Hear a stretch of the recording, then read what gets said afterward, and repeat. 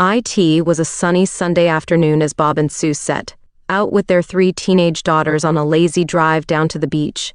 Bob was at the wheel, and Sue sat beside him, turning towards the back every few minutes to join in the animated series of conversations going on among their daughters. To Bob, it sounded as if they were all talking at once, creating an incessant barrage of noise that just didn't make any sense at all. Eventually, he'd had enough.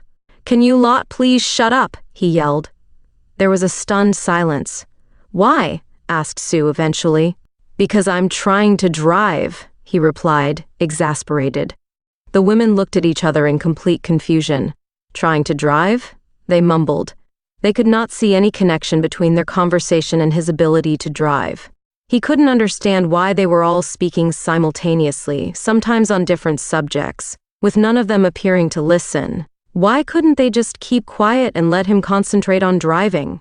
Their talking had already caused him to miss the last turnoff on the highway.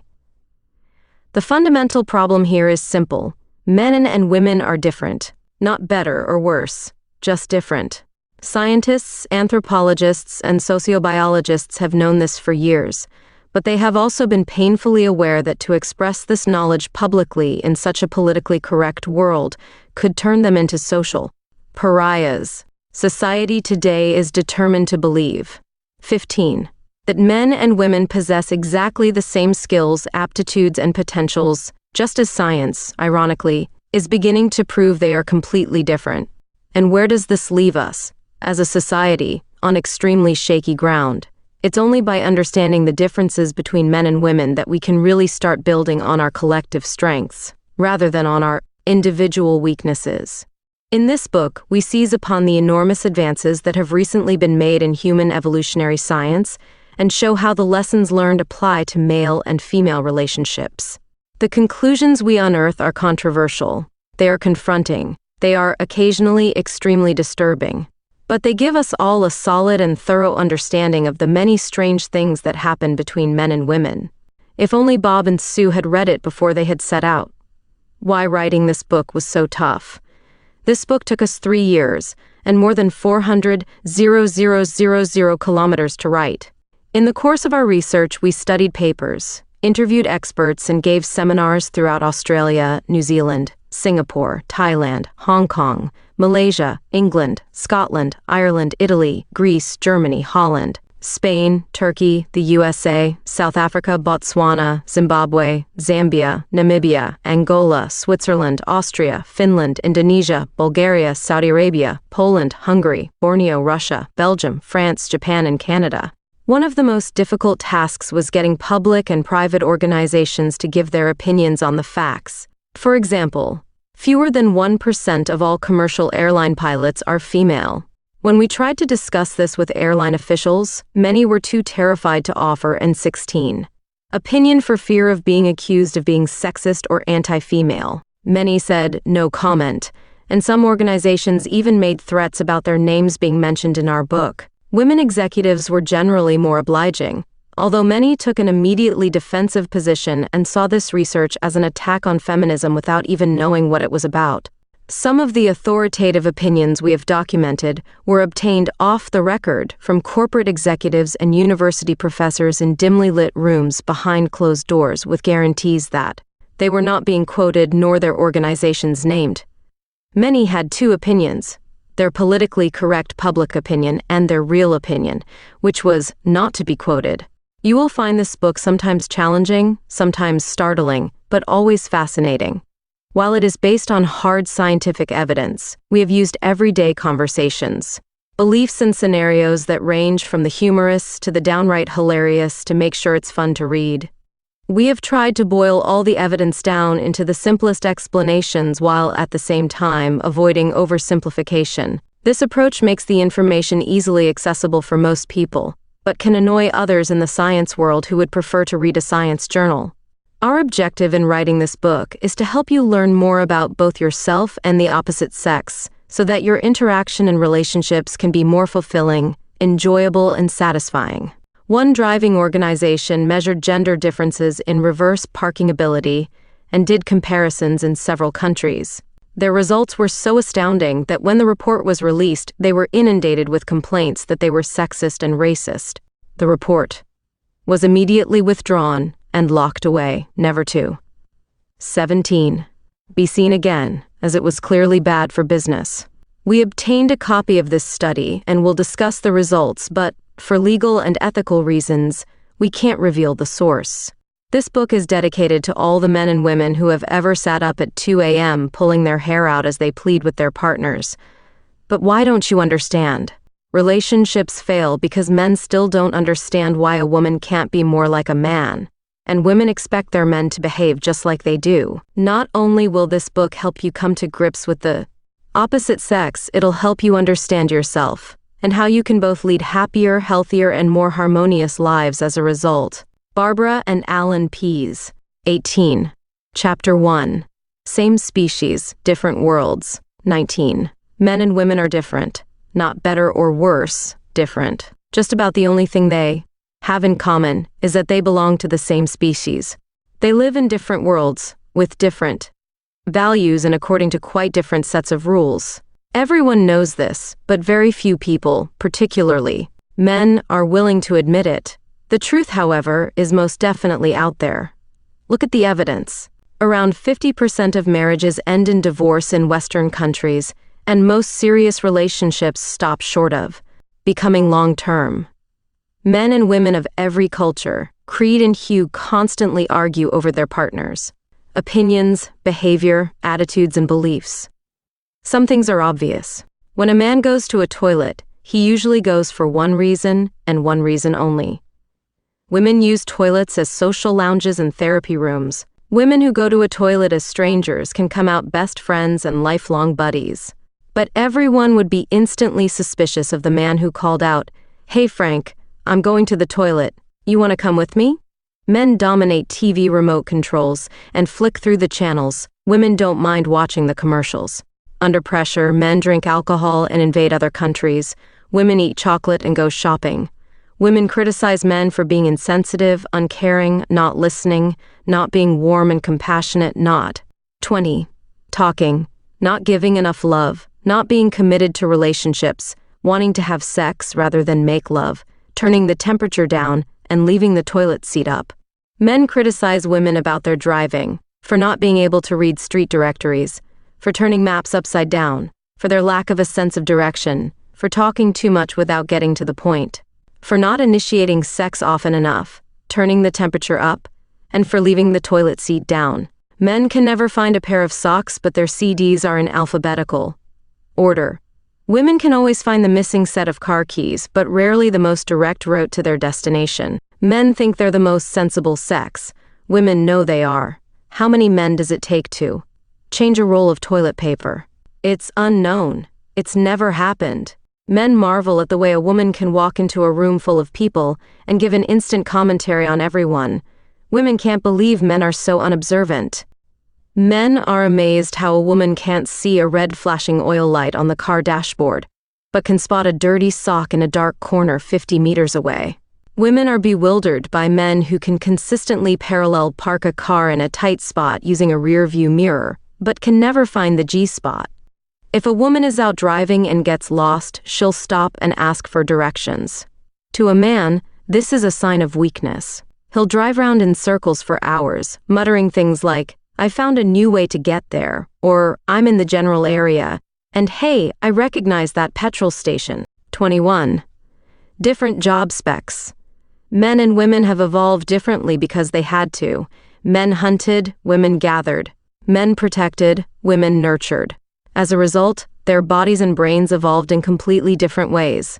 As their bodies physically changed to adapt to their specific functions, so did their minds. Men grew taller and stronger than most women, while their brains developed to suit their tasks. Women were mostly content for men to work away as they kept the cave fires burning, and their brains evolved to cope with their function in life. Over millions of years, the brain structures of men and women thus continued to change in different ways. Now, we know the sexes process information differently. They think differently. They believe different things. They have different perceptions, priorities, and behaviors. To pretend otherwise is a recipe for heartache, confusion, and disillusionment all your life. The stereotype argument. Since the late 1980s, there has been an explosion of research into male and female differences and the way both the male and female brains work.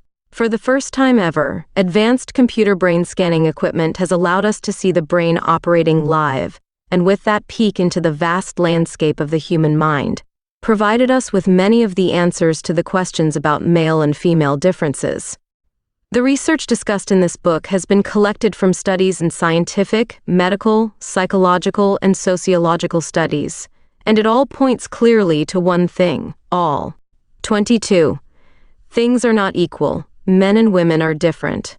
For most of the 20th century, those differences were explained away by social conditioning. That is, we are who we are because of our parents' and teachers' attitudes, which, in turn, reflected the attitudes of their society. Baby girls were dressed in pink and given dolls to play with. Baby boys were dressed in blue and given toy soldiers and football jerseys. Young girls were cuddled and touched, while boys were thumped on the back and told not to cry.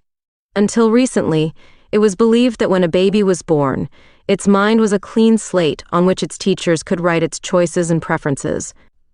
The biological evidence now available, however, shows a somewhat different picture of why we think the way we do.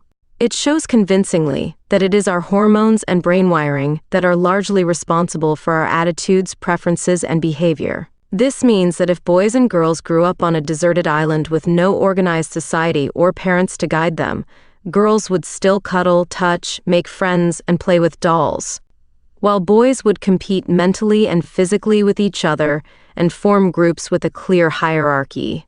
The wiring of our brain in the womb and the effect of hormones will determine how we think and behave. As you will see, the way our brains are wired and the hormones pulsing through our bodies are the two factors that largely dictate, long before we are born, how we will think and behave. Our instincts are simply our genes determining how our bodies will behave in given sets of circumstances. 23. Is it all a male conspiracy? Since the 1960s, a number of pressure groups have tried to persuade us to buck our biological legacy. They claim that governments, religions, and education systems have added up to nothing more than a plot by men to suppress women, colluding to keep good women down. Keeping women pregnant was a way of controlling them even more. Certainly, historically, that's how it appears. But the question needs to be asked, if women and men are identical, as these groups claim, how could men ever have achieved such total dominance over the world? The study of how the brain works now gives us many answers. We are not identical. Men and women should be equal in terms of their opportunities to exercise their full potential, but they are definitely not identical in their innate abilities. Whether men and women are equal is a political or moral question, but whether they are identical is a scientific one. The equality of men and women is a political or moral issue, the essential difference is a scientific one. Those who resist the idea that our biology affects our behavior often do so with the best of intentions. They oppose sexism, but they are confused about the difference between equal and identical, which are two completely different issues. In this book, you will see how science confirms that men and women are profoundly different, both physically and mentally. They are not the same. We have investigated the research of leading paleontologists, ethnologists, psychologists, biologists, and 24 neuroscientists. The brain differences between women and men are now clear, beyond all speculation, prejudice, or reasonable doubt. When weighing up the differences between males and females discussed in this book, some people may say, "No, that's not like me, I don't do that." Well, maybe they don't. But we are dealing here with average men and women. That is, how most men and women behave most of the time, in most situations and for most of the past. Average means that if you are in a room full of people, you'll notice that men are bigger and taller than women, in fact 7% taller, and an average 8% bigger. The tallest or biggest person in the room may be a woman, but overall the men are bigger and taller than the women. In the Guinness Book of World Records 2001, the biggest and tallest people have almost always been men. The tallest human on record was Robert Wadlow from Alton, Illinois, who in June 1940 measured 2.72 meters 8 feet 11.1 inches. The tallest person in the year 2000s was Radouan Charbib of Tunisia, who stood 2.35 meters 7 feet 8.9 inches. History books are full of Big Johns and Little Susies. This is not sexist. It's fact. Where we, the authors, stand. Reading this book, some people may begin to feel smug, arrogant, or angry. This is because, to a greater or lesser extent, they are victims of idealistic philosophies that claim women and men are the same. So let's clarify our position on this now. We, the authors, are writing this book to help you develop and improve your relationships with both sexes. We believe that men and women should have equal opportunity to pursue a career path in any field they choose, and that equally. 25. Qualified people should receive equal compensation for the same effort. Difference is not the opposite of equality. Equality means being free to choose to do the things we want to do, and difference means that, as men or women, we may not want to do the same things. We usually choose different things off the same list. Our aim is to look objectively at male and female relationships, explain the history, meanings and implications involved, and to develop techniques and strategies for a happier and more fulfilling way of life. We won't beat about the bush with suppositions, politically correct cliches, or scientific mumbo-jumbo. If something looks like a duck, sounds like a duck, walks like a duck, and there is enough evidence to prove it's a duck, then that's what we'll call it. The evidence presented here shows that the sexes are intrinsically inclined to behave in different ways. We are not suggesting that either sex is bound to behave or should behave in any particular way. The nature versus nurture argument. Melissa gave birth to twins, a girl and a boy. Jasmine, she wrapped in a pink blanket, and Adam, in a blue one. Relatives brought soft, fluffy toys as gifts for Jasmine, and a toy football and a tiny football jersey for Adam.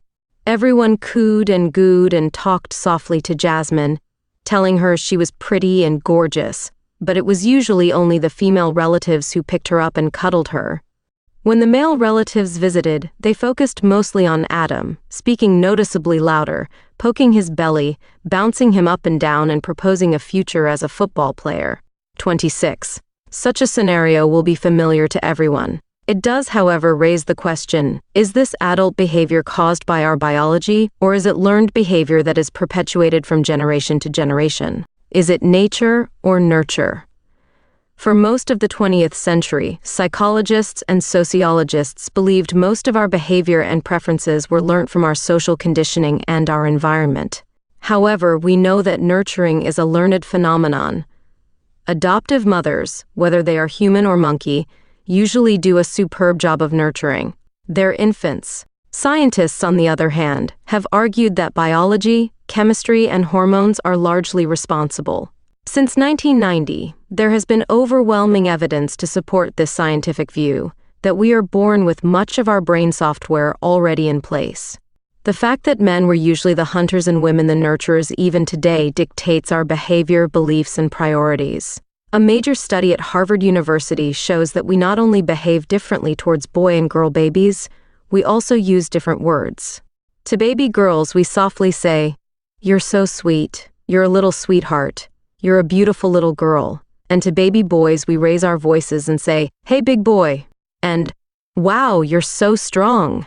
Yet giving Barbie dolls to girls and action men to boys does not create their behavior, it simply exacerbates it. Similarly, the Harvard study found that adults' distinctive behavior towards baby girls and boys only accentuated the differences that already exist. When you put a duck on a pond, it starts to swim. Look beneath the surface, and you'll see the duck has webbed feet. If you analyze its brain, you'll find that it evolved with a swimming module already in place. The pond is just where the duck happens to be at the time and is not causing its behavior. 27. Research shows that we are more a product of our biology than the victims of social stereotypes. We are different because our brain is wired differently. This causes us to perceive the world in different ways and have different values and priorities. Not better or worse, different. Your Human Guidebook. This book is like a guidebook to visit a foreign culture or country. It contains local slang and phrases, body language signals, and an insight into why the inhabitants are the way they are. Most tourists travel to foreign countries without having done much local research and become intimidated or critical because the locals won't speak English or cook burgers and chips. But to enjoy and benefit from the experience of another culture, you must first understand its history and evolution. Then you need to learn basic phrases and to sample their lifestyle for first-hand experience and a deeper appreciation of that culture. That way you won't look, sound, and act like a tourist, the kind of person who would have benefited just as much from staying at home and merely thinking of other lands. This book will show you how to enjoy and benefit from the knowledge of the opposite sex. But first you must understand their history and evolution. On a visit to Windsor Castle, an American tourist was heard to say, "It's a wonderful castle, but why did they build it so close to the airport?" 28. This book deals in facts and reality. It's about real people, authentic research, actual events, and recorded conversations. And you don't need to worry about dendrites, corpus callosum, neuropeptides, magnetic resonance imaging, and serotonin in researching brain function. We did, but we're now keeping everything as simple as possible to make it easy to read. We deal largely with a relatively recent science called sociobiology, the study of how behavior is explained by our genes and our evolution. You will discover a powerful set of concepts, techniques, and strategies that are scientifically substantiated and appear, for the most part, to be obvious or common sense. We've cast aside all techniques, practices, or opinions that aren't grounded in, or proven by, science. We deal here with the modern naked ape, the ape, who controls the world with megacomputers and can land on Mars, and who can still be traced directly back to a fish. Millions of years was spent developing us as a species, yet today we are thrust into a technological, politically correct world that makes little or no allowance for our biology. It took us nearly 100 million years to evolve into a society sophisticated enough to put a man on the moon, but he still had to go to the toilet like his primitive ancestors when he got there. Humans may look a little different from one culture to another, but underneath, our biological needs and urges are the same.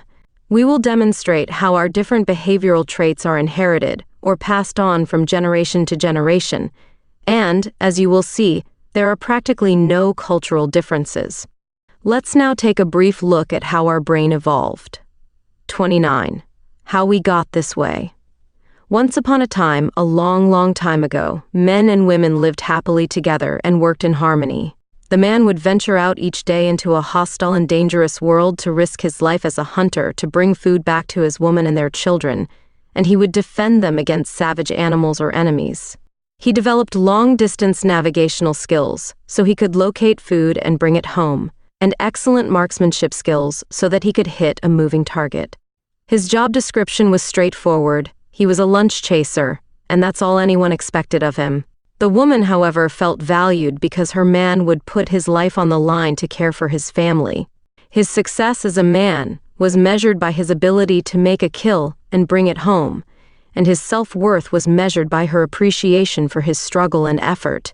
The family depended on him to carry out his job description as a lunch chaser and protector, and nothing else. There was never any need for him to analyze the relationship, and he wasn't expected to put out the garbage or help change the nappies. The woman's role was equally clear. Being appointed the childbearer directed the way she would evolve and how her skills would become specialized to meet that role.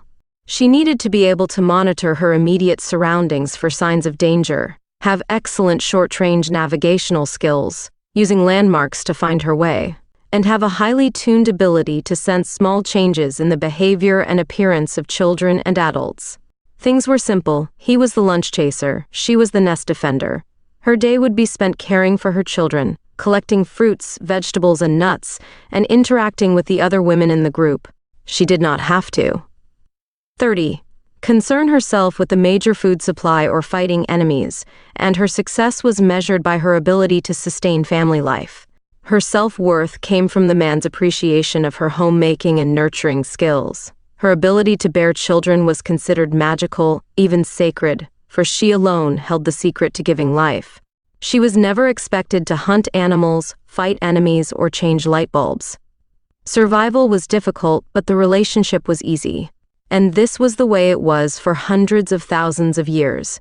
At the end of each day, the hunters would return with their kill. The kill was divided equally, and everyone would eat together in the communal cave. Each hunter would trade part of his kill with the woman for her fruit and vegetables. After the meal, the men would sit around the fire, gazing into it, playing games, telling stories, or sharing jokes. It was a prehistoric man's version of flicking TV channels with his remote control or being absorbed in a newspaper. They were exhausted from their hunting efforts and were recuperating to begin the hunt again the next day. The women would continue to tend the children and make sure the men were sufficiently fed and rested. Each appreciated the other's efforts. Men were not considered lazy, and women were not seen as their oppressed handmaidens. These simple rituals and behaviors still exist amongst ancient civilizations in places like Borneo, parts of Africa and Indonesia, and with some Aboriginal Australians, New Zealand Maoris, and the Inuit of Canada and Greenland. In these cultures, each person knows and understands his or her role. Men appreciate women, and women appreciate men. Each sees the other as uniquely contributing to the family's survival and well-being. But for men and women who live in modern civilized countries, these old rules have 31. Been thrown out, and chaos, confusion, and unhappiness have been left in their place. We didn't expect it to be like this. The family unit is no longer solely dependent on men for its survival, and women are no longer expected to stay at home as nurturers and homemakers. For the first time in the history of our species, most men and women are confused about their job descriptions. You, the reader of this book, are the first generation of humans to face a set of circumstances that your forefathers or mothers never had to tackle. For the first time ever, we are looking to our partners for love, passion, and personal fulfillment because basic survival is no longer critical. Our modern social structure usually provides a basic level of subsistence through Social Security, national health, consumer protection laws, and various government institutions. So what are the new rules, and where do you learn them? This book attempts to provide some answers. Why mom and dad can't help. If you were born before 1960, you grew up watching your parents behave towards each other based on the ancient rules of male and female survival.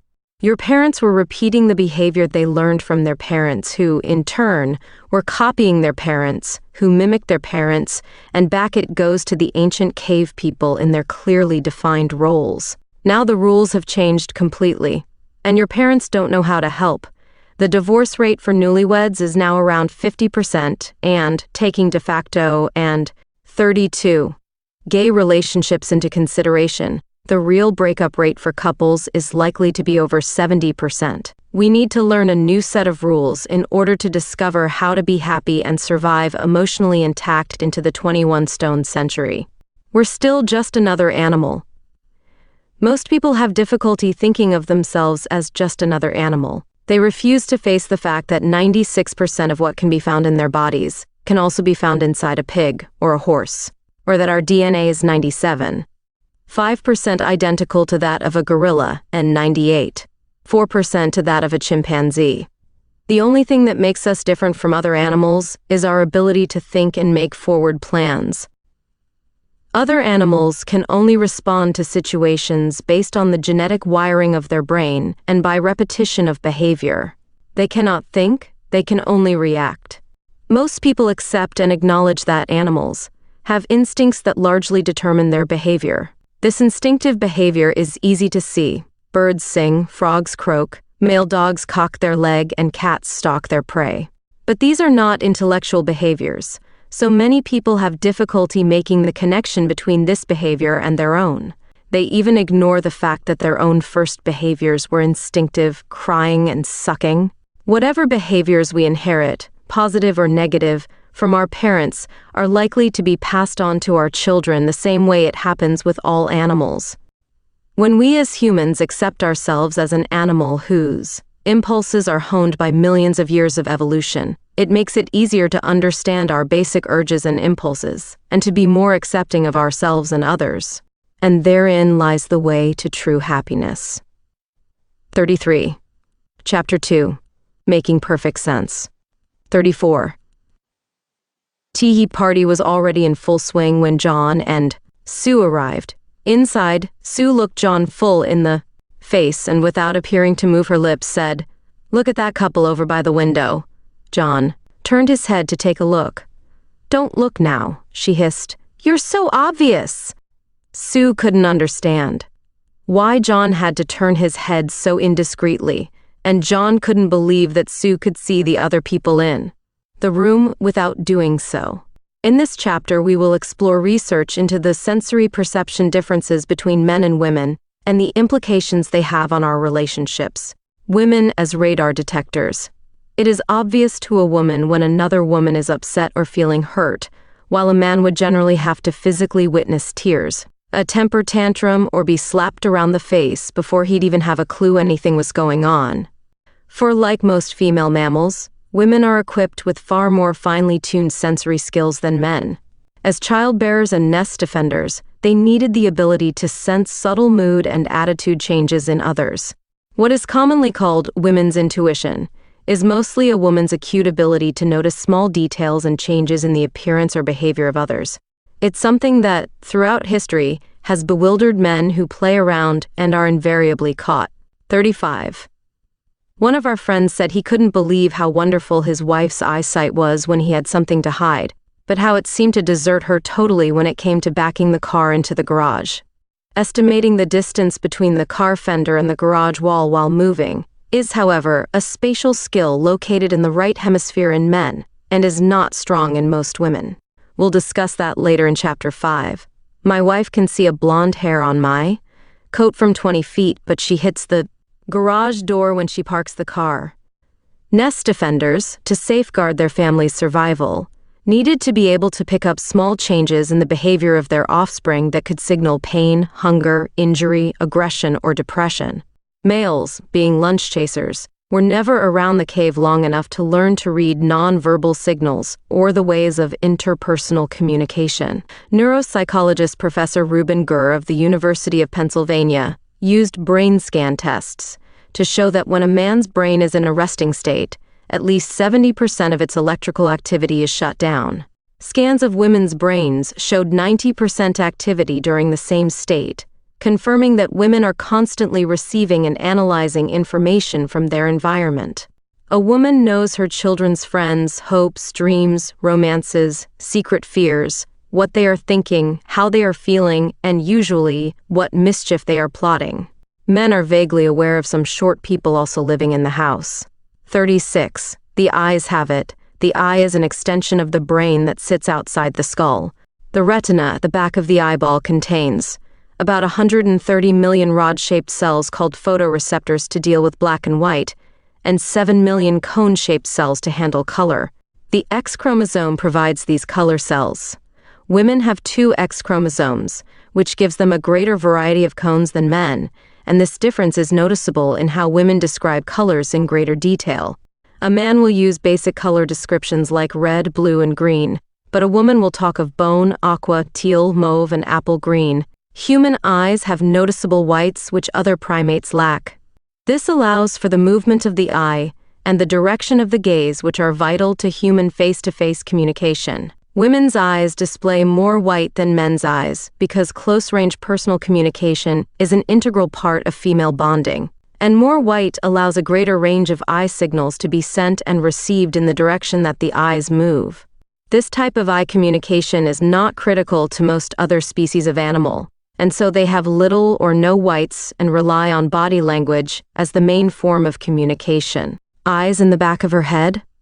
Well, not quite, but close. Women not only have a greater variety of cones in the retina, they also have wider peripheral vision than men.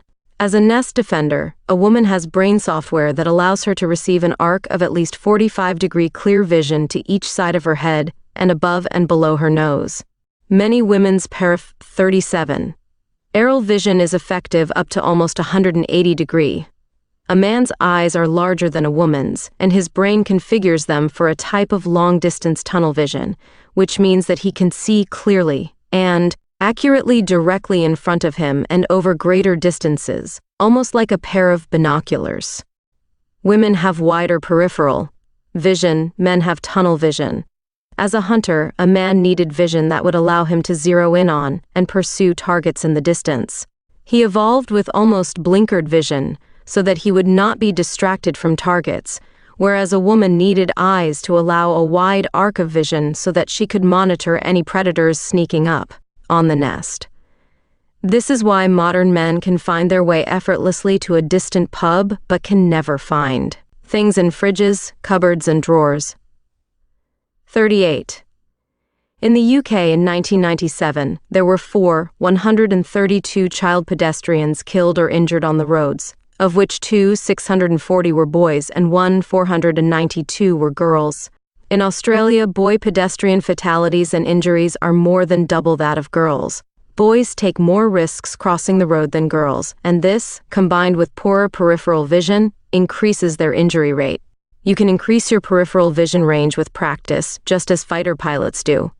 The arc of a person's peripheral vision can also increase under life-threatening circumstances.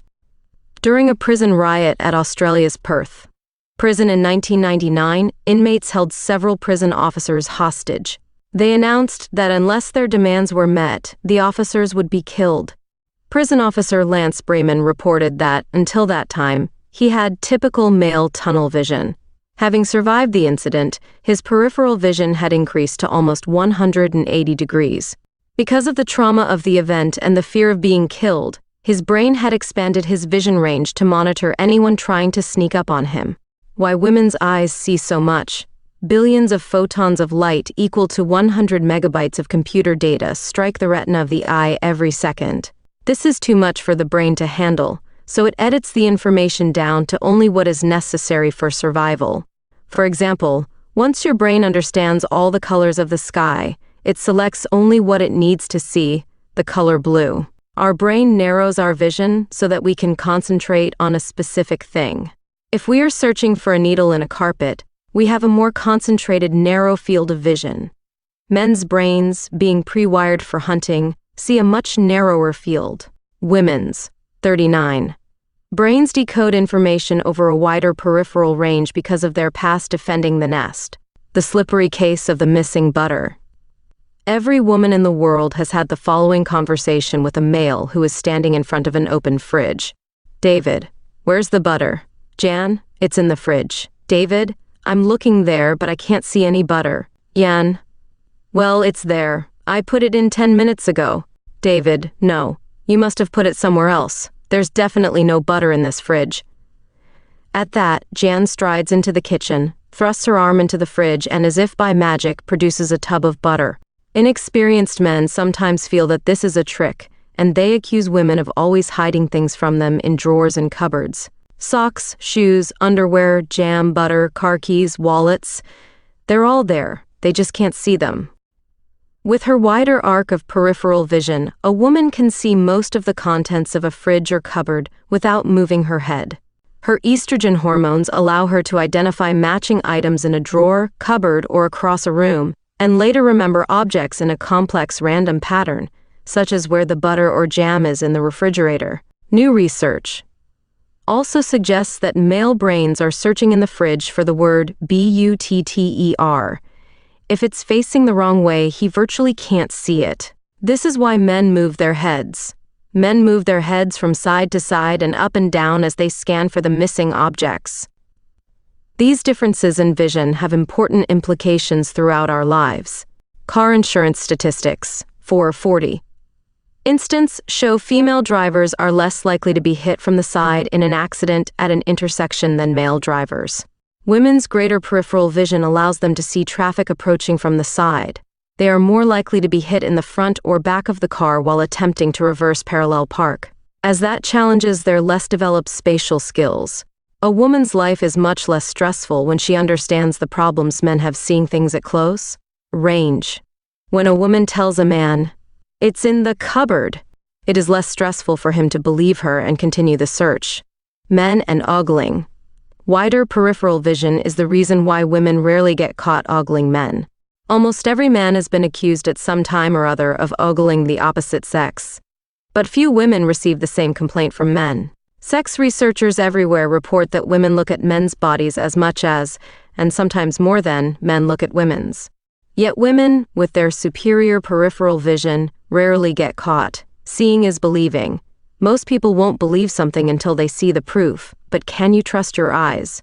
Millions believe in UFOs, despite the fact that 92% of all UFO sightings are in remote country areas on Saturday nights around 11 o'clock, just after the pubs close. There has never been a UFO sighting by a prime minister or president, and UFOs never land on A41, university campus, government research laboratory, or parliament, and they never land in bad weather.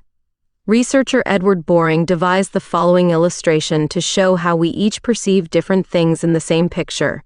Women are more likely to see an old woman with her chin tucked into the collar of her fur coat, but men are more likely to see the left side profile of a young woman who is looking away. The picture of the table also shows that what you see is not necessarily what you get.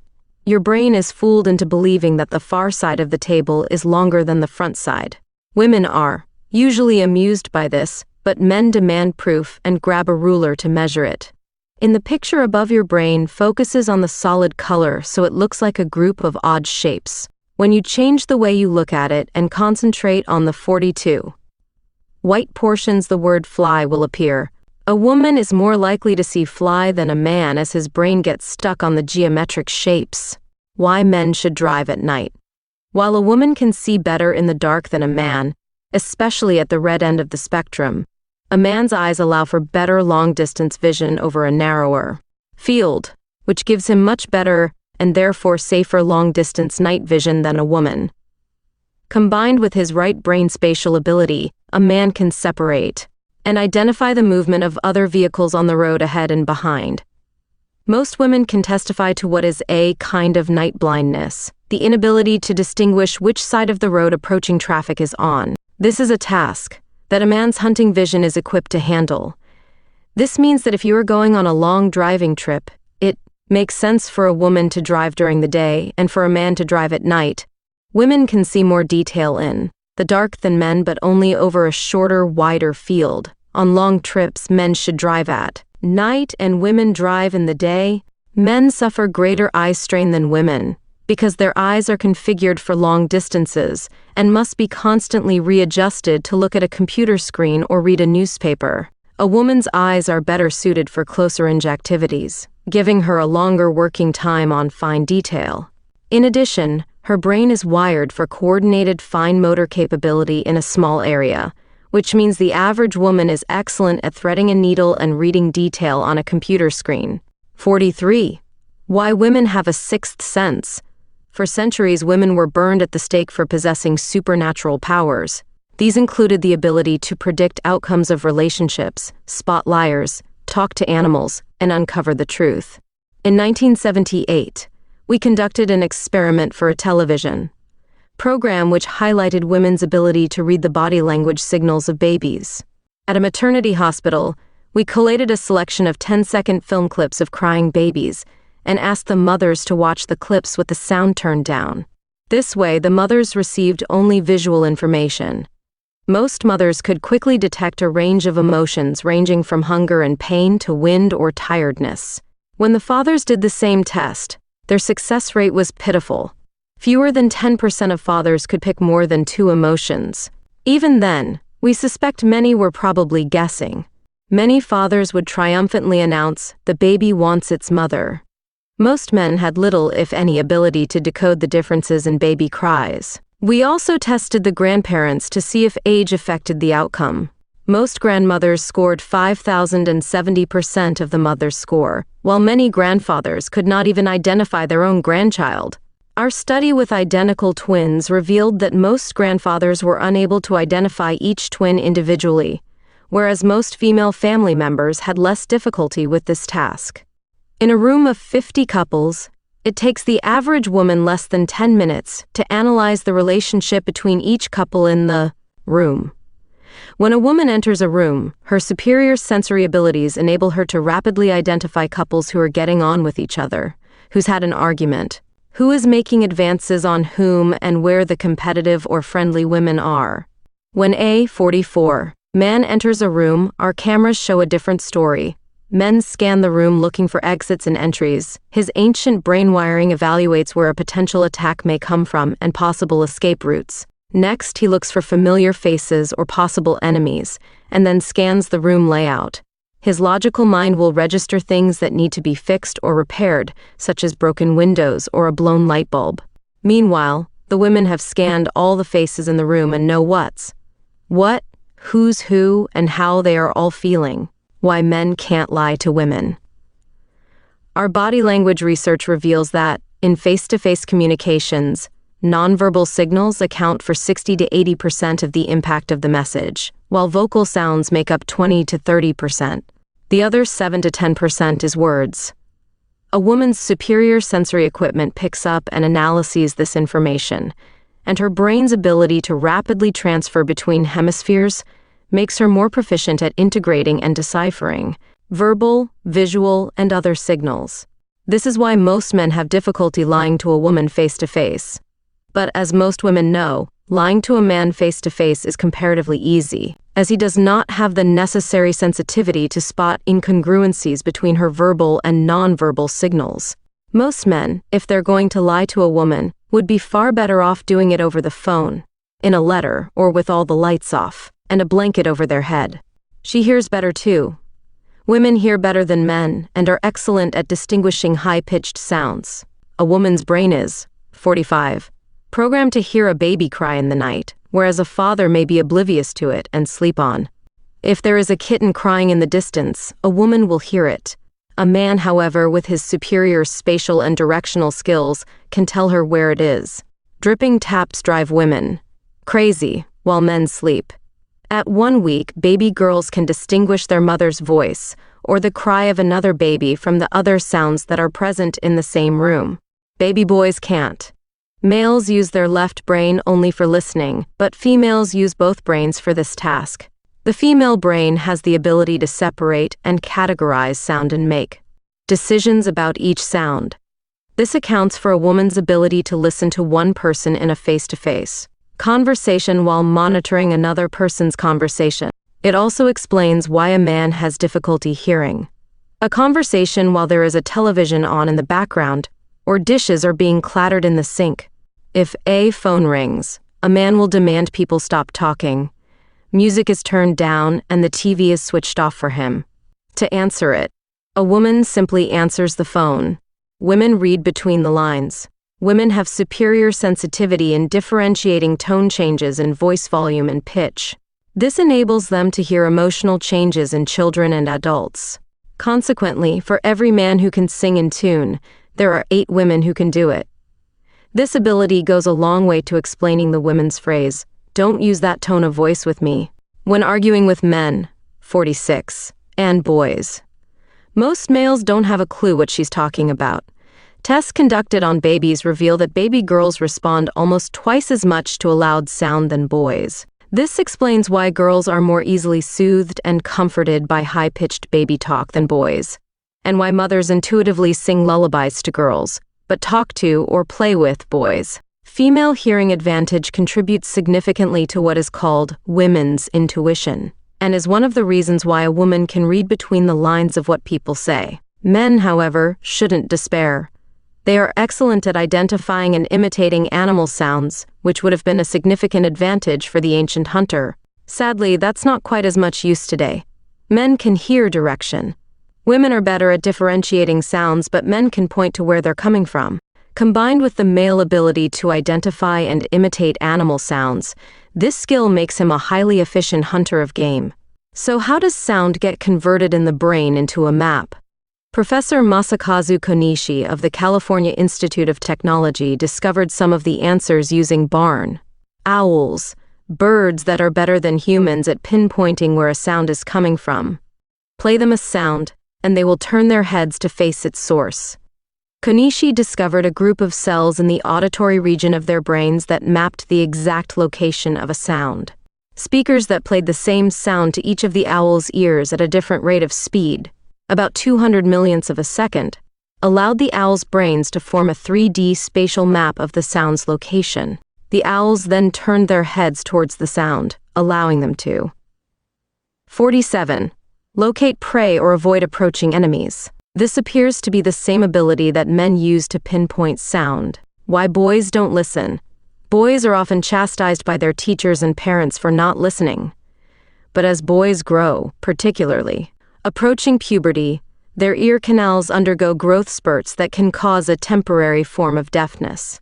Female teachers have been found to reprimand girls differently to boys and seem intuitively to understand male and female hearing differences. If a girl refuses to keep eye contact while the teacher berates her, a female teacher will continue the reprimand. If a boy refuses eye contact, many female teachers intuitively understand that he probably either can't hear or is not listening, and will say, "Look at me when I speak to you." Unfortunately, boys are equipped for effective seeing rather than hearing. For an easy demonstration of this, just count the number of F's in the following sentence. Finished files are the result of years of scientific research. Boys score better than girls at seeing that there are 5 F's. If the statement is read aloud, however, girls are better than boys at hearing the correct number of F's. Men miss the details. Lynn and Chris are driving home from a party. He's driving, she's navigating, and they've just had an argue. 48. Meant about her telling him to turn left when she really meant right. 9 minutes of silence has passed and he suspects something is up. "Darling, is everything ok?" asks Chris. "Yes, everything's fine," Lynn answers. Her emphasis on the word fine confirms that things are actually far from fine. He thinks back to the party. "Did I do something wrong tonight?" asks Chris. "I don't want to talk about it," she snaps. This means she's angry and does want to talk about it. Meanwhile, he's at a complete loss to understand what he's done to upset her. "Please tell me, what did I do?" he pleads. "I don't know what I did." In most conversations like this one, the man is telling the truth. He simply doesn't understand the problem. "Okay then," she says. "I'll tell you the problem even though you're playing that stupid act. But it's not an act." He genuinely doesn't have a handle on the problem. She takes a deep breath. "That bimbo was hanging around you all night giving you command signals and you didn't get rid of her. You encouraged her." Now Chris is completely dumbstruck. What bimbo? What come-on signals? He didn't see anything. You see, while the bimbo, this is a woman's expression, men would describe a woman like that as sexy, had been talking to him, he hadn't noticed that she was tilting her pelvis at him, pointing her foot his way, flicking her hair, stroking her thigh, massaging her earlobes, giving him longer than usual glances, stroking the stem of her wine glass, and talking like a schoolgirl. He's a hunter. He can spot a zebra on the horizon and tell you how fast it's moving. He doesn't have a woman's ability to pick up the visual, vocal, and body language signals that say someone's on the make. Every woman at the party saw what the bimbo was doing, even without moving their heads. And a telepathic bitch alert was sent and, 49, received by all other women at the party. Most of the men missed it completely. So when a man claims he is telling the truth about these accusations, he probably is. Male brains are not equipped to hear or see details. The magic of touch. Touch can be life-giving. Early tests conducted on monkeys by Harlow and Zimmerman showed that lack of touch on infant monkeys resulted in depression, illness, and premature death. Similar results have been found in neglected children. An impressive study on babies from 10 weeks of age to 6 months found that the offspring of mothers who were taught to stroke their babies had dramatically fewer colds and sniffles, and less vomiting and diarrhea than those whose mothers didn't stroke them. Other research found that women who were neurotic or depressed recovered much more quickly according to the number of times they were hugged and the duration of those hugs. Anthropologist James Prescott, who pioneered the study of child rearing and violence, found that societies in which children were rarely touched affectionately had the highest rates of adult violence. Children brought up with affectionate carers usually ended up growing into better, healthier, and happier adults. Sex offenders and child molesters both tended to have pasts characterized by rejection, violence, a lack of cuddles as children, and childhoods often spent in remote institutions. Many non-touching cultures love cats and dogs as they allow them to experience touch via stroking and patting their pets. Pet patting therapy has proved to be a valuable way of helping people overcome depression and other mental problems. Just look at how the English, the very 50 antipathy of a touchy-feely race, love their pets. As Germaine Greer said, even crushed against his brother in the tube, the average Englishman pretends desperately that he is alone. Women are touchy-feely. The skin is the largest organ in the body, measuring around 2 square meters. Distributed unevenly across it are 800,000 receptors for pain, 200,000 for cold, and 500,000 for touch and pressure. From birth, girls are dramatically more sensitive to touch, and, as an adult, a woman's skin is at least 10 times more sensitive to touch and pressure than a man's. In one authoritative study, it was found that the boys who tested most sensitive to touch felt even less than the least sensitive girls. Female skin is thinner than male skin and has an extra fat layer below it for more warmth in winter and to provide greater endurance. Oxytocin is the hormone that stimulates the urge to be touched and fires up our touch receptors. It's no wonder that women, with receptors that are 10 times more sensitive than men's, attach so much importance to cuddling their men, children, and friends. Our body language research shows that Western women are 4 to 6 times more likely to touch another woman in a social conversation than a man is likely to touch another man. Women use a greater range of touch expressions than men, describing a successful person as having a magic touch, and others as being thin-skinned or thick-skinned. Women love staying in touch and dislike those who get under your skin. They talk about feelings, giving someone the personal touch, being touchy, and annoying people by rubbing them up the wrong way. In 1999, a research team led 51 by Michael Meany at McGill University in Quebec, Canada, showed baby rats that are constantly groomed and cared for by their parents develop more brain mass and higher intelligence than baby rats who had less caring parents. A study with psychiatric patients showed that, under pressure, men avoid touch and retreat into their own world. More than half the women in the same test, on the other hand, initiated approaches to men not for sex, but for the intimacy of touch. When a woman is emotionally cut off or angry with a man, she is likely to respond by saying, "Don't touch me," a phrase that has little meaning to men. The lesson? To win points with women, use lots of appropriate touching but avoid groping. To raise mentally healthy children, cuddle them a lot. A woman is 4 to 6 times more likely to touch another woman in a social conversation than a man would another man. Why men are so thick-skinned. Men have thicker skin than women, which explains why women get more wrinkles than men. The skin on a man's back is 4 times thicker than his stomach skin, a legacy from his 4-legged animal past, which gave more protection from a rear attack. Most of a boy's sensitivity to touch is lost by the time he reaches puberty, and his body prepares itself for the rigors of the hunt. Males needed desensitized skin to run through prickly bushes, wrestle animals, and fight enemies without the pain slowing them down. When a man is 52, focused on a physical task or sporting activity, he is unlikely even to be aware of injury. A boy doesn't really lose skin sensitivity at puberty, it just all goes to one area. When a man is not focused on a task, his threshold of pain is much lower than a woman's. When a man moans, "Make me some chicken soup, fresh orange juice, get me a hot water bottle, call the doctor, and make sure my will is in order," it usually means he's got a slight head cold. Men are also less sensitive to a woman who is suffering pain or discomfort. If she's doubled up in pain, has a temperature of 104 degrees, and is shivering under the blankets, he says, "Is everything okay, darling?" But he's thinking, if I ignore it, maybe she'll have sex. She's in bed anyway. Men do feel sensitivity when watching football or aggressive sports, however. If men are watching a boxing match on TV and one of the boxers is felled by a low blow, a woman will say, "Ooh, that must have hurt," while the men all groan, double over, and actually feel the pain. A taste for life. Women's senses of taste and smell are superior to men's. We have up to 10,000 taste receptors to detect at least 4 major tastes. Sweet and salt on the tip of the tongue, sour on the sides, and bitter at the back. Japanese researchers are currently testing a 5th taste, the taste of fat. Men score higher on discerning salt and bitter tastes, which is why they drink beer, and women are far superior in discerning sweet and sugar tastes. 53. Which is why there are far more female chocoholics in the world than male.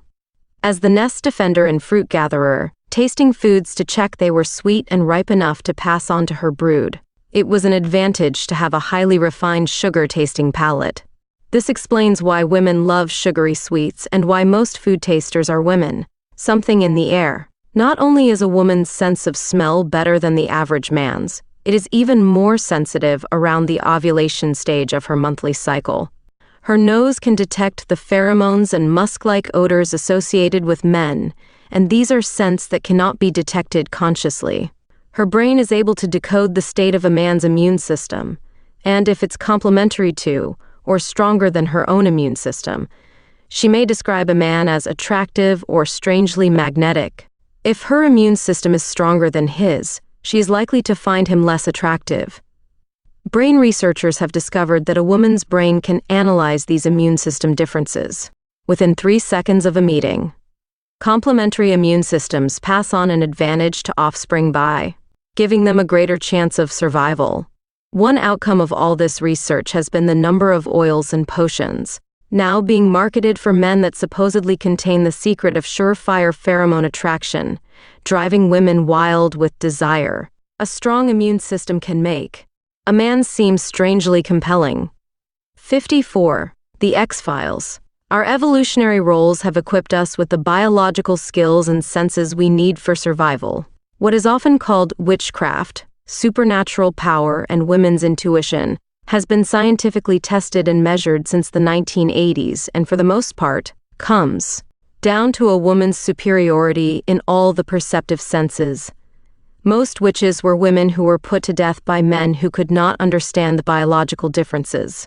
Women are simply better at picking up the small nuances in body language, vocal cues, tone of voice, and other sensory stimuli. They can also read attitudes and emotions in animals. This allowed ancient women to determine whether or not an animal approaching her nest was dangerous or friendly. A woman can even tell if a dog is feeling embarrassed or if a horse is about to kick. Most men cannot imagine what an embarrassed dog looks like. Women counsel cats. When women are not looking, men kick cats. For nest-defending women, being dexterous with both hands would have been an advantage to the process of gathering, as it gives twice the speed. Consequently, many women do not have a specific area in either brain for identifying left from right. It was never necessary. This is why there are disproportionately more ambidextrous women than men. It also explains why women everywhere are unfairly criticized by men who, frustrated at being given wrong directions by a woman, yell, "Don't you even know your left from right?" The correct answer is no. A dominant right hand is vital to target hitting, but not critical to fast gathering. Because of their superior abilities in this area, modern women are still victimized by their attraction to astrologers, psychics, tarot card readers, numerologists, and others who offer an explanation for female intuition in 55. Exchange for hard-earned money. A woman's highly refined sensors contribute significantly to the early maturity of adolescent girls. By the age of 17, most girls can function as adults, while the boys are still giving each other wedgies at the swimming pool and lighting farts. Why men are called insensitive. It's not so much that women have super senses, it's more that men's senses have been dulled, comparatively speaking. In a woman's world of higher perceptiveness, she expects a man to read her verbal, vocal, and body language signals and to anticipate her needs, just as another woman would do. For the evolutionary reasons discussed, this simply is not the case. A woman quietly assumes that a man will know what she wants or needs, and when he doesn't pick up on her cues, she accuses him of being insensitive, wouldn't have a clue. Men everywhere bleat. Am I supposed to be a mind reader? Research proves that men are poor mind readers. But the good news is that most can be trained to improve their awareness of nonverbal and vocal messages. The next chapter has a unique test that will show you the sexual orientation of your brain and why you are the way you are. 56. Chapter 3. I tease all in the mind. 57. Tihise light-hearted illustrations of the male and Female brain are funny only because they contain such an element of truth. But how much? Well, more than you might think. In this chapter, we'll examine the recent dramatic revelations from research into the brain. You'll find this chapter a real eye-opener, and at the end we have included a simple but remarkable test to show you just why your brain behaves the way it does. 58. Why we're smarter than the rest. Look at the following drawings, and you'll notice two striking differences between gorillas, Neanderthal man, and U.S. modern humans. Firstly, our brain is more than 3 times the size of the gorillas, and 1/3 bigger than our primitive ancestors. Fossil evidence shows that our brain has remained about the same size for the last 50,000 years, and there has been little change in our brain functions. Secondly, we have a protruding forehead, which our forefathers and primate cousins lacked. The forehead contains the left and right frontal brain lobes, which give us many of our unique abilities such as thinking, map reading, and speech. This is what makes us superior to all other animals. Men and women's brains have evolved with different strengths, talents, and abilities. Men, being responsible for hunting game, needed areas in the brain for long-distance navigation, to develop tactics for organizing the kill, and to hone skills for hitting a target. They didn't need to be good conversationalists or sensitive to anyone's emotional needs, so they never developed strong brain areas for interpersonal skills. Women, by contrast, needed an aptitude for good short-range navigation, wider peripheral vision too. 59. Monitor their surroundings, the ability to perform several activities simultaneously, and effective communication skills. As a consequence of these needs, men and women's brains developed specific areas to handle each skill. In today's terms, ancient society was very sexist, but we'll tackle this issue later. How our brains defend territory. Old habits die hard, say the old folks. Genetic memory is alive and operating, say the scientists. Genetic memory is part of our instinctive behavior. Naturally, you'd expect tens of thousands of years sitting in a cave facing outwards to monitor surroundings, defend territory, and solve the myriad problems of survival, to leave quite a mark on men. Just look at them in a restaurant. Most men prefer to sit with their backs to the wall, facing the restaurant entrance. This makes them feel comfortable, secure, and alert. No one's going to sneak up on them unobserved, even if it is, these days, with nothing more lethal than a particularly hefty bill. Women, on the other hand, don't mind having their backs to an open space, unless they are alone with young children, when they'll tend to take a seat next to the wall. At home, men will also act instinctively by taking the side of the bed closest to the bedroom door, the symbolic act of defending the cave entrance. If a couple moves to a new home or stays in a hotel where the door is on the woman's side of the bed, a man can feel restless and may have difficulty sleeping without ever knowing why. Changing places so that he is once again closest to the door can often solve the problem. 60. Men joke that they sleep by the door of their first marital home for a quick getaway. In truth, it's pure defender instinct. When a man is away from home, a woman will generally assume his protective role and sleep on his side of the bed. At night, a woman can be aroused from a deep sleep immediately by a high-pitched sound, like a baby's cry. Men, to women's great annoyance, will snore on soundly. But his brain is wired to hear sounds associated with movement, and even the sound of a twig breaking outside his window can bring him wide awake in a split second to defend against a possible attack. This time, women will sleep on, except when the man is away and her brain becomes programmed to assume his role and hear every sound or movement threatening the nest. The brains behind success. The Greek philosopher Aristotle believed that the center for thought lay in the heart, while the brain helped cool the body. This is why the heart is the object of many of our expressions of emotion. It may seem ridiculous to us now, but many experts, as recently as the late 19th century, still agreed with Aristotle. In 1962, Roger Sperry won a Nobel Prize for identifying that the two hemispheres of the brain's cerebral cortex are responsible for separate intellectual functions. Advanced technology is now allowing us to see how the brain operates, but our real understanding, 61%, of brain function is still very basic. We know that the right hemisphere, which is the creative side, controls the left side of the body, while the left hemisphere controls logic, reason, speech, and the body's right side.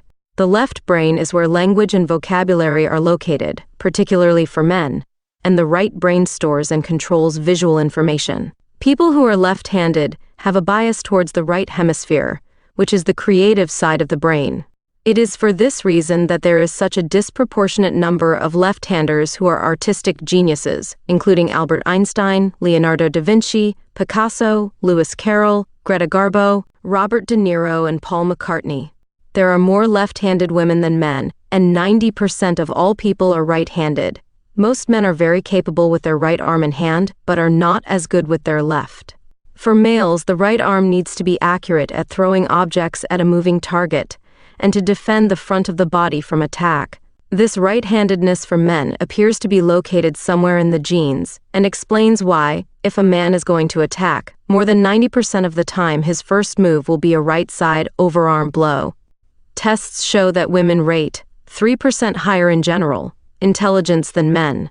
Until the 1960s, most of the data collected on the human brain came from soldiers killed on the battlefields, and there were plenty of candidates to work on. The problem was, however, that most of these were males, and the silent assumption was that female brains operated in the same way. 62. Today, latest research reveals that the female brain operates significantly differently to the male brain. Therein lies the source of most of the problems in relationships between the sexes. The female brain is slightly smaller than the male brain, but studies show this to have no significance on a woman's brain performance. In 1997, Danish researcher Bente Pakkenberg of the Neurology Department of Copenhagen Municipal Hospital demonstrated that, on average, a man has around 4 billion more brain cells than a woman, but, generally, women test around 3% higher in general intelligence than men.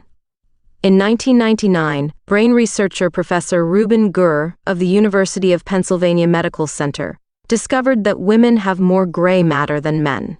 Gray matter is where the brain does its computational work and makes women better communicators than men. It's obvious that women are smarter than men. Think about it.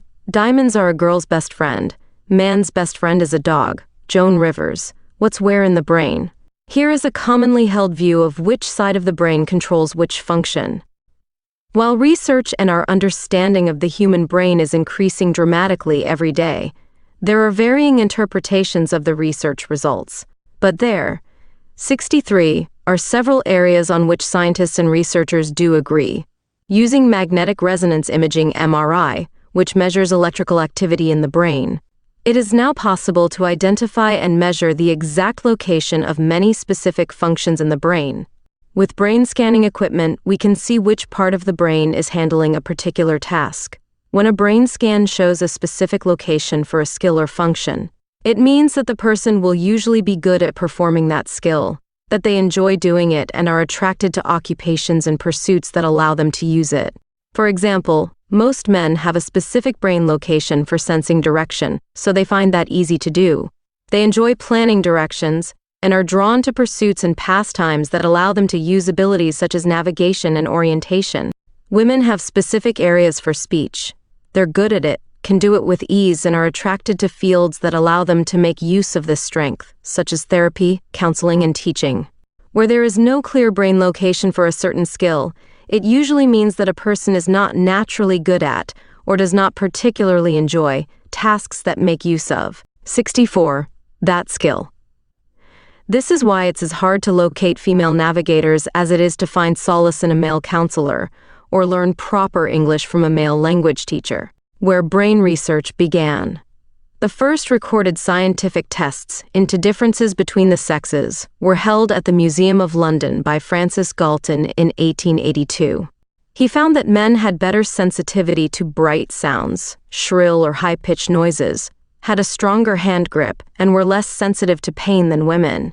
At the same time, in America, similar study found that men preferred red to blue, had a larger vocabulary, and preferred solving technical problems to domestic ones.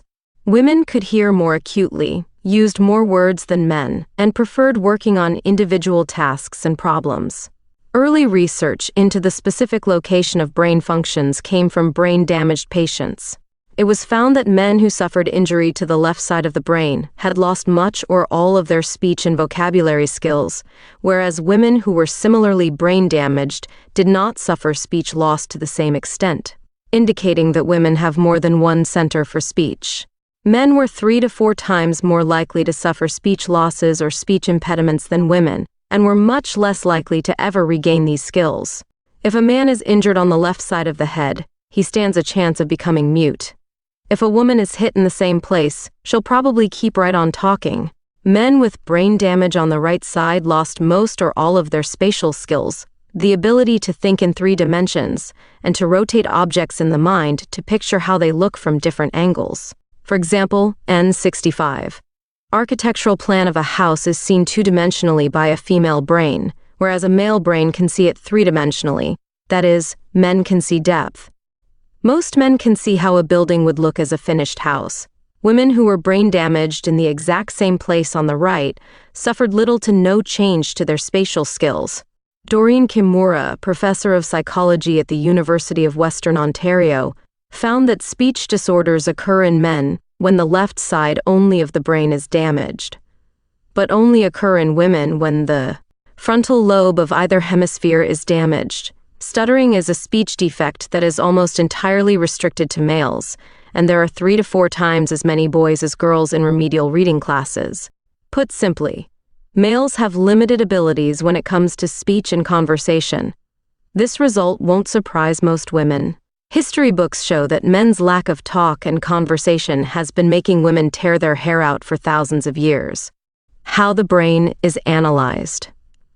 Since the early 1990s, brain scanning equipment has developed to the point where it is now possible to see your brain operating live on a television screen using positron emission tomography (PET) scans and magnetic resonance imaging (MRI).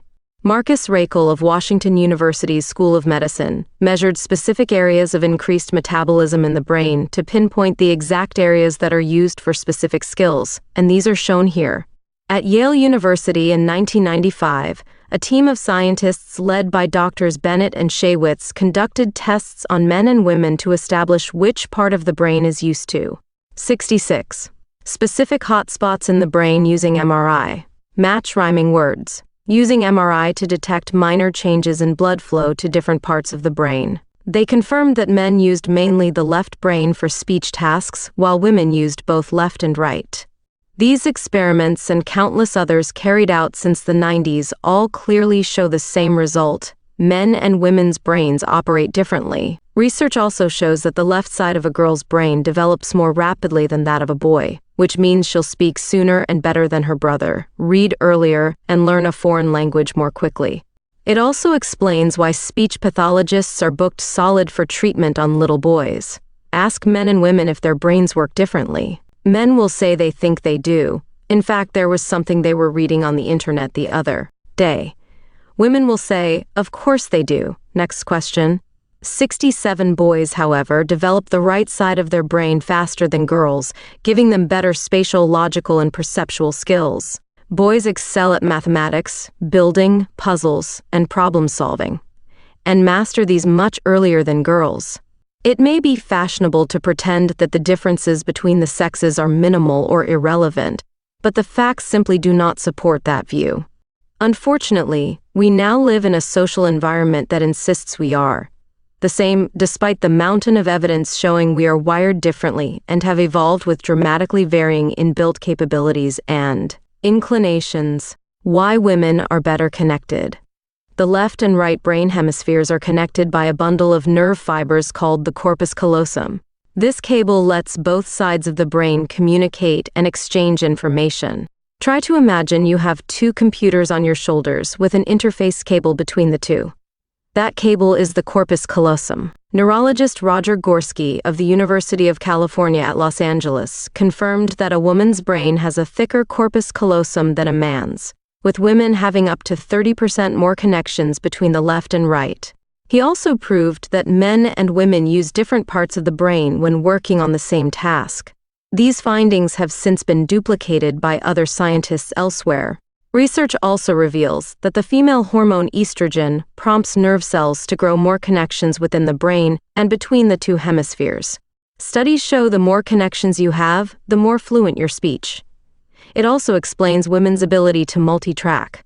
68. Unrelated activities and throws a great deal of light on women's intuition. As we have discussed, a woman has a greater range of sensory equipment, and, with that multiplicity of fiber connections for faster transfer of information between the hemispheres, it's no wonder a woman can make so many fast, accurate judgments about people and situations on an intuitive level. Why men can only do one thing at a time. All the available research agrees, men's brains are specialized. Compartmentalized. A male brain is configured to concentrate on one specific, dedicated task at once, and most men will tell you they can only do one thing at a time. When a man stops his car to read a street directory, what's the first thing he does with his radio? He turns it down.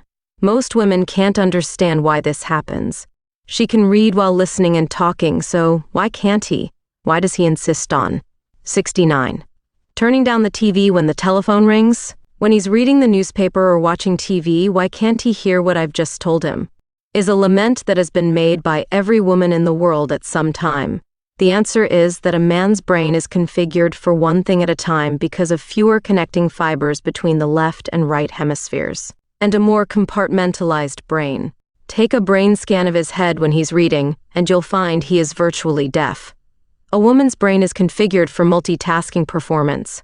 She can do several unrelated things at the same time, and her brain is never disengaged, it's always active. She can talk on a telephone at the same time as cooking a new recipe and watching television. Or she can drive a car, put on makeup, and listen to the radio while talking on a hands-free telephone. But if a man is cooking a recipe and you talk to him, he is likely to become angry because he can't follow the written instructions and listen at the same time. If a man is shaving and you talk to him, he'll cut himself. Most women will have had the experience of being accused by a man of making him miss a turnoff on the highway because she was chatting to him at the time. One woman told us that if she is angry with her husband, she talks to him while he is hammering a nail. Because women use both sides of their brains, many find it more difficult to tell their left hand from their right. Around 50% of women cannot instantly recognize which is which, without looking for a ring or a freckle first. Men, on the other hand, operating in either the left or right brain, find it much easier to identify left from right. As a result, women all over the world everywhere are criticized by men for telling them to turn right when they really meant left. 70. Try the toothbrush test. Most women can brush their teeth while walking and talking on several topics. They can make up and down strokes with the toothbrush at the same time as polishing a table using a circular movement with the other hand. Most men find this very difficult, if not impossible. When men brush their teeth, their monotracked brain means they focus entirely on that single task. They all stand square to the basin, feet 30 centimeters apart, body bent over the sink, moving their head back and forth against the brush, usually to the speed of the water. Why we are who we are. At a time when we are raising boys and girls as if they are identical, science is proving they are dramatically different in their thinking. The conclusion that neurologists and brain researchers everywhere have now reached is that we are who we are because of hormones. We are who we are because of hormones. We are all the result of our chemistry. Late 20th century thinking says we are born with an empty mind, and our parents, teachers, and environment dictate our attitudes and choices. New research into the brain and its development now reveals that our minds are configured like a computer at around 6 to 8 weeks after conception. Our basic operating system is in place, and several programs are also installed so that when we are born we come pre-packaged, like a computer with an array of add-on hardware and software. Science also shows that the basic operating system and its wiring leave little room for change. Our environment and our teachers can only add data and run compatible programs. And up until now, there have been practically no how-to manuals available. This means that when we are born, our future choices and sexuality preferences are pre-set. Nature versus nurture? It's a done deal. Nature had the head start from the very beginning. We now know that nurturing is a learned behavior, with adoptive mothers proving just as effective at nurturing children as biological mothers. Programming the fetus. Almost all of us are made up of 46 chromosomes, which are like genetic building blocks or a blueprint. 23 come from our mother, and 23 from our father.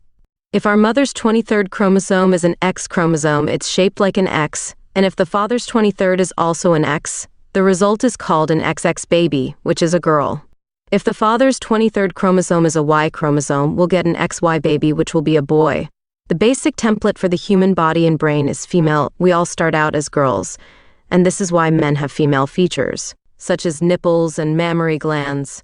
At the 6 to 8 week point after conception, the fetus is more or less sexless and has the potential to develop either male or female genitalia.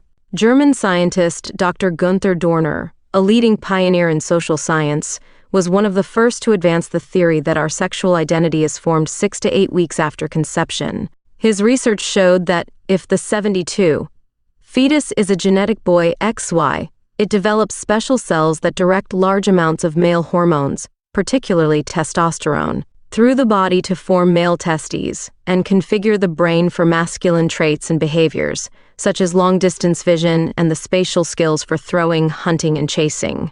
Let's say that a male fetus XY needs at least 1 unit of male hormone to form male genitals and another 3 units to configure the brain with a male operating system, but, for reasons we will discuss later, it does not receive the required dosage. Let's say it needs 4 units but receives only 3. The first unit is used to form the male genitals, but the brain receives only 2 more units, which means that the brain becomes sexed 2/3 male and remains 1/3 female. The result is that a baby boy is born who will grow up to become a person with a mainly male brain, but with some female thinking patterns and abilities. If the male fetus only receives, say, 2 units of male hormone, 1 is used for testes formation and the brain gets only 1 instead of the required 3.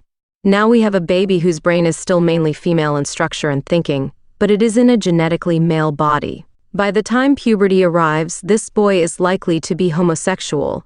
We'll discuss how this happens in Chapter 8.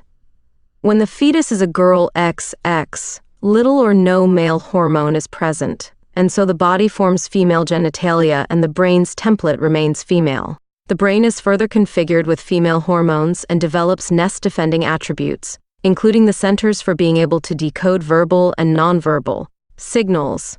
When the baby girl is born, she looks female and her behavior will be feminine as a result of her female wired brain.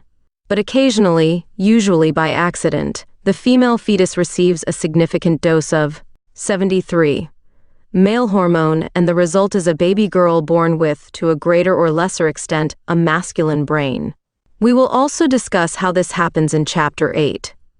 It is estimated that about 80% to 85% of males have mainly male-wired brains, and about 15% to 20% have brains that are feminized to a greater or lesser extent. Many of these in the latter group become gay.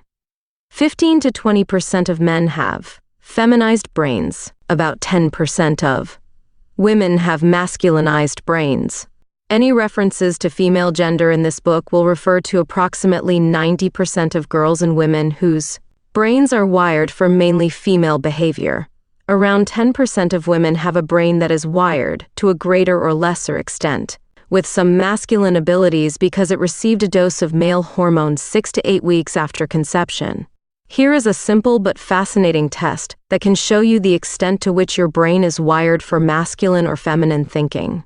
The questions have been collated from many leading studies into human brain sexuality, and the rating system used was developed by British geneticist Anne Moir. There are no right or wrong answers in this test, but it gives you some interesting insights into why you make the choices you make and think the way you do. At the end of the test, you can score your result on the chart. Photocopy the test and give it to those you live and work with, and the result will be a real eye-opener for everyone. 74. The brain wiring test. This test is designed to indicate the masculinity or femininity of your brain patterns. There are no right or wrong answers. The result is simply an indication of the probable level of male hormone your brain did or did not, receive around 6 to 8 weeks after your conception. This is reflected in your preference of values, behaviors, style, orientations, and choices. Circle the statement that is most likely to be true for you most of the time. 1. When it comes to reading a map or street directory, you A. Have difficulty and often ask for help. B. Turn it round to face the direction you're going. C. Have no difficulty reading maps or street directories. 2. You're cooking a complicated meal with the radio playing and a friend phones. Do you A. Leave the radio on and continue cooking while talking on the phone? B. Turn the radio off, talk and keep cooking. C. Say you'll call them back as soon as you've finished cooking. 75. 3. Friends are coming to visit and ask for directions to your new house. Do you A. Draw a map with clear directions and send it to them, or get someone else to explain how to get there? B. Ask what landmarks they know, then try to explain to them how to get there. C. Explain verbally how to get there. Take the M3 to Newcastle, turn off, turn left, go to the second traffic lights. 4. When explaining an idea or concept, are you more likely to A. Use a pencil, paper, and body language gestures. B. Explain it verbally using body language and gestures. C. Explain it verbally, being clear and concise. 5. When coming home from a great movie, you prefer to A. Picture scenes from the movie in your mind. B. Talk about the scenes and what was said. C. Quote mainly what was said in the movie. 6. In a cinema, you usually prefer to sit A. On the right side, B. Anywhere, C. On the left side. 7. A friend has something mechanical that won't work. You would A. Sympathize and discuss how they feel about it. B. Recommend someone reliable who can fix it. C. Figure out how it works and attempt to fix it for them. 76. 8. You're in an unfamiliar place and someone asks you where north is. You A. Confess you don't know. B. Guess where it is after a bit of thought. C. Point towards north without difficulty. 9. You found a parking space but it's tight, and you must reverse into it. You would A. Rather try to find another space. B. Carefully attempt to back into it. C. Reverse into it without any difficulty. 10. You are watching TV when the telephone rings. You would A. Answer the phone with the TV on. B. Turn the TV down and then answer. C. Turn the TV off, tell others to be quiet, and then answer. 11. You've just heard a new song by your favorite artist. Usually you A. Can sing some of the song afterwards without difficulty. B. Can sing some of it afterwards if it's a really simple song. C. Find it hard to remember how the song sounded, but you might recall some of the words. 12. You are best at predicting outcomes by A. Using intuition. B. Making a decision based on both the available information and gut feeling. C. Using facts, statistics, and data. 77. 13. You've misplaced your keys. Would you A. Do something else until the answer comes to you. B. Do something else but keep trying to remember where you put them. C. Mentally retrace your steps until you remember where you left them. 14. You're in a hotel room and you hear the distant sound of a siren. You A. Couldn't identify where it's coming from. B. Could probably point to it if you concentrate. C. Could point straight to where it's coming from. 15. You go to a social meeting and are introduced to 7 or 8 new people. Next day, you A. Can easily picture their faces. B. Would remember a few of their faces. C. Would be more likely to remember their names. 16. You want to go to the country for your holiday, but your partner wants to go to a beach resort. To convince them your idea is better, you A. Tell them sweetly how you feel, you love the countryside and the kids and family always have fun there. B. Tell them if they go to the country you'll be grateful and will be happy to go to the beach next time. C. Use the facts, the country resort is closer, cheaper, and well organized for sporting and leisure activities. 78. 17. When planning your day's activities, you usually A. Write a list so you can see what needs to be done. B. Think of the things you need to do. C. Picture in your mind the people you will see, places you will visit, and things you'll be doing. 18.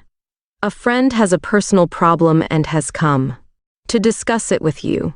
You, A, are sympathetic and understanding. B, say that problems are never as bad as they seem and explain why. C, give suggestions or rational advice on how to solve the problem. 19. Two friends from different marriages are having a secret affair. How likely are you to spot it? A, you could spot it very early. B, you'd pick up on it half the time. C, you'd probably miss it. 20. What is life all about as you see it? A, having friends and living in harmony with those around you. B, being friendly to others while maintaining personal independence. C, achieving worthwhile goals, earning others' respect, and winning prestige and advancement. 79. 21. Given the choice, you would prefer to work A, in a team where people are compatible, B, around others but maintaining your own space. C, by yourself. 22. The books you prefer to read are A, novels and fiction, B, magazines and newspapers, C, nonfiction autobiographies. 23. When you go shopping, you tend to A, often buy on impulse, particularly the specials. B, have a general plan but take it as it comes. C, read the labels and compare costs. 24. You prefer to go to bed, wake up and eat meals. A, whenever you feel like it. B, on a basic schedule but you are flexible. C, at about the same time each day. 25. You've started a new job and met lots of new people on the staff. One of them phones you when you're at home. You would A, find it easy to recognize their voice. B, recognize it about half the time. C, have difficulty identifying the voice. 26. What upsets you most when arguing with someone? A, their silence or lack of response. B, when they won't see your point of view. C, their probing or challenging questions and comments. 80. 27. In school, how did you feel about spelling tests and writing essays? A, you found them both fairly easy. B, you were generally okay with one but not the other. C, you weren't very good at either. 28. When it comes to dancing or jazz routines, you A, can feel the music once you've learnt the steps. B, can do some exercises or dances, but get lost with others. C, have difficulty keeping time or rhythm. 29. How good are you at identifying and mimicking animal sounds? A, not very good. B, reasonable. C, very good. 30. At the end of a long day, you usually prefer to A, talk to friends or family about your day. B, listen to others talk about their day. C, read a paper, watch TV, and not talk. How to score the test first. Add the number of A, B, and C responses and use the following table to arrive at your final result. For males, number of A's x 10 points equal to number of B's x 5 points equal to number of C's x minus 5 points equal to total points equal to 81. For females, number of A's x 15 points equal to number of B's x 5 points equal to number of C's x minus 5 points equal to total points equal to. For any questions where the answers didn't accurately reflect your life or you left them blank, award yourself 5 points. Analyzing the result. Most males will score between 0 to 180 and most females 150 to 300. Brains that are wired for mainly masculine thinking usually score below 150. The closer to 0 they are, the more masculine they are, and the higher their testosterone level is likely to be. These people demonstrate strong logical, analytical, and verbal skills and tend to be disciplined and well-organized. The closer to 0 they score, the better they are at projecting costs and planning outcomes for statistical data, with their emotions hardly influencing them at all. Scores in the minus range are high masculine scores. These scores show that large amounts of testosterone were present in the early stages of the fetal development. The lower the score for a woman, the more likely she will be to have lesbian tendencies. Brains that are wired for mainly feminine thinking will score higher than. The higher the number, the more feminine the brain will be, and the more likely the person is to demonstrate significant creative, artistic, and musical talents. They will make more of their decisions on intuition or gut feeling, and are good at recognizing problems using minimal data. They are also good at solving problems using creativity and insight. 82. The higher the score is above 180 for a man, the greater the chance he will be gay. Males who score below 0 and women who score above 300 have brains that are wired so oppositely that the only thing they are likely to have in common is that they live on the same planet. Scores between 150 to 180 show compatibility of thought for both sexes, or a foot in both sexual camps. These people do not show a bias for either male or female thinking and usually demonstrate a flexibility in thinking that can be a significant advantage to any group who are going through a problem-solving process. They have the predisposition to make friends with both men and women. A final word. Since the beginning of the 1980s, our knowledge of the brain has surpassed our wildest expectations. U.S. President George Bush proclaimed the 1990s as the decade of the brain, and we have now entered the millennium of the mind. In our discussion of the brain and its various regions, we have simplified neuroscience to avoid being too technical. But we are also conscious of not oversimplifying because the brain is a web-like structure of neurons that form complex assemblies of brain cells which make up brain regions. You, the reader, don't want to become a neuroscientist. You just want a basic understanding of brain function and some strategies that work when dealing with the opposite sex. It's easy to pinpoint the area of the brain used for spatial skill in males and to develop working strategies for it. It's much more difficult to get a handle on the exact operation of emotion in the brain. But even so, we can still develop workable strategies for dealing with it. 83. The Brain Wiring Test.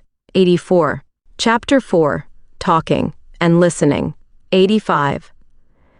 Barbara and Allan were getting ready to go to a cocktail party. Barbara had bought a new dress and was anxious to look her best. She held up 2 pairs of shoes, one blue, one gold. Then she asked Allan, the question that all men fear, darling, which should I wear with this dress? A cold chill ran down Allan's back. He knew he was in trouble. Whichever you like, sweetheart, he stammered. Come on, Allan, she said impatiently. Which looks better? Blue or gold? Gold, he replied, nervously. So, what's wrong with the blue? She asked. You've never liked them. I paid a fortune for them, and you hate them, don't you? Allan's shoulders slumped.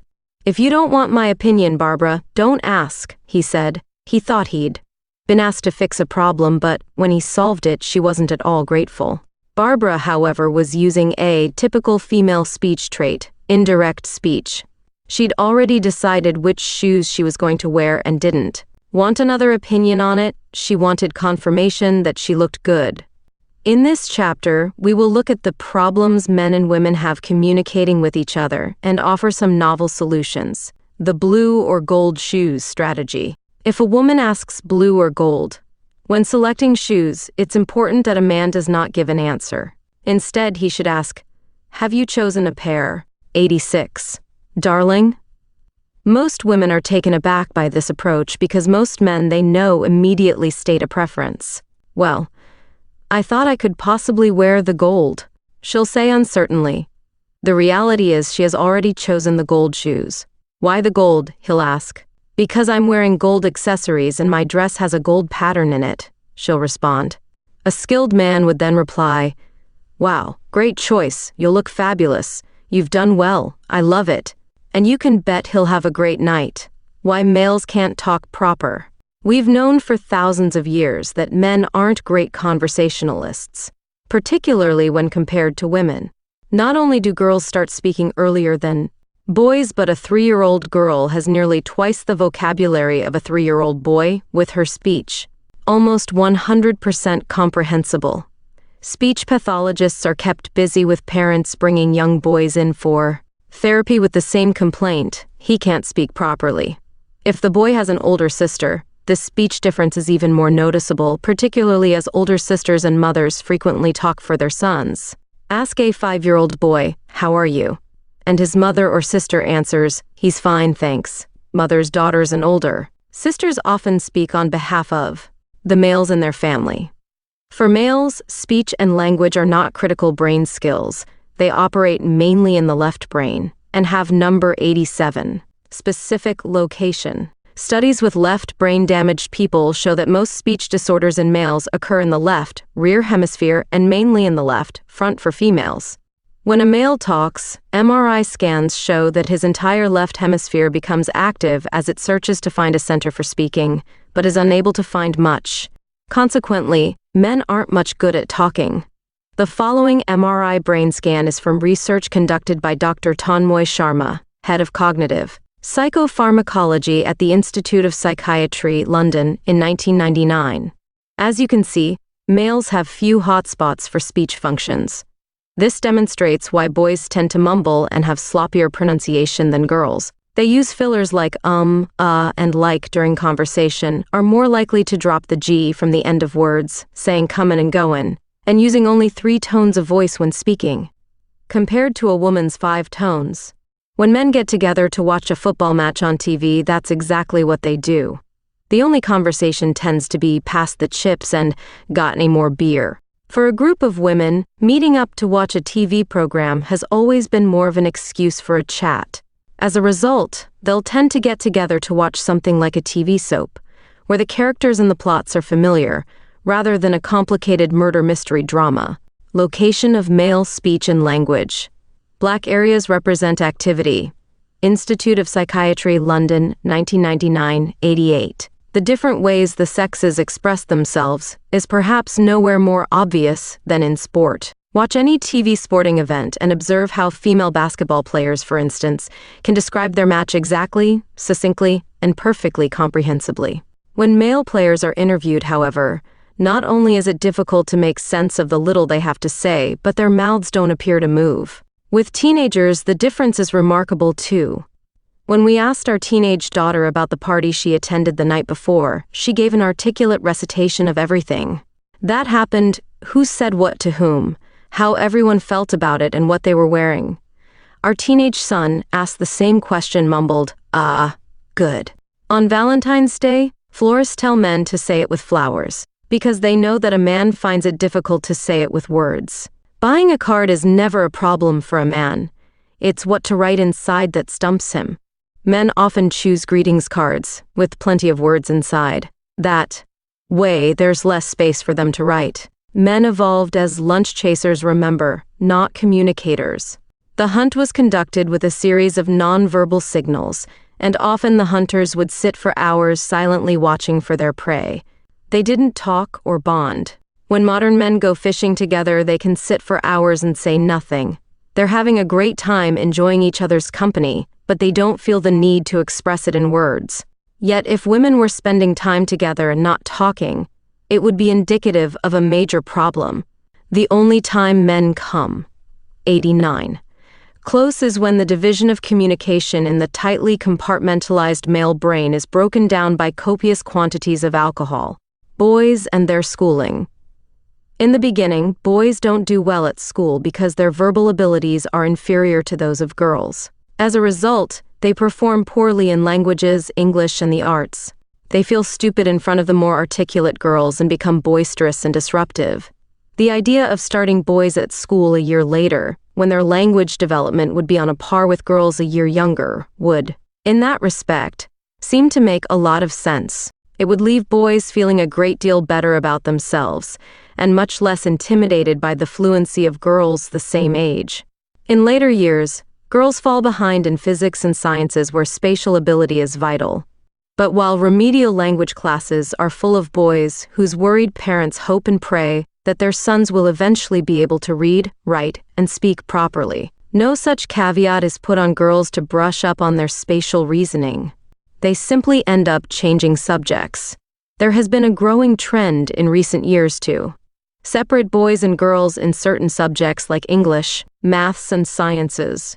Shenfield High School in Essex, for example, allows each sex to learn in an environment where there is no competition from the opposite sex. In maths tests, the girls are asked questions that relate to a garden setting, whereas the boys' tests are set in a hardware store.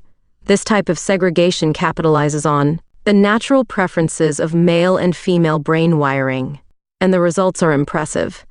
In English, the boys' results are 4 times higher than the national average, 90. And the girls' maths and science scores are almost double those in other schools. Why women are great talkers. With women, speech is a specific area located primarily in the front left hemisphere with another, smaller specific area in the right hemisphere. Having speech on both sides of the brain makes women good conversationalists. They enjoy it and do lots of it. With specific areas to control speech, the rest of a woman's brain is available for other tasks, enabling her to do lots of different things at once while talking. Location of female speech and language.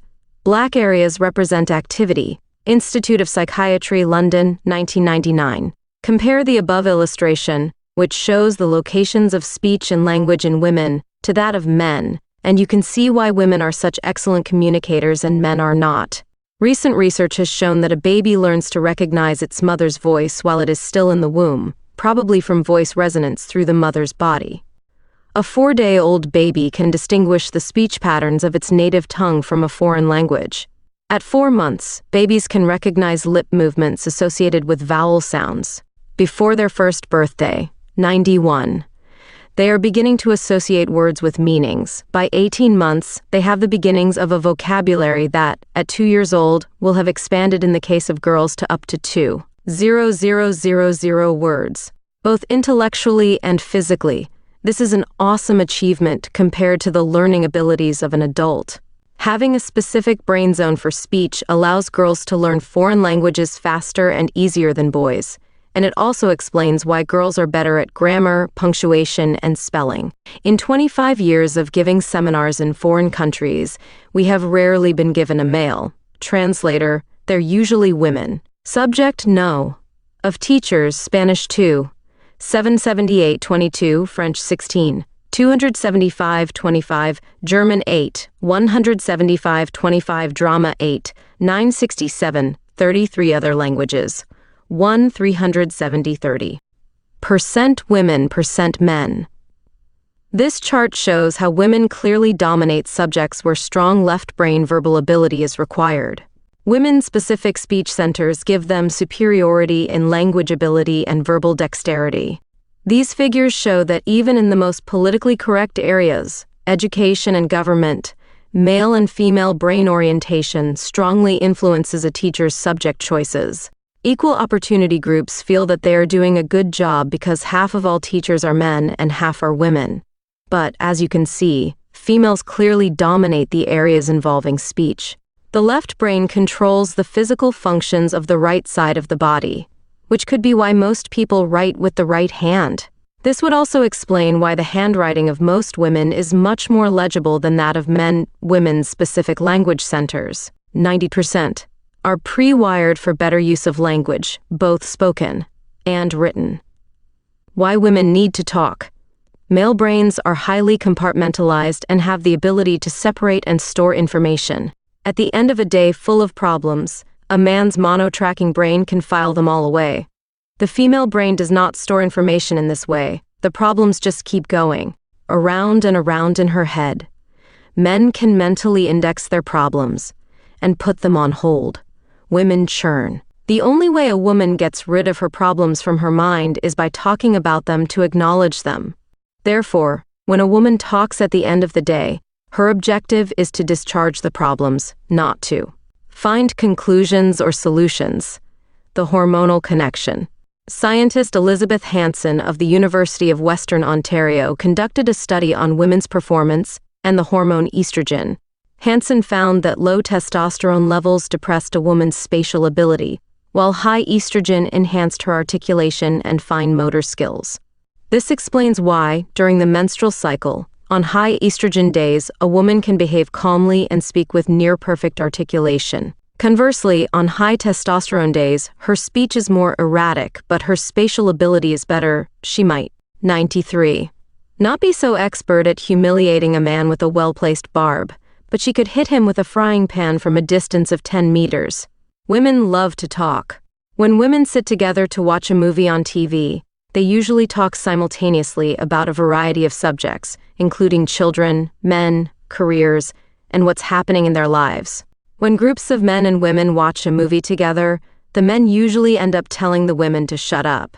Men can either talk or watch the screen. They can't do both, and they don't understand that women can. Besides, women consider that the point of all getting together is to have a good time and develop relationships, not just to sit there like couch potatoes staring at the screen. During the ad breaks, a man often asks a woman to explain the storyline and tell him where the relationship between the characters is going. He is unable, unlike women, to read the subtle body language signals that reveal how the characters are feeling emotionally. Since women originally spent their days with the other women and children in the group, they developed the ability to communicate successfully in order to maintain relationships. For a woman, speech continues to have such a clear purpose: to build relationships and make friends. For men, to talk is to relate the facts. Men see the telephone as a communication tool for relaying facts and information to other people, but a woman sees it as a means of bonding. A woman can spend 2 weeks on vacation with her girlfriend, and, when she returns home, telephone the same girlfriend and talk for another 2 hours. 94. There is no convincing evidence that social conditioning, the fact that girls' mothers talk to them more, is the reason why girls talk more than boys. Psychiatrist Dr. Michael Lewis, author of Social Behavior and Language Acquisition, conducted experiments that found mothers talked to and looked at baby girls more often than baby boys. Scientific evidence shows parents respond to the brain bias of their children.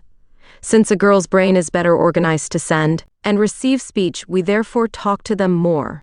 Consequently, mothers who try to talk to their sons are usually disappointed to receive only short grunts in reply. Men talk silently to themselves. Men evolved as warriors, protectors, and problem solvers. Their brain bias and social conditioning prevent them from showing fear or uncertainty. This is why when a man is asked to solve a problem, he will often say, "Can you leave it with me?" Or, "I'll think it over." And that is exactly what he does. He thinks it over silently, with an expressionless face. Only when he has the answer will he speak or look animated to show he is ready to communicate the solution. Men talk mainly inside their heads because they don't have the verbal capability that women have to use words externally for communication. When a man is sitting staring out of a window, a brain scan shows that he is having a conversation with himself inside his head. When a woman sees a man doing this, she assumes that he's bored or idle and tries to talk to him or give him something to do. A man will often become angry when interrupted. As we know, he can't do more than one thing at once. 95. The downside of silent talk. If a man is dealing with other men, talking inside his head is not a problem. Men can sit with each other in a meeting for long periods of time with little speech, and no one feels uneasy about it. It's just like fishing. Men often enjoy a quiet drink after work, and that's exactly what it is: quiet. If a man is with a woman, or a group of women, the women are likely to think he is distant, sulky, or simply doesn't want to join in. If men want to get on better with women, then they need to talk more. Women think aloud. "My wife drives me crazy when she's got a problem or is talking about what she intends to do that day," said a man at one of our seminars. "She talks out loud about the options, possibilities, people involved, what she needs to do, and where she'll be going. It's so distracting, I can't concentrate on anything." A woman will verbalize a series of items out loud in random order, listing all the options and possibilities. A woman's brain is pre-wired to use speech as a main form of expression, and this is one of her strengths. If a man has to carry out a list of 5 or 6 tasks, he will say, "I've got some things to do, I'll see you later." A woman will verbalize all the items out loud in random order, mentioning all options and possibilities. She will say, "Let's see, I've got to pick up the 96. Dry cleaning and get the car washed. By the way, Ray rang and wants you to call him back. Then I'll pick up the parcel from the post office, I suppose I could also." This is one of the reasons men accuse women of talking too much. The downside of thinking aloud. Women perceive thinking aloud as being friendly and sharing, but men see it differently. On a personal level, a man thinks the woman is giving him a list of problems that she expects him to fix, so he becomes anxious, upset, or tries to tell her what to do. In a business meeting, men view a woman thinking aloud as being scatterbrained, undisciplined, or unintelligent. 2. Impress men in business, a woman needs to keep her thoughts inside her head and only talk about conclusions. In a relationship, partners need to discuss their different ways of working through problems. Men need to understand that when a woman talks, she is not expecting him to respond with solutions. Women need to understand that when a man doesn't talk, that is not a cue that something is wrong. Women talk, men feel nagged. The building of relationships through talk is a priority in the brain wiring of women. Italian women are the top talkers, speaking up to 6,000 to 8,000 words a day. They use an additional 2,000 to 3,000 vocal sounds to communicate, as well as 8,000 to 10,000 gestures, facial expressions, head movements, and other body signals. This gives these women a daily average of more than 20,000 communication words to relate their 97 messages. Western women speak up to 80% of that figure. That explains just why the British Medical Association recently reported that women are 4 times more likely to suffer with jaw problems. Once I didn't talk to my wife for 6 months, said the comedian. 7 didn't want to interrupt. Contrast a woman's daily chatter to that of a man. He utters just 0,000 to 4 words in 1,000 to 2,000 vocal sounds, and makes a mere 2,000 to 3,000 body language signals. His daily average adds up to around 7,000 communication words, just over a third the output of most women. This speech difference becomes apparent at the end of the day when a man and a woman sit down together for dinner. He's completed his 7,000 words and has no desire to communicate anymore. Her state depends on what she has been doing that day. If she's spent the day talking with people, she may have used her quota of words and also has little desire to say much more. If she's been home with young children, she will be lucky to have used 2 to 3,000 words. She still has up to 15,000 to go. We're all familiar with friction at the dinner table. Fiona, hi darling, it's good to see you back. Home. How was your D-Day? Mike, good. Fiona, Brian told me that you were going to finalize that big deal with Peter Thompson today. How did it go? Mike, fine. 98. Fiona, that's good. He can be a really tough customer. Do you think he'll take your advice? Mike, yeah. And so on. Mike feels as though he's being interrogated and becomes annoyed. He just wants peace and quiet. Attempting to avoid an argument about why he won't talk, he asks, how was your day? And so she tells him every detail of what happened in her day. Well, what a day I had. I decided not to go to the city today because my cousin's best friend works at the bus station and he said there'd be a strike today, so I decided to walk. The weather forecaster said it would be a sunny day, so I decided to wear my blue dress, you know, the one, I bought it in America. Anyway, as I was walking, I bumped into Susan and she begins speaking the balance of her unspoken words. He wonders why she won't shut up and leave him in peace. He feels like he's been nagged to death. All I want is a bit of peace and quiet, is the cry of men everywhere. He's a hunter. He's been chasing lunch all day. He just wants to stare into the fire. The problem comes, however, when she starts feeling ignored and becomes resentful. When a man is silent, it's easy for a woman to start feeling unloved. The point of the woman's talk is to talk, but the man sees her continual talk about problems as a plea for solutions. With his analytical brain, he continually interrupts her. 99, Fiona. And I slipped on the pavement and broke the heel on my new shoes, and then... Mike interrupting, wait a minute, Fiona. You shouldn't wear high heels to the shopping center?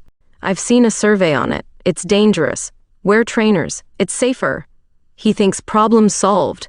She thinks, why doesn't he keep quiet and just listen? She continues, Fiona. And when I got back to the car, the back tire was flat and so. Mike, interrupting, look, what you should do is get the tire pressure checked when you fill up at the garage. That way you won't be stuck like that again. He thinks, that's another problem I've solved. For her. She thinks, why doesn't he keep quiet and listen? He thinks, why won't she keep quiet now and leave? Me alone? Do I have to solve all her problems for her? Why can't she get it right the first time? She ignores his interruptions and keeps talking. We have surveyed thousands of women everywhere, and they all make one point clear. When a woman is speaking her unused words at the end of the day, she doesn't want interruptions, with solutions to her problems, 100%. This is good news for men. You're not expected to respond, just to listen. When a woman has finished speaking, she feels relieved and happy. Plus, she'll think you're a wonderful man for listening, so you'll probably have a good night. Talking about day-to-day problems is how modern women cope with stress. They see it as bonding and being supportive. This is why most people who go to counselors are women, and most counselors are women who are trained to listen. Why couples fail. 74% of working women and 98% of non-working women name the biggest failing of their husbands and boyfriends as a reluctance to talk, particularly at the end of the day. Past generations of women never felt this problem because they always had lots of children and other women for conversation and support. Now mothers who stay at home are likely to feel isolated and lonely because their female neighbors are all likely to be at work. Working women have less difficulty with non-talking males because they have been speaking to others during the day. None of this is anyone's fault. We are the first generation to have no suitable role models for successful relationships. Our parents never had these problems. But the good news is that we can learn the new skills required for survival. How men talk. A man's sentences are shorter than a woman's and are more structured. They usually have a simple opening, a clear point, and a conclusion. It's easy to follow what he, 101, means or wants. If you multi-track several subjects with a man, he gets lost. It's important for a woman to understand that if you want to be convincing or persuasive with a man, you should present only one clear thought or idea at a time. The first rule of talking to a man: keep it simple, give him only one thing at a time to think about. If you are presenting an idea to a mixed group of men and women, it's safer to use a male speaking structure to make your points. Both sexes can follow man talk, but men have difficulty following a woman's multi-tracked conversations and can quickly lose interest. Women multi-track. With a greater flow of information between left and right hemispheres and specific brain locations for speech, most women can talk about several subjects simultaneously, sometimes in a single sentence. It's like juggling 3 or 4 balls at the one time, and most women seem to do it effortlessly. Not only that, but women can juggle several subjects with other women who are all doing the same thing, and no one ever seems to drop a ball. At the end of the conversation, each woman knows something about the several subjects being discussed, the events that took place, and the meaning of each. This multi-tracking ability is frustrating for a man, as the male brain is mono-tracked and can only handle one subject at a time. When a group of women are 102, multi-tracking several subjects, men can become completely dazed and confused. A woman may start talking about one subject, switch in mid-sentence to another, and then, without any warning, revert back to the first with a little bit of something completely different dropped in for good measure. Men become perplexed and befuddled. Take this family conversation from the Pease household. Allan: now wait a minute. Who said what to whom at the office? Barbara: I wasn't talking about the office. I was talking about my brother-in-law. Allan: your brother-in-law? You didn't tell me. You'd changed the subject. Barbara: well, you'll just have to pay closer attention. Everyone else understands. Fiona: yes, I knew what she meant. It's sister. Perfectly clear to me. Jasmine: so did I. Dad, you're so dumb. You daughter never follow anything. Allan: oh, I give up with you women. Cameron: yeah, me too, and I'm only a kid. Son: men may be able to find their way from A to B via a maze of back streets, but put them in the middle of a group of women, discussing a number of topics at the same time, and they get completely lost. 103. This kind of facility for complex multi-tracking is common to nearly all women. Just take secretaries. For their jobs, performing a number of different tasks at once is an absolute necessity. It's hardly surprising, then, that of the 716, 148 secretaries in the UK in 1998-99, 1% were women. There were only 913 men. Some groups attribute this to girls being groomed for such careers while still at school. That fails to take into account, however, women's domination of verbal, organizational, and multi-tracking abilities. Even in fields where hierarchies are strongly committed to, equal opportunity policies, such as community work, counseling, and in the welfare system, of the 144, 266 people employed to do these jobs in Britain in 1998, 43, 816 were men, and 450 were women. Wherever communication skills and verbal prowess is required, women reign supreme. What brain scans show? When a woman is speaking, brain scans show that her front left and right brain centers controlling speech are both operating. Her hearing functions also operate at the same time. This powerful multi-tracking capability allows a woman to speak and listen simultaneously and to do both on several unrelated topics. Men are awestruck when they first learn that women have this ability. They just thought that women were a noisy lot. Women can speak and listen simultaneously, while at the same time accusing men of being able to do neither. 104. Women have been the butt of jokes from men for thousands of years on the issue of how much they talk. At conferences in every country, we hear men say the same things. Listen to those women all talking, blah blah blah, no one listening. Chinese, German, and Norwegians say it just as much as African and Inuit men. But the difference is, when men say it, they take it in turns. For, as we now know, men can either speak or listen. They can't do both at once. Strategies for talking with men. Men usually only interrupt each other if they are becoming competitive or aggressive. If you want to communicate with a man, a simple strategy is not to interrupt when he is speaking. This is difficult for a woman because for her, simultaneous talk builds relationships and shows participation. She has an urge to multi-track the conversation to impress him or make him feel significant.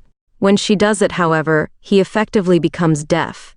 He will also resent what he considers a rude interruption. Men take turns talking, so when a man is having his turn, let him have it.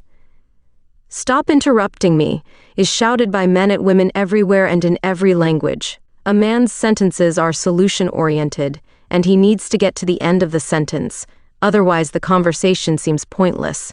He can't multi-track various points at different times in the conversation, and he views anyone else doing it as impolite or scatterbrained. This is a foreign concept to a woman. She multi-tracks to build 105 rapport and make him feel important.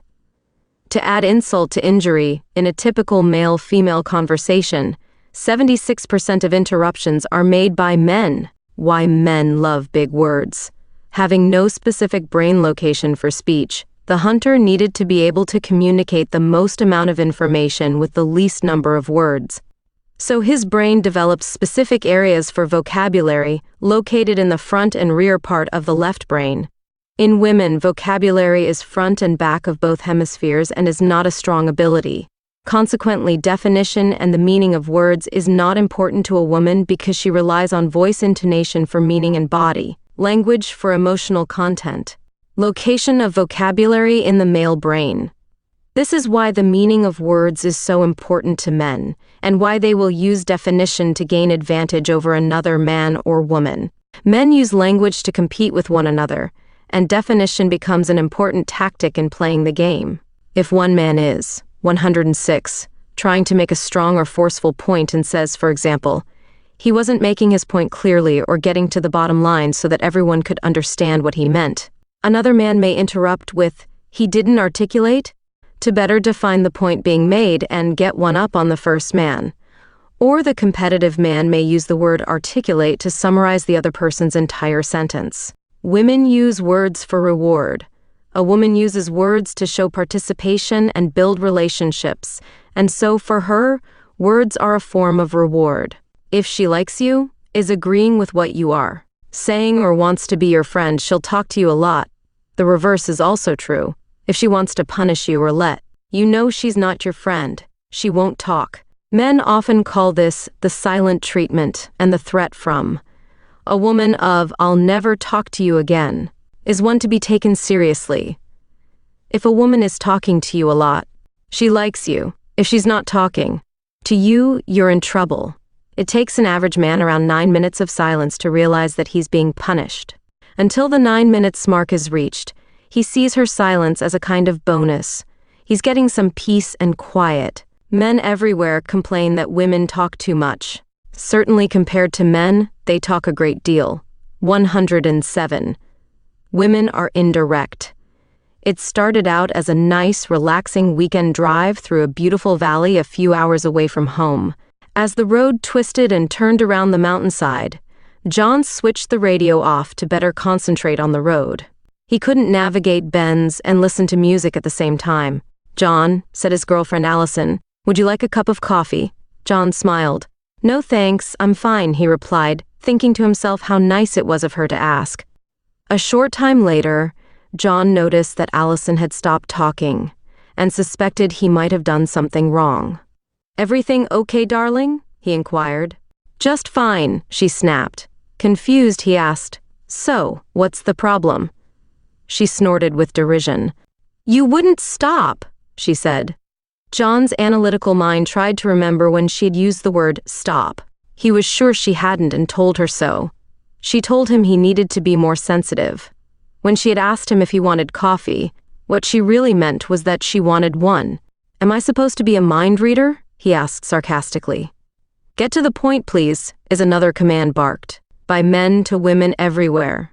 When a woman talks, she uses indirect speech, which means that she hints at what she wants or beats around the bush.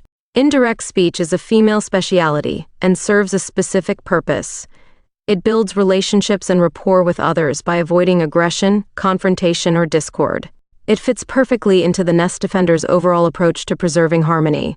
108. Indirect talk builds rapport among women, but it often doesn't. Work with men because they don't understand the rules. Women's brains are process-oriented and they enjoy the process of communicating. Men find this lack of structure and purpose very disconcerting and accuse women of not knowing what they're talking about. In business, indirect speech can be disastrous for women as men can't follow a multi-tracked indirect conversation and may end up turning down their proposals, requests, or bids for advancement. Indirect speech may be excellent for building relationships, but unfortunately that benefit may pale into insignificance if cars or planes end up crashing when the driver or pilot is unclear about what is being said. Indirect speech usually includes a lot of qualifiers such as kind of, sort of, and a bit. Imagine if Winston Churchill had used indirect speech to try to motivate the Allies against the threat from Hitler.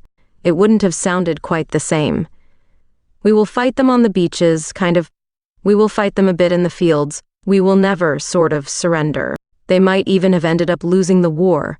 When a woman uses indirect speech with another woman, there is never a problem. Women are sensitive to picking up the real meaning. It can, however, be disastrous using it with men. Men use direct speech and take words literally.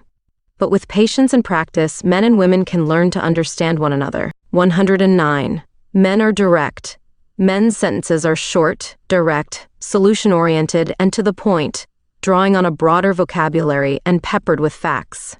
They use quantifiers such as none, never, and absolutely.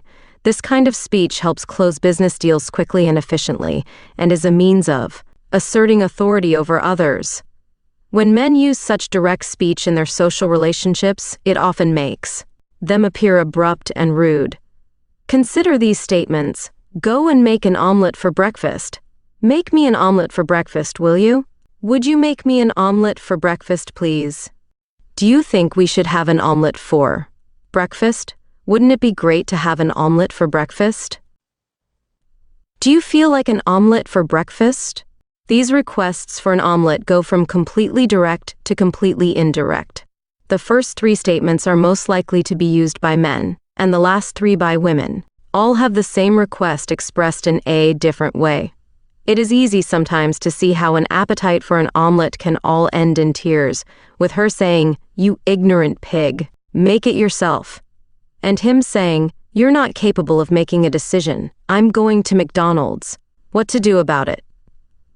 Men need to understand that indirect talk is part of a woman's wiring, and they should not get upset about it. To build a personal relationship with a woman, a man, 110, needs to listen effectively, using listening sounds and body language. We'll come to that in a moment. He doesn't need to volunteer solutions or question her motives. If a woman sounds like she may have a problem, an excellent technique for a man to use is to ask her, "Do you want me to listen as a boy or a girl?" If she wants him to be a girl, he just listens and encourages her. If she says she wants him to be a boy, he can offer solutions. To get a man to listen, give him advance, notice and provide an agenda.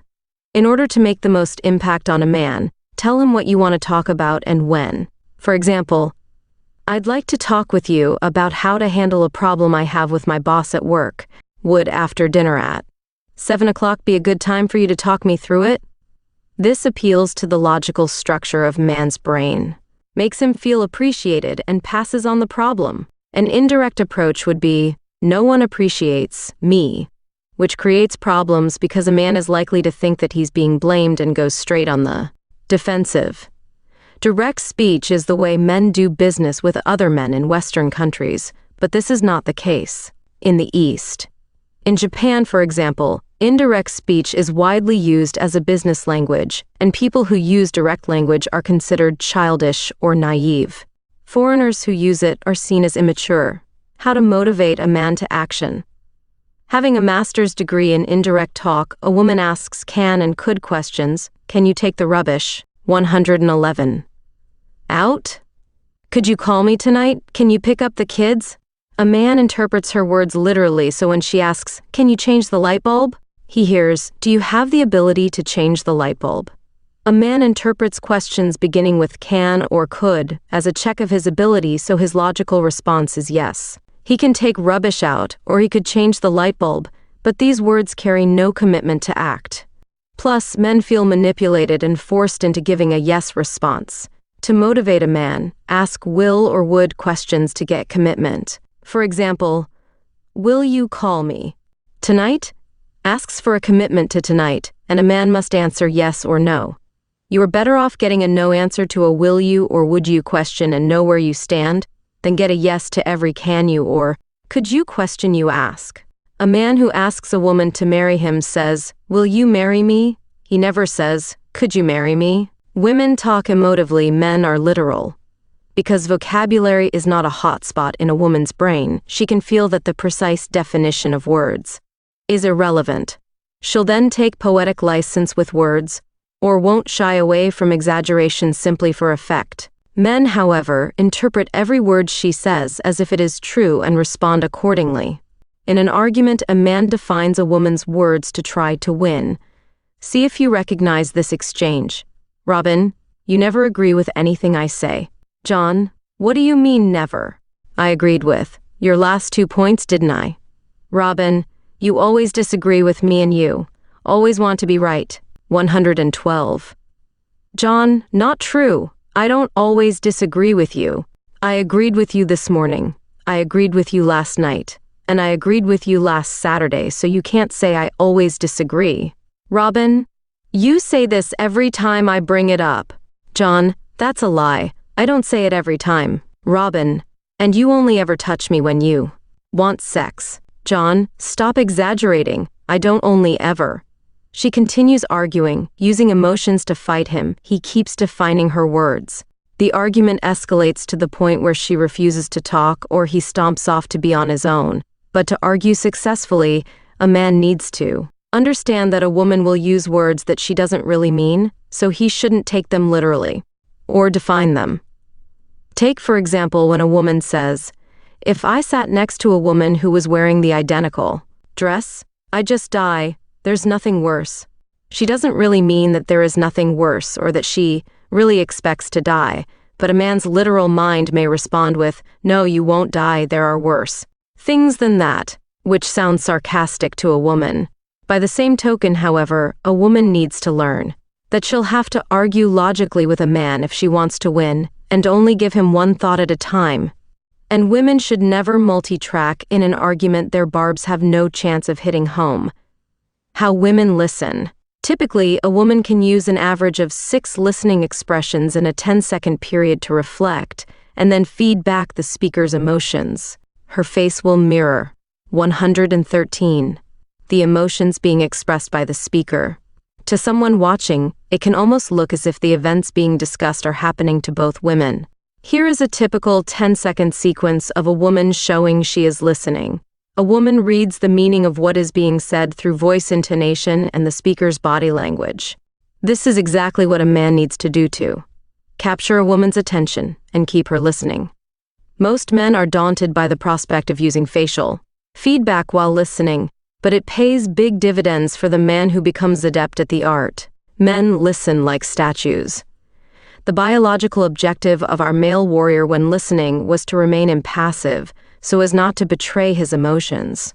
Here is the same range of facial expressions used by a man in a 10-second listening period. 114. This is a lighthearted look at male listening technique, but recognizing the truth in the humor gives it edge. This emotionless mask that men use while listening allows them to feel in control of the situation, but does not mean a man does not experience emotions. Brain scans reveal that men feel emotion as strongly as women, but avoid showing it. How to use the grunt. Women use a range of high and low-pitched listening sounds 5 tones, including oohs and ahs, repeating a speaker's words or context, and multi-tracking the conversation. Men have a more restricted pitch range, 3 tones, and have difficulty decoding the meanings behind pitch changes, so speak in a more monotone voice. To show that they are listening, men use what is called the grunt, a series of short humps with an occasional little nod of the head. Women criticize men for this form of listening, which partly explains why women accuse men of not listening. Often he is listening, he just doesn't look like he is. For businesswomen, there is money in the grunt. If you're a woman explaining an idea or proposition to a man or men, it is vital that when a man is speaking, having his turn, you do not feed back his emotions as you would with a woman. Just sit there expressionless, nod, grunt, and don't interrupt. We have found that women who use this technique score big points on the credibility scale from men. Women who feed back men's emotions or what they think the men's emotions might be are heavily marked down on credibility and authority, and are sometimes described by men as dizzy or too emotional. 115. How to get a man to listen. Make a time, give him an agenda, announce a time limit, and tell him you don't want solutions or plans of action. Say, "I'd like to talk with you about my day, Allan. Would after dinner be okay? I don't need any solutions to problems, I'd just like you to listen." Most men will agree to a request like this because it has a time, a place, and an objective, all the things that appeal to the male brain. And he is not expected to do any work. The schoolgirl voice. Most women don't need a degree in evolutionary biology to know the power of talking in a high-pitched, almost singing voice. High voices are related to high estrogen levels, and their childlike quality appeals to most men's inbuilt urge to protect. Women prefer a deeper bass voice in a man, as it is a powerful indicator of high testosterone levels, meaning greater virility. This drop to bass levels occurs in boys when they reach puberty, as testosterone surges through their bodies and their voices break. When a woman increases her speaking pitch and a man decreases his, it is a powerful signal that they are making a play for one another. We are not, in any way, implying that this is the way men and women should act around each other, but merely explaining what actually happens. Think someone's giving you the come on, listen to the pitch of his or her voice. 116. It is important to know that studies constantly show that in business, a woman with a deeper voice is considered more intelligent, authoritative, and credible. It is possible to practice a deeper voice by lowering the chin and speaking in a slower, more monotone way. In attempting to gain authority, many women mistakenly raise their voice, which gives the impression that they are aggressive. Two interesting observations are that some overweight women use the girly voice to counteract the power of the large body size, and others use it to encourage protective behavior in men they like. 117. Chapter 5. Spatial Ability, Maps, Targets, and Parallel Parking. Oh no! I can't believe this, girls! Look at this map. I think we were supposed to turn right at that big green mountain. 118. How a map almost led to divorce. R.A. and Ruth were on their way to see a show in the city. Ray always drove. They never discussed why he always drove, he just did. And like most men, he became a different person behind the wheel. Ray asked Ruth to look up the address in the street directory. She opened it at the appropriate page and then turned the directory upside down. She rotated it to the right way up and then turned it upside down again. Then she sat silently and stared at it. She understood what a map meant, but when it came to applying it to where they were going, it seemed strangely irrelevant. It was like studying geography in school.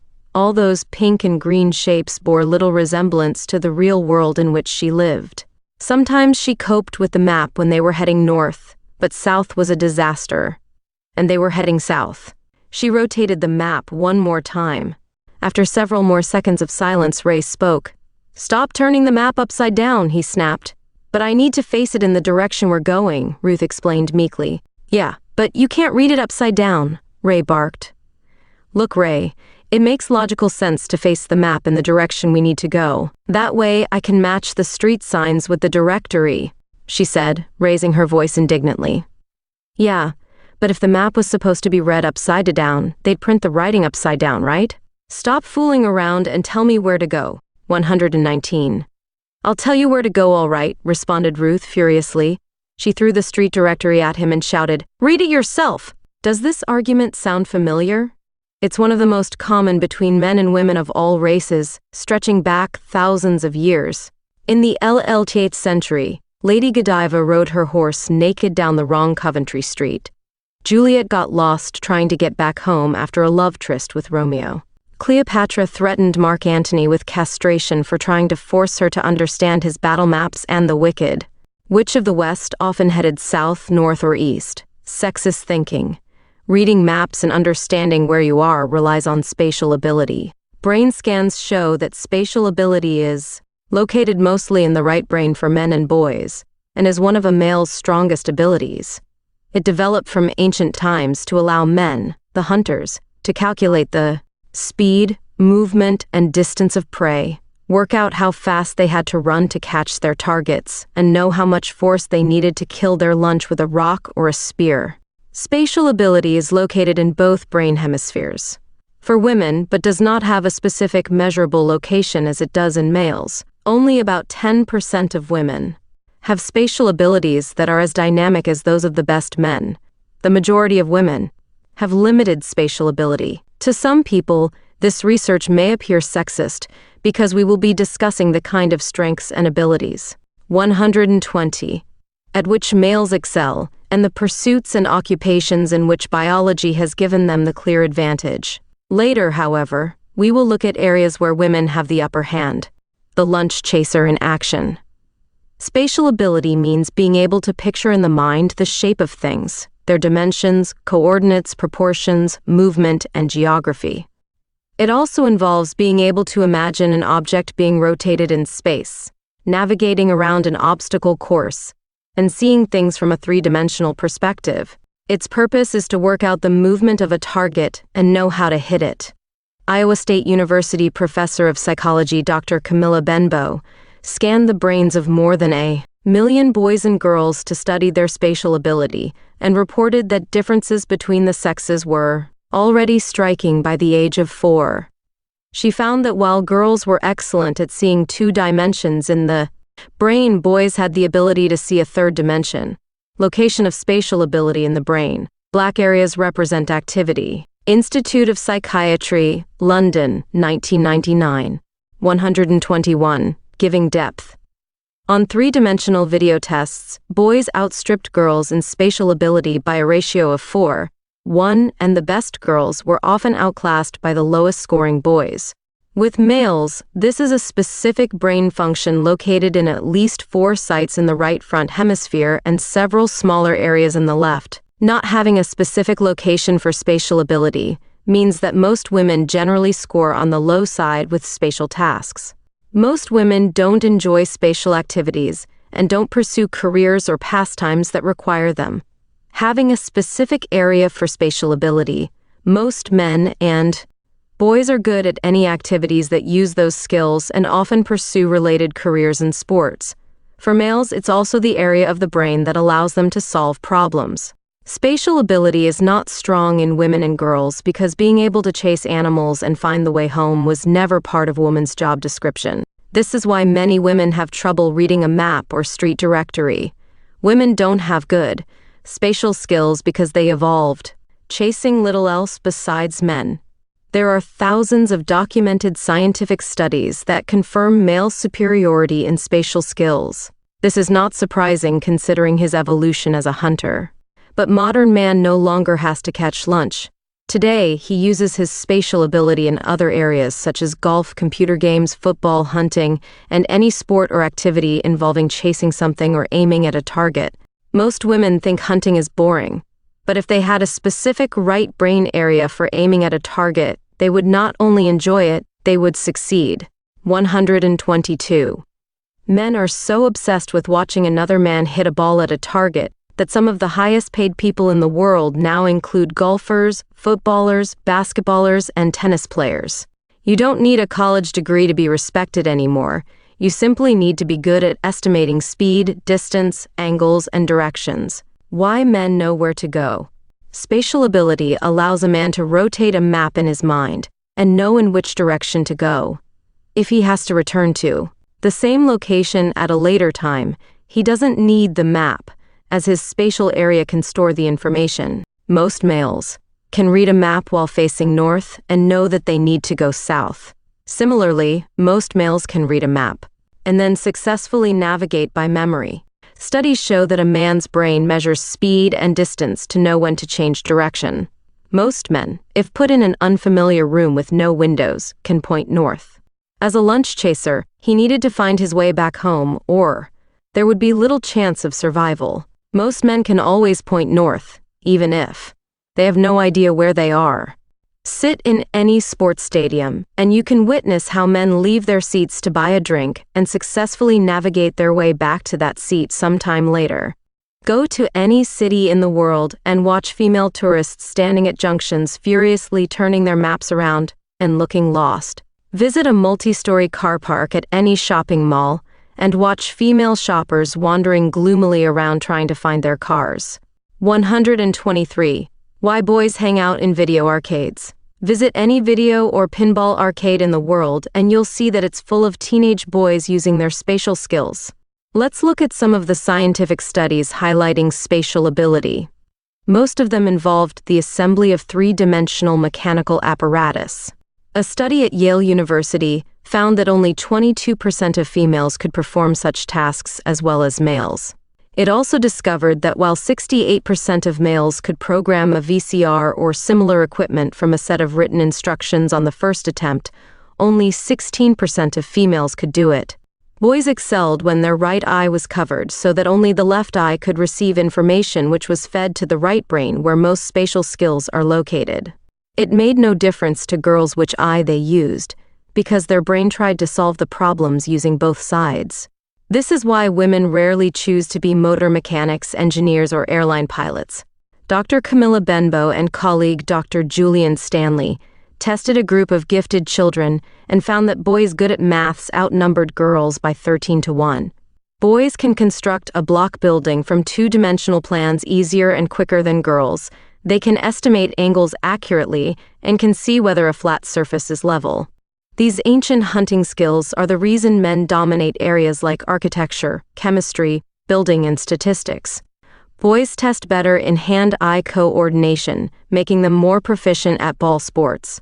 This accounts for the male obsession with cricket, golf, football, basketball, or any game that involves estimating coordinates and throwing, chasing, or shooting at a target. It also explains why video and pinball arcades and skateboard rinks around the world are full of boys, but there are few girls. Most of the girls are there to impress the boys, but, as most teenage girls quickly learn. 124. The boys are more obsessed with the games than they are in noticing them. In 1999, Dr. Sandra Whittleson led a team of scientists at McMaster University in Ontario, Canada, which analyzed the anatomy of Albert Einstein's brain and compared it to the preserved brains of 35 men and 56 women known to have normal intelligence when they died.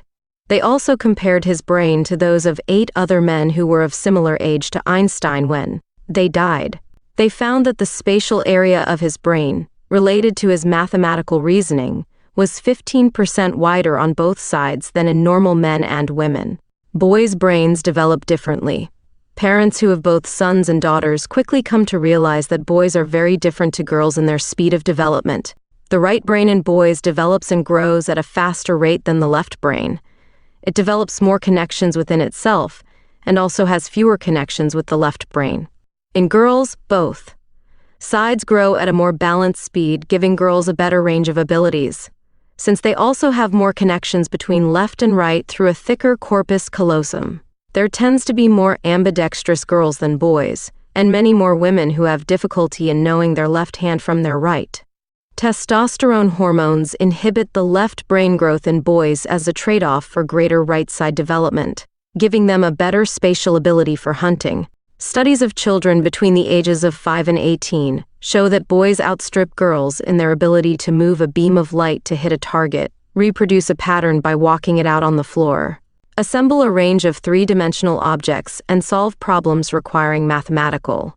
125. Reasoning. All of these skills are located mainly in the right brain of at least 80% of men and boys. Diana and her furniture. When the removal van was unloading the furniture to go into Diana's new home, she was busily running her tape measure over every piece to see if it would fit into certain places. As she measured the dining room dresser, her 14-year-old son Cliff said, "Forget it, Mum, that won't fit where you want it to go. It's too big." Diana then measured the space, and Cliff was right. She could not comprehend how he could look at a piece of furniture and imagine whether or not it would fit into a space in the house. And how did he do it? He used his spatial ability, testing spatial ability. American scientist Dr. D. Wexler created a series of IQ tests that eliminated sexual bias against men or women during spatial tests. By testing members of cultures from primitive races to sophisticated city dwellers all over the world, he, like other researchers elsewhere, came to the conclusion that women had superiority over men in general intelligence, being around 3% more intelligent than men, despite having slightly smaller brains.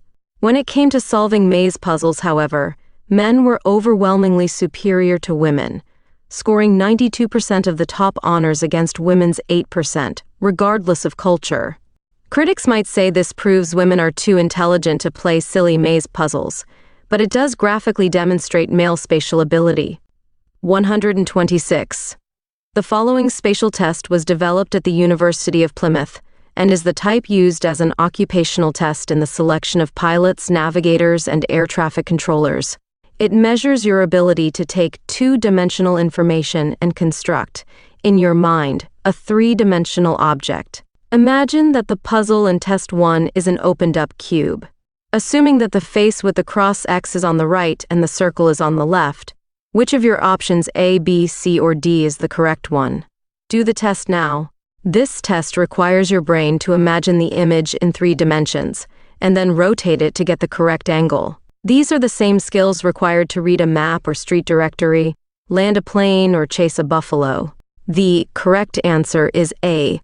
Now here's a more complex version of the test that requires your brain to make even more spatial rotations. 127. Tests by zoologists show that male mammals are superior to female mammals in spatial abilities.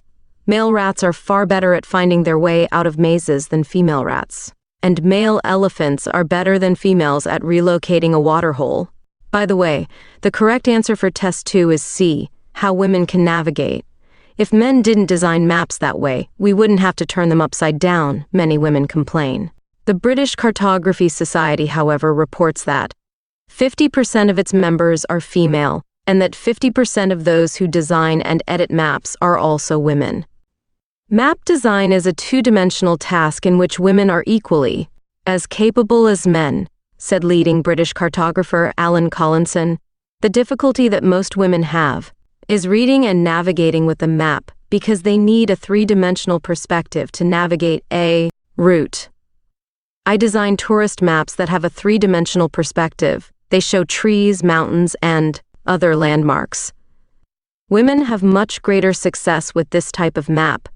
Our tests show that men have the ability to turn a two-dimensional map into a three-dimensional view in their mind, but most women don't seem to be able to do this. Women dramatically improve their navigational skills using perspective maps. Another interesting finding has been that men score highly when navigating with a group leader who verbally tells them new directions at each point. On a given route, women, by contrast, perform abysmally, 128, when given verbal instructions.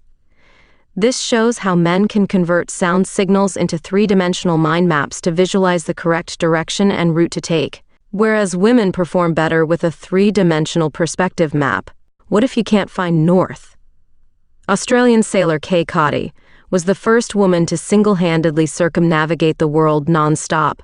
This is clearly a woman who knew where she was going, right?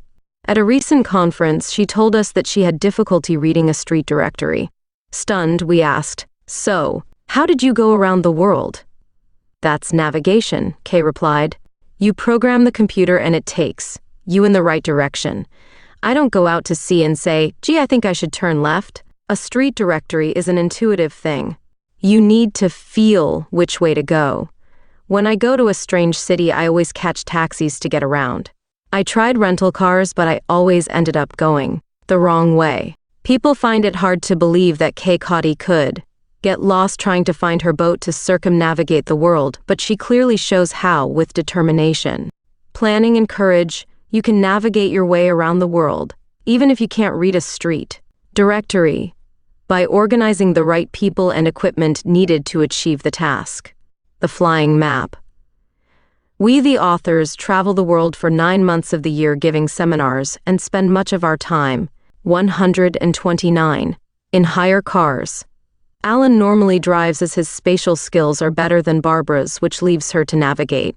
Barbara has almost no navigational ability, so she and Allan have argued and fought their way around the world for years, from city to city, country to country.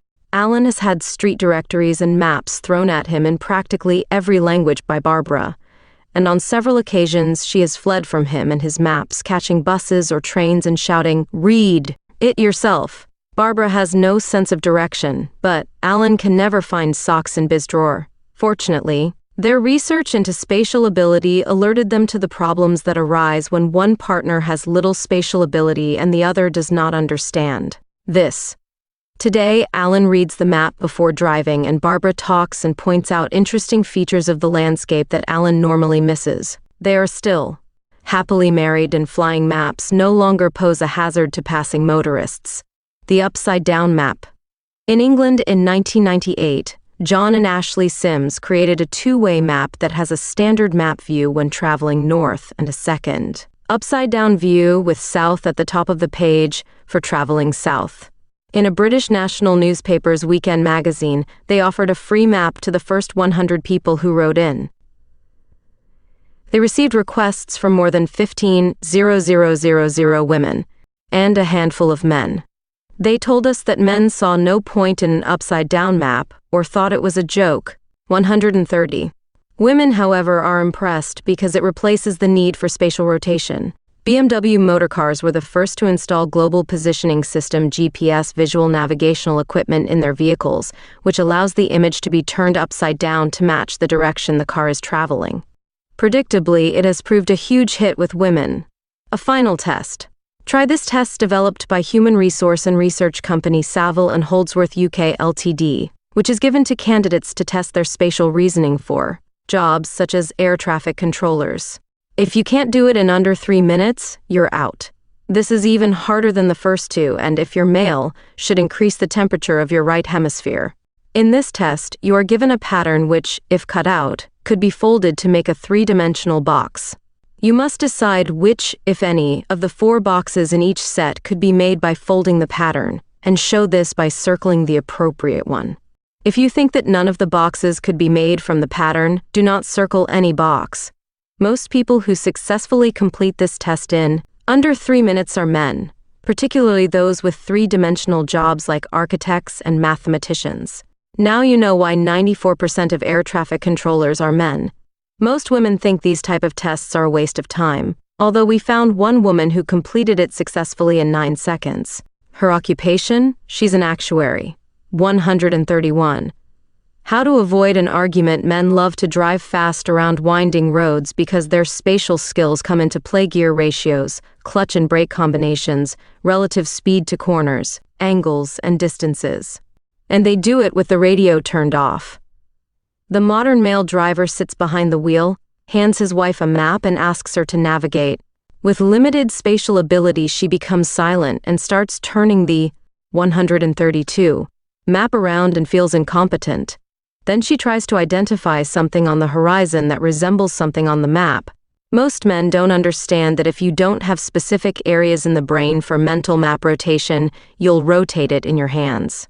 It makes perfect sense to a woman to face a map in the direction she is traveling. For a man to avoid arguments, he should avoid asking a woman to read a map. To have a happy life, never insist that a woman read a map or street directory. Having spatial ability on both sides of the brain interferes with the female speech function, so if you give a woman a street directory, she'll stop talking before she turns it around. Give it to a man and he'll continue talking, but he'll also turn the radio off because he can't operate his hearing functions at the same time as his map reading skills. That's why when a phone rings in his home, he demands that everyone keeps quiet while he answers it. Women work out mathematical problems mainly in the left side of the brain, which not only makes them slower at calculus, but explains why so many women and girls perform mathematical functions aloud. Men everywhere shout, "Would you mind calculating in your head, please? I can't concentrate," as they try to read their newspapers. How to argue while driving? A husband who teaches his wife to drive is heading for the divorce courts. Men all around the world give the same instructions to women. Turn left, slow down. 133. Change gears. Watch out for those pedestrians. Concentrate. Stop crying. For a man, driving is a test of his spatial ability relative to the environment. For a woman, the purpose of driving is to get safely from point A to point B. A man's best strategy as a passenger is to close his eyes, turn up the radio, and stop commentating because overall, women are safer drivers than men. She'll get him there. It may just take a little longer, that's all, but at least he can relax and arrive alive. A woman will criticize a man's driving because his spatial ability allows him to make decisions and judgments that look dangerous to her. Provided he doesn't have a poor driving record, she also needs to relax and not criticize, and just let him do the driving. When the first drop of rain hits the windscreen, a woman immediately turns on the wipers, something men can never understand. A man's brain waits until the exact amount of raindrops are on the screen relative to the speed of the wipers, and he turns the wipers on when the precise amount of time has passed. In other words, he uses spatial ability. How to sell to a woman. Never give a woman directions like head north or go west for 5 kilometers, as this requires compass skills. Instead, give directions involving landmarks such as drive past McDonald's and head for the building with the National Bank sign on top. This allows a woman to pick up these landmarks with her peripheral vision. Builders and architects everywhere lose millions in business deals by presenting 2-dimensional plans and blueprints to female decision makers. A man's brain can convert the plan to 3 dimensions to see how the building would look completed, but to a 134. Woman, it's just a page of irrelevant lines. A 3-dimensional model or computer image will sell houses to women. With this information, a woman need never again feel like an idiot when looking at a map. Give it to a man, it's his job. It's much more relaxing for a man to navigate and drive while a woman talks about the interesting landmarks and sights along the way. As you know, a man has inferior verbal skills compared to a woman, so his navigational skills seem like a fair trade-off. It means that he can find his way to the address of his new girlfriend. even if he won't know what to say when he gets there. The pain of reverse parallel parking. If you were asked to look at cars that had been reverse parked in a street, could you tell which cars had been parked by men and which by women? Research commissioned by an English defensive driving school showed that men in the UK averaged 82% accuracy in reverse parking someone else's car close to the curb, and 71% could successfully park their vehicle on the first attempt. Women scored only 22% accuracy, while a mere 23% could do it successfully on the first attempt. A similar study in Singapore gave men an accuracy score of 66%, with 68% doing it first time. For women, the accuracy result was 19%, and only 12% did it the first time. The bottom line, if the driver is a Singaporean woman, get out of the way. The best parkers are German men with 88% doing it successfully on the first attempt. Parking tests at driving schools show that women generally do better at reverse parking than men during driver training. But statistics show women perform worse in real-life situations. This is because women are better than men at learning a task, 135, and successfully repeating it provided the environment and conditions under which they do it don't change. In traffic, however, every situation presents a new set of data to be assessed, and men's spatial ability is better suited to handle this task. Most women would prefer to park the car in a larger space somewhere else and walk back to their destination, rather than reverse park into a tight spot. If women ran local councils, reverse and parallel parking would be banned. In recent times, many regional towns and cities have introduced 45-degree rear-to-curb reverse parking because it has been shown to be safer by allowing the driver to drive forward when they depart. Unfortunately, this has not helped most women's concerns about reverse parking, as it still requires spatial abilities to estimate angles and distances. We surveyed 20 local councils who implemented this type of reverse parking and discovered that there were practically no women involved in the decision. It was almost always men. If a council was made up completely of women, reverse and parallel parking would no longer be allowed. They would arrange for drive-through style parking that eliminates the need for reversing or estimating angles and distances. This would take up a greater amount of space, but there would be fewer accidents. Women are safer drivers. A study of the insurance records of 3 million UK drivers in the year 2000s revealed that 25% of women, 136 drivers had made a claim in the last 4 years compared to 6% of men. It also showed that 9% of women drivers do not have a no-claim bonus, indicating that they had an accident in the past 12 months, compared to 5% of men. It would be easy to conclude that women are worse drivers than men are, but closer examination shows a different story. Women are more cautious drivers. They will take an extra couple of seconds before moving off on a roundabout, or wait when there is nothing to wait for. This caution can lead to more accidents because other drivers become frustrated at what seems like indecision. Women have more accidents, but their insurance payouts are lower because it involved more bumps and scrapes. Most high payout claims and total write-offs involve male drivers with too much testosterone on the pedal. Women make more claims, but men are more dangerous drivers. The study also found that divorced women are more likely to have smashes than married women. How women were misled. So where does all this spatial evidence leave women? Many well-intentioned groups were convinced that once they were freed from the supposed chains of male oppression and prejudice, they would quickly climb to the top levels of most male-dominated professions and pastimes. But, as you are about to see, men continue to hold a virtual monopoly in those professions and pursuits that require spatial ability. Millions of women have ignored their natural inclinations towards careers and pursuits in which they could naturally excel with their particular brain-oriented skills. 137. Spatial ability in education. As we've seen, our biology directs us to occupations and pastimes that are compatible with the wiring of our brain. Let's analyze one area where equal opportunity is a high priority: teaching. We interviewed education officials in Australia, New Zealand, and Britain, who all emphasized that they try to keep the split of male-female teachers at 50-50ths to give equal opportunity to the sexes. In Britain in 1999, 48% of teachers were male and 52% female.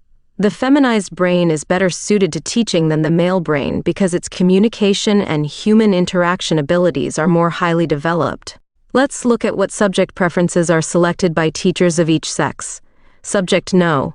Of teachers percent men, women biology 5, 149, 51 business studies 6, 450-50, history 13, 855, 256 44 social studies 11, 5248. 45 9 careers education 1, 947, 53, 251 47, 74, 53 person 158 42 religious education 13, 444 56. There are 2 lessons to be learnt from this table. Firstly, the subjects taught are those that don't require a high degree of left or right brain dominance to be able to teach them. A high degree of spatial ability is not. 138. Required, and neither is great left brain verbal capability. You can see that the percentages are spread fairly evenly between male and female teachers. Subject No. Of teachers percent men. Women physics 4, 482.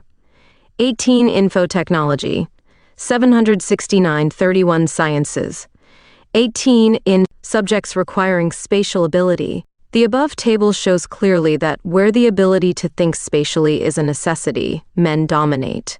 Spatial skill occupations. Following is a list of occupations where high spatial ability is critical to job performance, and in which someone's life can be lost if it's absent. You don't need to be a rocket scientist to understand the significance of this chart and its relationship to male right brain hunting skills. Those determined to cling on to the belief that natural abilities count for naught still claim that male oppression, men's boys-only attitudes, and traditionally male-biased unions have prevented women from achieving equality in these professions.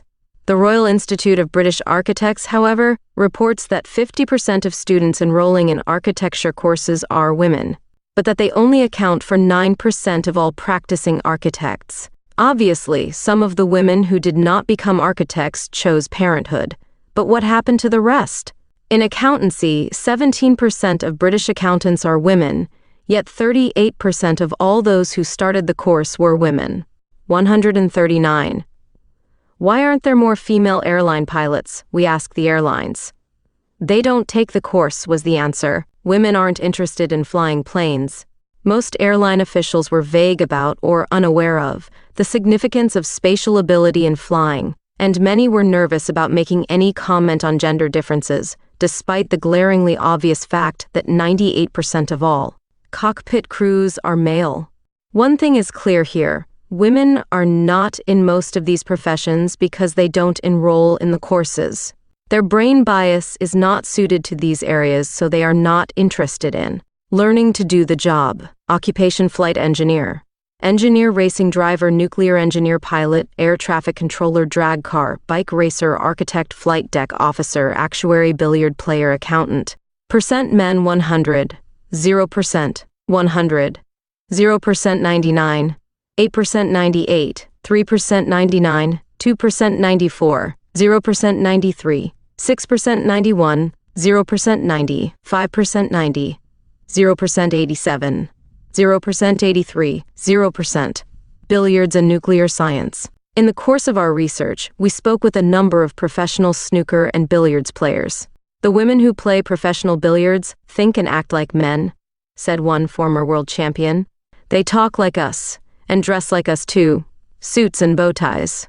The female players, however, believed that if they practiced 140 as much as the men, they'd be just as capable. Many felt that men's attitudes towards them was a significant factor in holding them back. But what about spatial ability, we asked?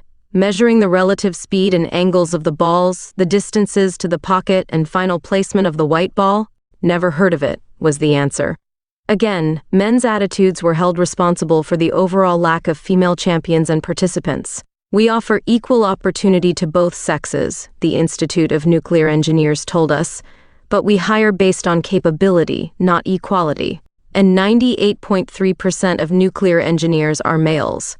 Interestingly, The institute's research found that female engineers are more capable with letters of the alphabet than men, and that men are better with numbers.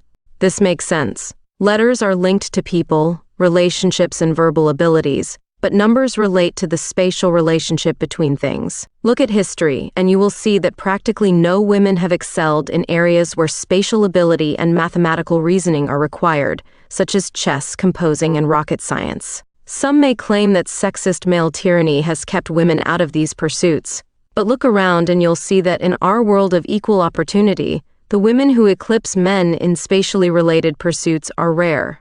The main reason is that their brains tell them they're more interested in defending their nests rather than attacking someone else's. Women excel in the creative areas such as performing arts, teaching, human resources, and literature, all fields where abstract reasoning is not paramount.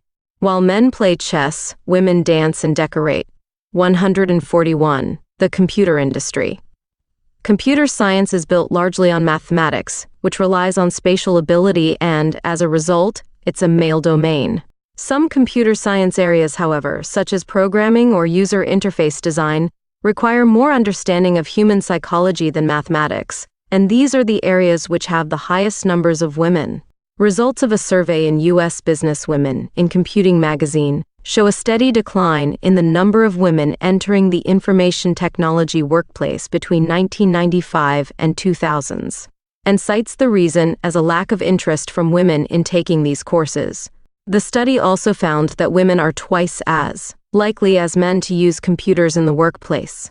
While 84% of women saw the computer simply as a means to an end or as a tool to provide creative freedom, only 33% of men shared this view. The survey showed that 67% of men saw the technology or playing with the programs and accessories as more important in computing, in common with just 16% of women, maths, and accounting. The males who enter spatially related occupations and professions usually remain and dominate. Most math teachers are still males, even though in this subject area, the gender gap is closing. In the year 2000s, 58% of math teachers in the United Kingdom were men. So how do we explain the increasing percentage of women teaching this subject? The likely explanation is that women are more suited to teaching, interaction, and organizing groups, and are more committed to learning the basics than men. Because they are teaching. 142. The same material over and over again, they can do an excellent job with teaching most subjects, including maths. This would also explain why in the field of accountancy there is a general increase in the number of female accountants. Accounting has become a customer-friendly sales role, for which women's brains are better suited, with the accounting function becoming secondary. In large accounting firms everywhere, it is now common to see a female accountant wooing and winning the clients, and the mathematical accounting work delegated to the junior males in the back room. When the requirement for the job is pure spatial ability and mathematical reasoning, however, men still dominate. This is why 91% of actuaries and 99% of all engineers are male, all things being equal. In Australia, just 5% of the engineering workforce is female, yet, on average, they earn 14% more than their male counterparts. This indicates that where equal spatial ability exists, women can perform at a higher level than men. In professional motor racing, there have been almost no female champions since the invention of the motor car. But in drag racing, around 10% of the participants and winners are women. Why? Drag racing does not require the spatial skills to deal with speeds, angles, corners, overtaking, and complicated gear ratios. Drag racers drive in a straight line, and the winner is the person who has the fastest reaction time to the green light, an advantage that women have over men. Where equal spatial ability exists, women can perform at a higher level than men. 143. Although most female drag racers we tested on the brain wiring test showed overall higher male brain orientation than non-racing women, they still spoke of the benefits in drag racing as relationship-orientated. The guys are really great to work with, they said. Everyone pitches in, and we're all good friends. The male drivers saw the benefits as winning trophies, having wonderful car specifications and bragging about accidents they had survived. Boys and their toys. Boys love their toys. This is why 99% of all patents are registered by men. Girls love to play with toys too, but usually lose interest by age 12 as they begin to grow into young women. Men never lose their obsession for impractical, spatially related toys.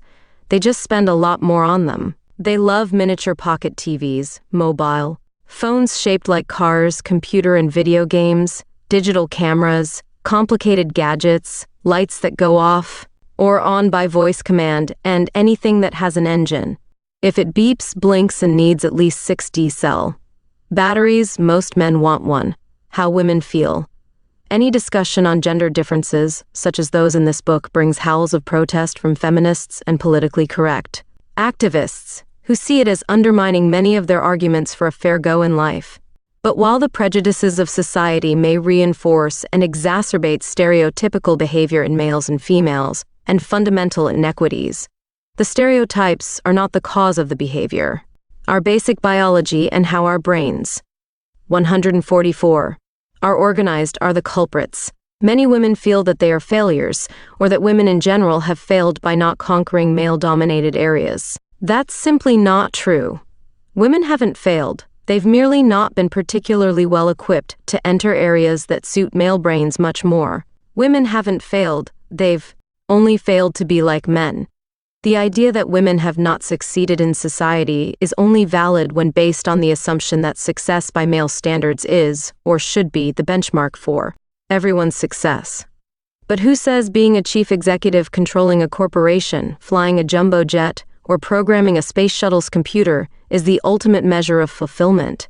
Men do. It's their standard of excellence, not everyone's. Can you improve your spatial skill? In a word, yes. There are several alternatives. You can wait for the natural process of evolution to take place and constantly practice your spatial activities until your brain develops sufficient connections. Be prepared for the long haul with this one, though. Biologists estimate that it could take thousands of years. A course of testosterone hormones will also improve spatial ability, but this is not a satisfactory option, as the downside includes increased aggression level, baldness, and a beard, which might not suit most women. It is now clear that practice and repetition help permanently to create more brain connections for a given task. Rats raised in cages full of toys have more brain. 145. Mass than rats with no toys. Humans who retire to do nothing lose their brain mass, whereas those who keep active mental interests maintain mass and even increase it. Learning and practicing how maps work can greatly increase your practical ability to use them, just as daily practice on the piano makes for more competent playing. Unless the player has the kind of brain circuitry that facilitates intuitive playing, however, lots of regular practice is required to maintain a reasonable level. Unless the piano player or map reader keeps that up, their skill level will diminish more quickly and take longer to recover than a person whose brain is wired to handle the task. A bald head and a beard might be too high a price to pay for. Women to improve their spatial skills. You can successfully teach a dog to walk on its hind legs, and if it repeats this behavior regularly, its offspring are also likely to do it too. But it's not a dog's natural position, and it takes a lot of pain and effort to walk that way. A dog's natural position is on 4 legs. Some useful strategies. If you are a woman raising a son, or have men in your life, you need to understand that while they have excellent spatial ability, most can still only do one thing at a time. Most need help to organize their homework, diary, and life in order to be effective boys and men. These organiza, 146. Spatial skills come more naturally to girls and women. Albert Einstein was a spatial genius, but he didn't speak until the age of 5, and he had almost no organizational or interpersonal skills, as his hairstyle showed. If you are a male in a spatially related job such as building or architecture, you need to understand that most women need a 3-dimensional perspective if you are to be convincing. Want to persuade a woman to go with a certain set of plans? Show her a 3-dimensional version.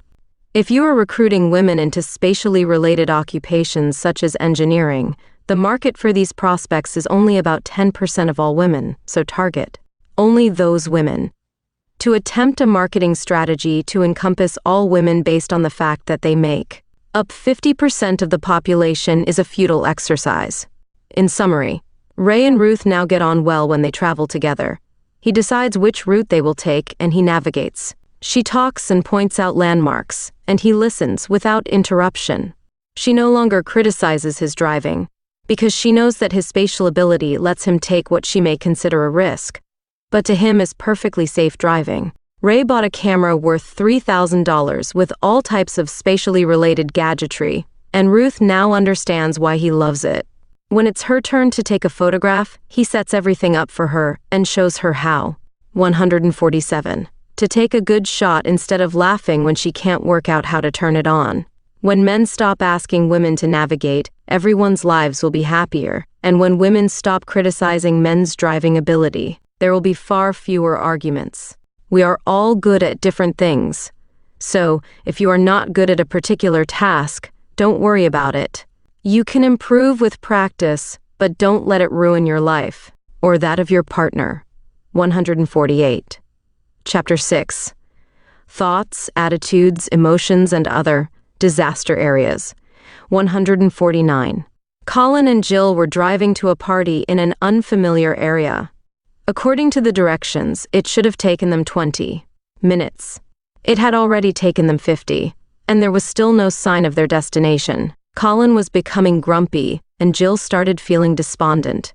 As they passed the same garage for the third time, Jill, "Darling, I think we should have turned right. At the garage, let's stop and ask directions." "Colin, there's no problem. I know it's around here, somewhere."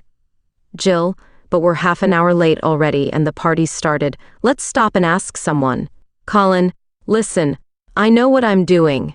Do you want to drive, or are you going to let me?" Jill, "No, I don't want to drive, but I don't want to go round and round in circles all night either." Colin, "Okay then, why don't I just turn the car around and we'll go back home?" Most men and women will recognize this conversation. A woman can't understand why this wonderful man she loves so much suddenly turns into Mad Max on steroids just because he's lost. If she was lost, she'd ask for directions. So what's his problem? Why can't he just admit he doesn't know? 150. Why did Moses spend 40 years wandering in the desert? He refused to ask for directions. Women don't mind admitting mistakes because, in their world, it's seen as a form of bonding and building trust. The last man to admit he'd made a mistake, however, was General Custer. Our different perceptions. Men and women perceive the same world through different eyes. A man sees things and objects and their relationship to each other in a spatial way, as though he was putting the pieces of a jigsaw puzzle together. Women literally take in a bigger, wider picture and see the fine detail, but the individual pieces of the puzzles and their relationship to the next piece is more relevant than their spatial positioning. Male awareness is concerned with getting results, achieving goals, status and power, beating the competition, and getting efficiently to the bottom line. Female awareness is focused on communication, cooperation, harmony, love, sharing, and our relationship to one another. This contrast is so great that it's amazing men and women can even consider living together in the first place. Boys like things, girls like people. Girls' brains are wired to respond to people and faces, but boys' brains respond to objects and their shapes. 151. Studies of babies from a few hours old to a few months all show this one clear point. Boys like things, girls like people. Scientific, measurable differences between the sexes show how each perceives the same world through the bias of their differently wired brains. Baby girls are attracted to faces and maintain eye contact 2 to 3 times longer than boys, and baby boys are more interested in watching the movement of a mobile with irregular shapes and patterns. At 12 weeks old, girls can distinguish pictures of family from strangers, while boys cannot, but boys are better at relocating a lost toy. These differences are obvious, long before social conditioning has had a chance to take effect.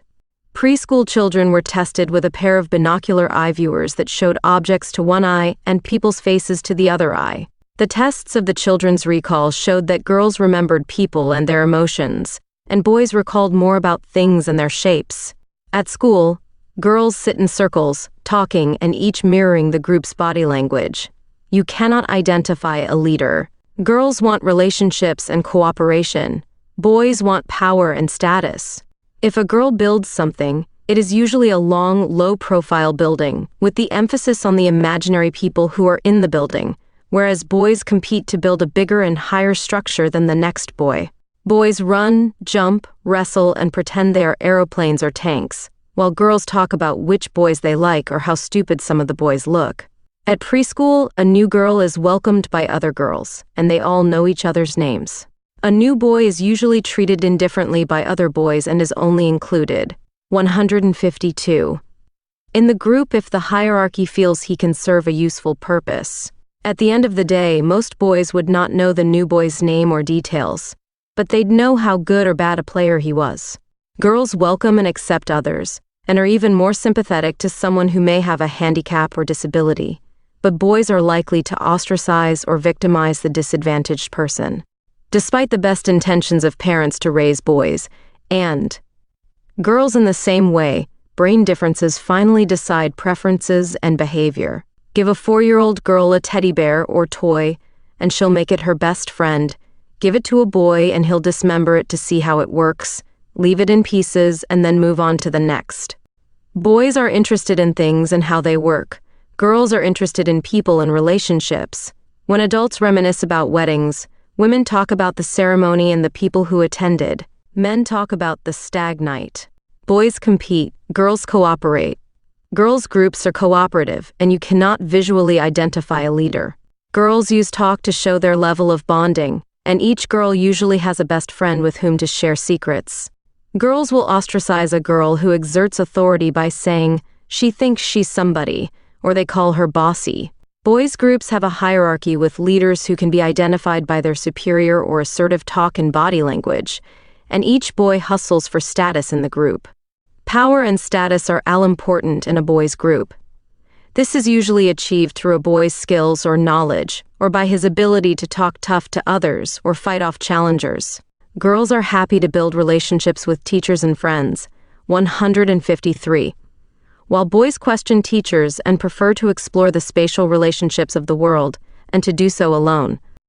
What we talk about. Listen to any group of men, women, boys, or girls in any country, and you'll hear how the brain circuitry of each sex causes them to talk about the same things differently.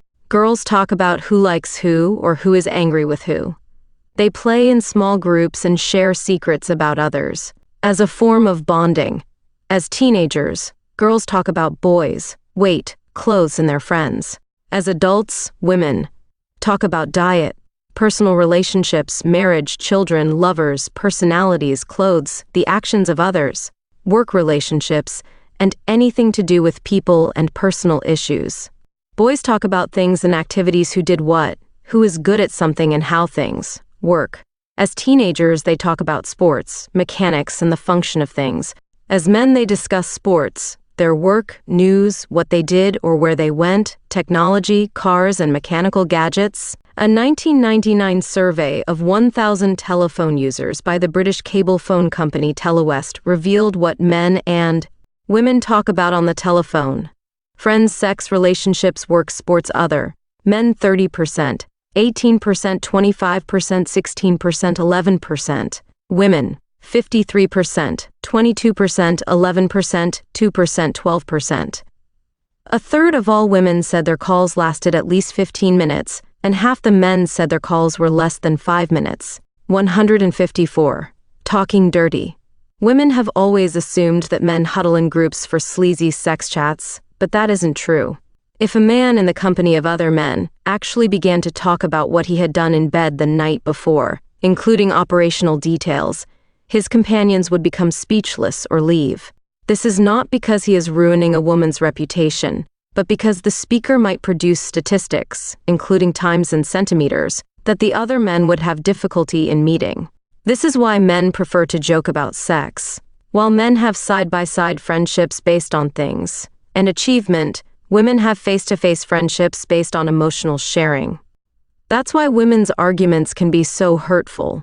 They know more personal details about each other and have more ammunition to hurl. Women are never withholding when it comes to sex talk either. They freely discuss techniques, strategies, times, and sizes. And they are graphic in their descriptions. What modern men and women want.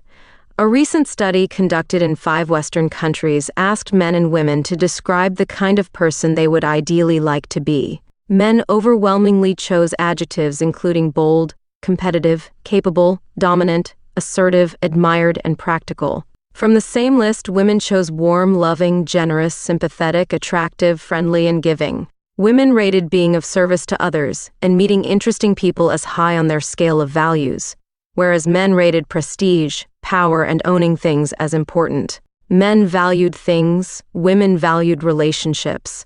The structure of their brains dictated their preferences. 155. Emotion in the brain. Canadian research scientist Sandra Whittleson conducted tests on men and women to locate the position of emotion in the brain. Using emotionally charged images that were shown first to the right hemisphere via the left eye and ear, and then to the left hemisphere via the right eye and ear. From MRI scans, she concluded that men's emotion is located mainly in 2 areas in the right hemisphere, and women's is located throughout both hemispheres. New research indicates that our emotions may be located in various organs in the body in amino acids called neuropeptides, and that these areas revealed in brain scans are simply remote controls for these neuropeptides. For men, emotion is generally positioned in the right brain, meaning that it can operate separately from other brain functions. For example, in an argument, a man can argue logic and words left brain, and then switch to spatial solutions right front brain without becoming emotional about the issue. It's as if emotion is in a little room of its own, and a man's smaller corpus callosum means that emotion is less likely to operate simultaneously with other functions. 156. For women, emotion operates on a more widely spread area in both hemispheres, and thus can operate at the same time as other brain functions. A woman can become emotional while discussing an emotional issue, while a man is less likely to do the same, or he will simply refuse to discuss the issue. This way, he can avoid becoming emotional or appear not to be in control. Overall, women's emotions can switch on simultaneously with most other brain functions, meaning that she can cry while changing a flat tire, whereas a man sees tire changing as a test of his problem-solving abilities, and will remain completely dry-eyed even when he discovers, by the side of a deserted road, at midnight, in the pouring rain, that the spare is flat and he took the jack from the boot of the car last week. An emotional man can lash out, like a reptile, and emotional. Woman prefers to talk about it. Reuben Gur, professor of neuropsychology at the University of Pennsylvania, pioneered similar research and concluded that men's brains, being highly compartmentalized, deal with emotions on a more basic, animal level, similar to an attacking crocodile, whereas a woman will sit down and talk about it. When a woman is talking with emotion, she uses expressive facial signals, body language, and a range of speech patterns. A man who switches on his emotions is more likely to go into a reptilian mode and lash out vocally or become aggressive. 157. Women value relationships. Men value work. Modern society is a mere blip on the screen of human evolution. Hundreds of thousands of years of living in traditional roles has left modern men and women with brain circuitry that causes most of our relationship problems and misunderstandings. Men have always defined themselves by their work and accomplishments, and women define their own self-worth by the quality of their relationships. A man is a lunch chaser and problem solver. This had to be his priority for survival. A woman is a nest defender. Her role was to ensure survival of the next generation. All the studies conducted on male and female values in the 1990s continued to show that 70%-80% of men everywhere still say that the most important part of their lives is their work, and 70%-80% of women say the most important priority is their families. As a consequence, if a woman is unhappy in her relationships, she can't concentrate on her work. If a man is unhappy at work, he can't focus on his relationships. Under stress or pressure, a woman sees spending time talking with her man as a reward, but a man sees it as an interference in his problem-solving process. She wants to talk and cuddle, and he wants to watch the football. To a woman, he seems uncaring and disinterested, and a man sees her as annoying or pedantic. These perceptions are the reflections of the different organization and priorities of their brains. This is why a woman always says that the relationship seems more 158 important to her that it does to him. It is. Understanding this difference will take the pressure off you and your partner, and you will not judge each other's behavior harshly. Why men do things. A man's brain is organized to evaluate and understand objects, their relationship to other objects, spatial relevance, how it all works, and solutions to problems. His brain is programmed for a "how do I fix it" response to life. Men use this fix-it criterion in their approach to almost everything they do. One woman told us that she wanted her husband to show a more loving attitude towards her. So he mowed the lawn. He saw this as an expression of his love. When she said she still wasn't happy, he painted the kitchen. And when this didn't work, he offered to take her to the football. When a woman is upset, she will talk emotionally to her friends, but an upset man will rebuild a motor or fix a leaking tap. To prove his love for her, he climbed the highest mountain, swam the deepest ocean, and crossed the widest desert. But she left him. He was never home. While women fantasize about love and romance, men fantasize about fast cars, bigger computers, boats, and motorcycles. All these are things they can use, and all are related to spatial ability and doing something. 159. Why men and women leave each other. A man's biological urge is to provide for a woman, and her appreciation of his efforts confirms his success. If she is happy, he feels fulfilled. If she is not happy, he feels that he is a failure because he believes he can't provide enough. Men constantly say to their friends, "I can never make her happy." And this can be sufficient motivation for a man to leave a relationship for another woman who seems happy with what he can provide. A woman leaves a man not because she is unhappy with what he can provide, but because she is emotionally unfulfilled. She wants love, romance, and conversation. He needs to be told by a woman that he is successful at what he does, and what he can provide is fine. But a man needs to be romantic and, most of all, listen when a woman talks without offering solutions. Why men hate to be wrong. To understand why men hate to be wrong, it's important to understand the history of where this attitude came from. Picture this scene. The cave family is crouched around a fire. The man is sitting at the cave entrance, gazing out, surveying the landscape and scanning the horizon for signs of movement. The woman and children have not eaten for days, and he knows that he must hunt at the first break in the 160 weather and not return until he has found food. This is his role, and his family are depending on him. They're hungry but confident he can succeed as he has always done. His stomach is churning and he is fearful. Will he be successful again? Will his family starve? Will other males kill him because he is weak from hunger?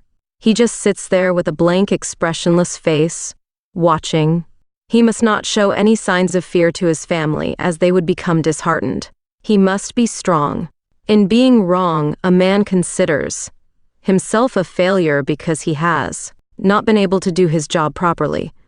A million years of not wanting to be seen as a failure seems to be wired into the brains of modern men. Most women do not know that if a man is driving in the car alone, he'd probably stop and ask directions.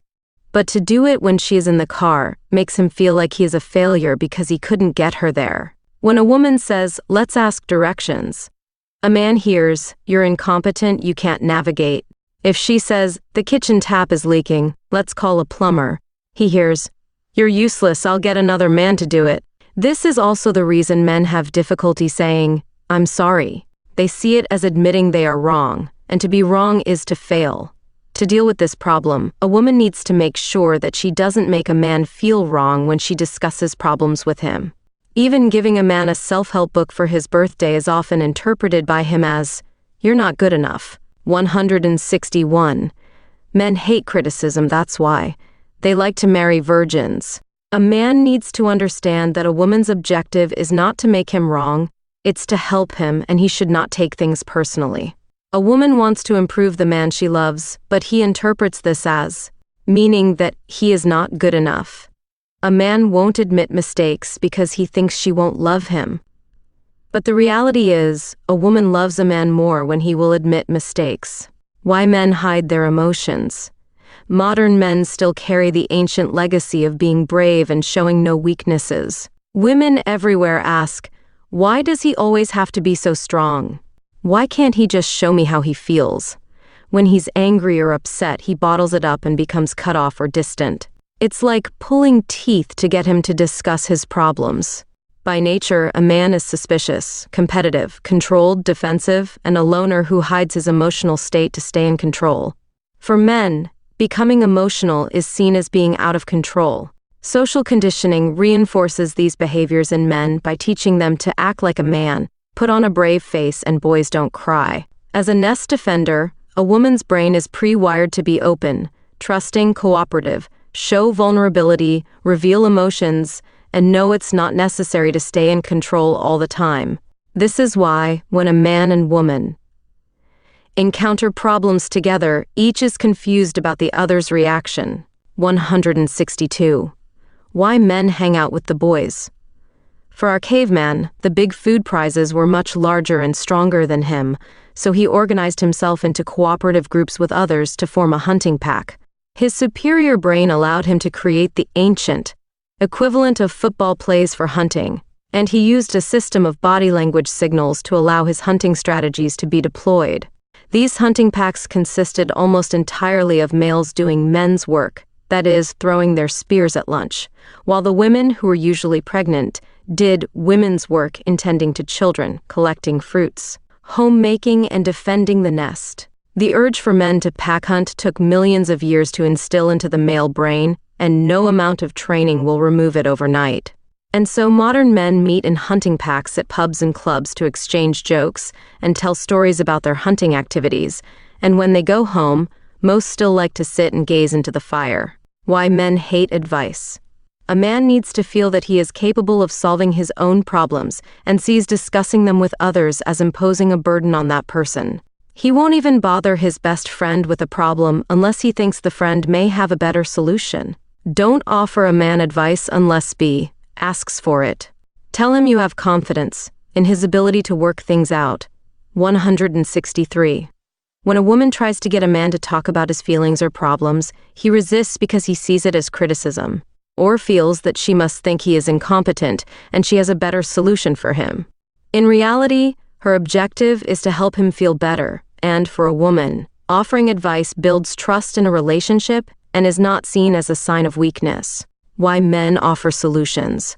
Men have logical, problem-solving minds. When a man enters a room in a conference center or restaurant for the first time, he looks around and sees things that need fixing, pictures that need straightening, and better ways of laying out the room.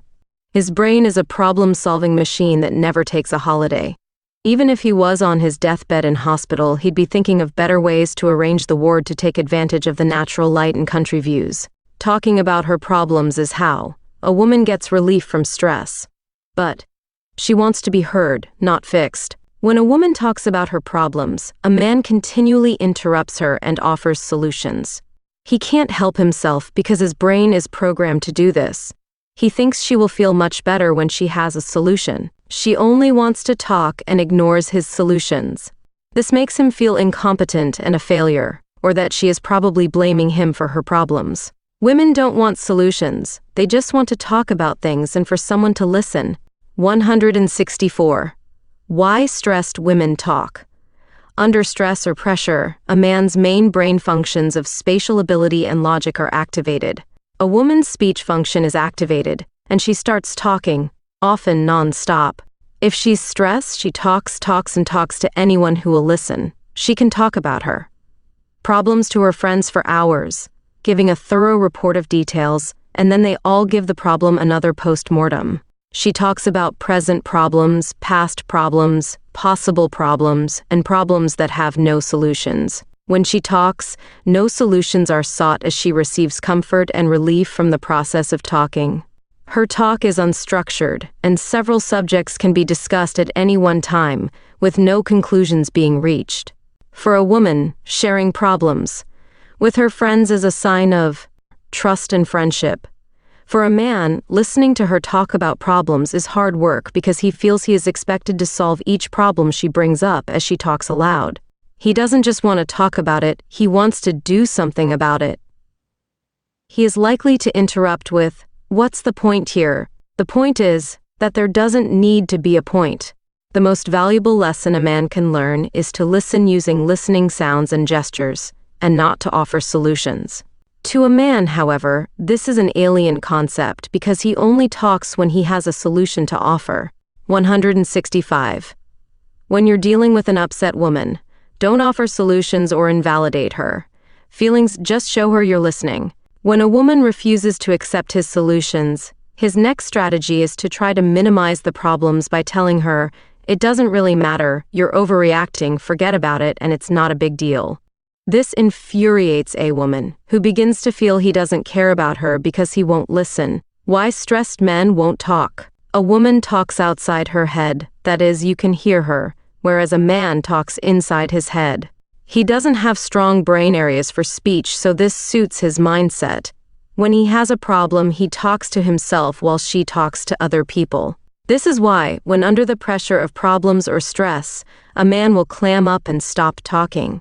He uses his right brain to try to solve his problems or find solutions, and he stops using his left brain to listen or speak. His brain can only do one thing at a time. He can't solve problems and listen or talk simultaneously. The silence is often distressing and frightening for a woman. A woman says to her husband, son, and brother, "Come on, you've got to talk about it. You'll feel better." She says this because this is what works for her. But he just wants to be left alone to fire gaze until he comes up with some solutions and answers. He doesn't want to talk to anyone about it, especially a therapist, because he sees that as a major sign of weakness. 166. The famous Rodin sculpture, The Thinker, symbolizes a man thinking about his problems. He wants to sit on his rock and think about solutions and needs to be alone to do it. The key word here is alone. No one is ever allowed to go up on the rock with him, not even his best friends. In fact, his male friends would not even contemplate going up there. A woman feels the urge to climb up there with him to give comfort, and she gets a rude shock when he pushes her off. Men climb onto their rock to solve problems. Women who follow them get kicked off. If Rodin created a sculpture to personify a woman, it would probably be called the talker. Women need to understand that when a man is on his rock, they need to leave him there and let him think. Many women feel that his silence means he doesn't love her or that he's angry with her. This is because if a woman wasn't talking, she'd be angry or upset. But if she leaves him on his rock with a cup of tea and a biscuit and doesn't press him to talk, he'll be fine. When he finally solves his problem, he'll come down off his rock and feel happy and begin to talk again. Using spatials to solve problems. The different ways men sit on their rock include reading a newspaper or magazine, playing squash, fishing, tennis, golf, fixing something, or watching television. A man who is under pressure is likely to invite another man to play golf, and when they play, there will. 167. Be limited conversation. The man with the problem goes into his right brain to use his spatial skills to play golf, and can use this area to simultaneously work out solutions for his problem. It seems that stimulating his spatial area speeds up the problem-solving process. Why men flick the TV channels? A man flicking the channels with the remote control is one of women's pet hates. He sits there like a zombie just flicking, not paying attention to any particular program. When a man does this, he is mentally sitting on his rock and often doesn't even see what's happening on each station. He just searches for the bottom line in each story. By channel flicking, he can forget about his problems and look for solutions to other people's. Women don't flick channels. They watch a program and search for the storyline, the feelings and relationships of those involved in the story. Newspaper addiction serves the same purpose for men. Women need to understand that when men do these things, they can't hear or remember much, so it is difficult to try to talk with them. Instead, make an appointment and give him an agenda. Remember, his forefathers spent over 1,000,000 years sitting expressionless on a rock surveying the horizon. So this comes naturally to him, and he is comfortable doing it. How to get boys to talk. Mothers everywhere lament the fact their sons won't talk to them. Their daughters come home from school and pour their hearts out about everything, whether it's significant or not. Males are programmed to do things, 168, and so this is the key to getting boys to talk. A mother who wants to communicate more with her son should get involved in an activity with him, painting, gym, computer games, and then talk during the activity. Boys don't like too much eye contact, but mothers love it. This way he can avoid too much eye contact, even though the conversation may be disjointed because he has to stop the activity from time to time to respond to a question. It's difficult for him to do two things at once, but the main objective here is to get him to talk. The same strategy also works with a man, but don't talk to him at a critical time, like while he's screwing in a light bulb, when they're both stressed. Uptight men drink alcohol and invade another country. Uptight women eat chocolate and invade shopping centers. Under pressure, women talk without thinking, and men act without thinking. That's why 90% of people in jails are men, and 90% of people who see therapists are women. When men and women are both under pressure, it can be an emotional minefield as each tries to cope. Men stop talking and women become worried about it. Women start talking and men can't handle it. To help him feel better, she tries to encourage him to talk about the problem, which is the worst thing she can do. He tells her to leave him alone and retreats to another location. 169. Men need to understand that. When a woman is stressed, she wants to talk, and all he needs to do is listen, not offer solutions. Because she's also under pressure, she wants to talk about her problems, which frustrates him even more. When he retreats to his rock, she feels rejected and unloved and calls her mother, sister, or friends the complete shutout. This is one of the least understood stress differences between men and women. A man will completely shut everyone out when he is under extreme stress or needs to find a solution to a serious problem. A man totally disconnects the part of his brain that controls emotion, goes into problem-solving mode, and stops talking. When a man uses the complete shutout, it can be terrifying for a woman because she only does this when she has been hurt, lied to, or abused. A woman assumes that this must also be the case with a man. She must have hurt him, and he doesn't love her anymore. She tries to encourage him to talk, but he refuses, thinking she doesn't have faith in his ability to solve his problems. When a woman feels hurt, she shuts off, and a man thinks she needs space, and so he goes to the pub with his friends or cleans the carburetor in his car. If a man completely shuts off, let him do it, he'll be fine. If a woman shuts off, there's trouble brewing, and it's time for deep discussion. 170. How men alienate women. If a man suspects that a woman is stressed or has a problem, he does what men do to other men. He walks away and gives her some space to solve her problems. He says, "Is everything okay, honey?" She replies, "Yes, fine," which is indirect talk for "if you love me, you'll ask me about it." But he says, "That's good," and goes off to work on his computer. She thinks he's uncaring and heartless, and calls her girlfriends. They talk about how she feels and how insensitive her man is. In the old days, men never had to face the problems that modern men face.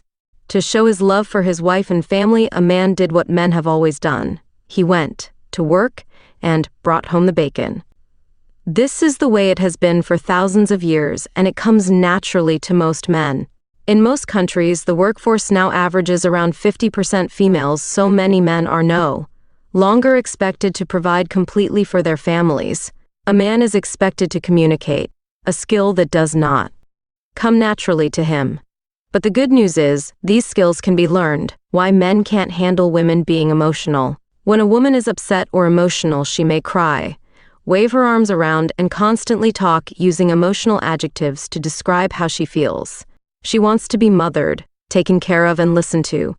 But a man interprets her behavior based on his own priorities, and he hears her saying, "Save me, fix my problems." So instead of being reassuring and comforting, he offers advice, asks probing questions, or tells her not to be so upset. "Stop crying," he says with a terrified look. 171 on his face. "You're overreacting. Things aren't that bad." Instead of mothering her, he becomes her father. He saw his father and grandfather behave this way, and this is how men have behaved since they climbed out of the trees. For a woman, her display of emotion is a form of communication which she can get over and forget quickly. But a man feels responsible for finding a solution for her and feels like a failure if he can't think of one.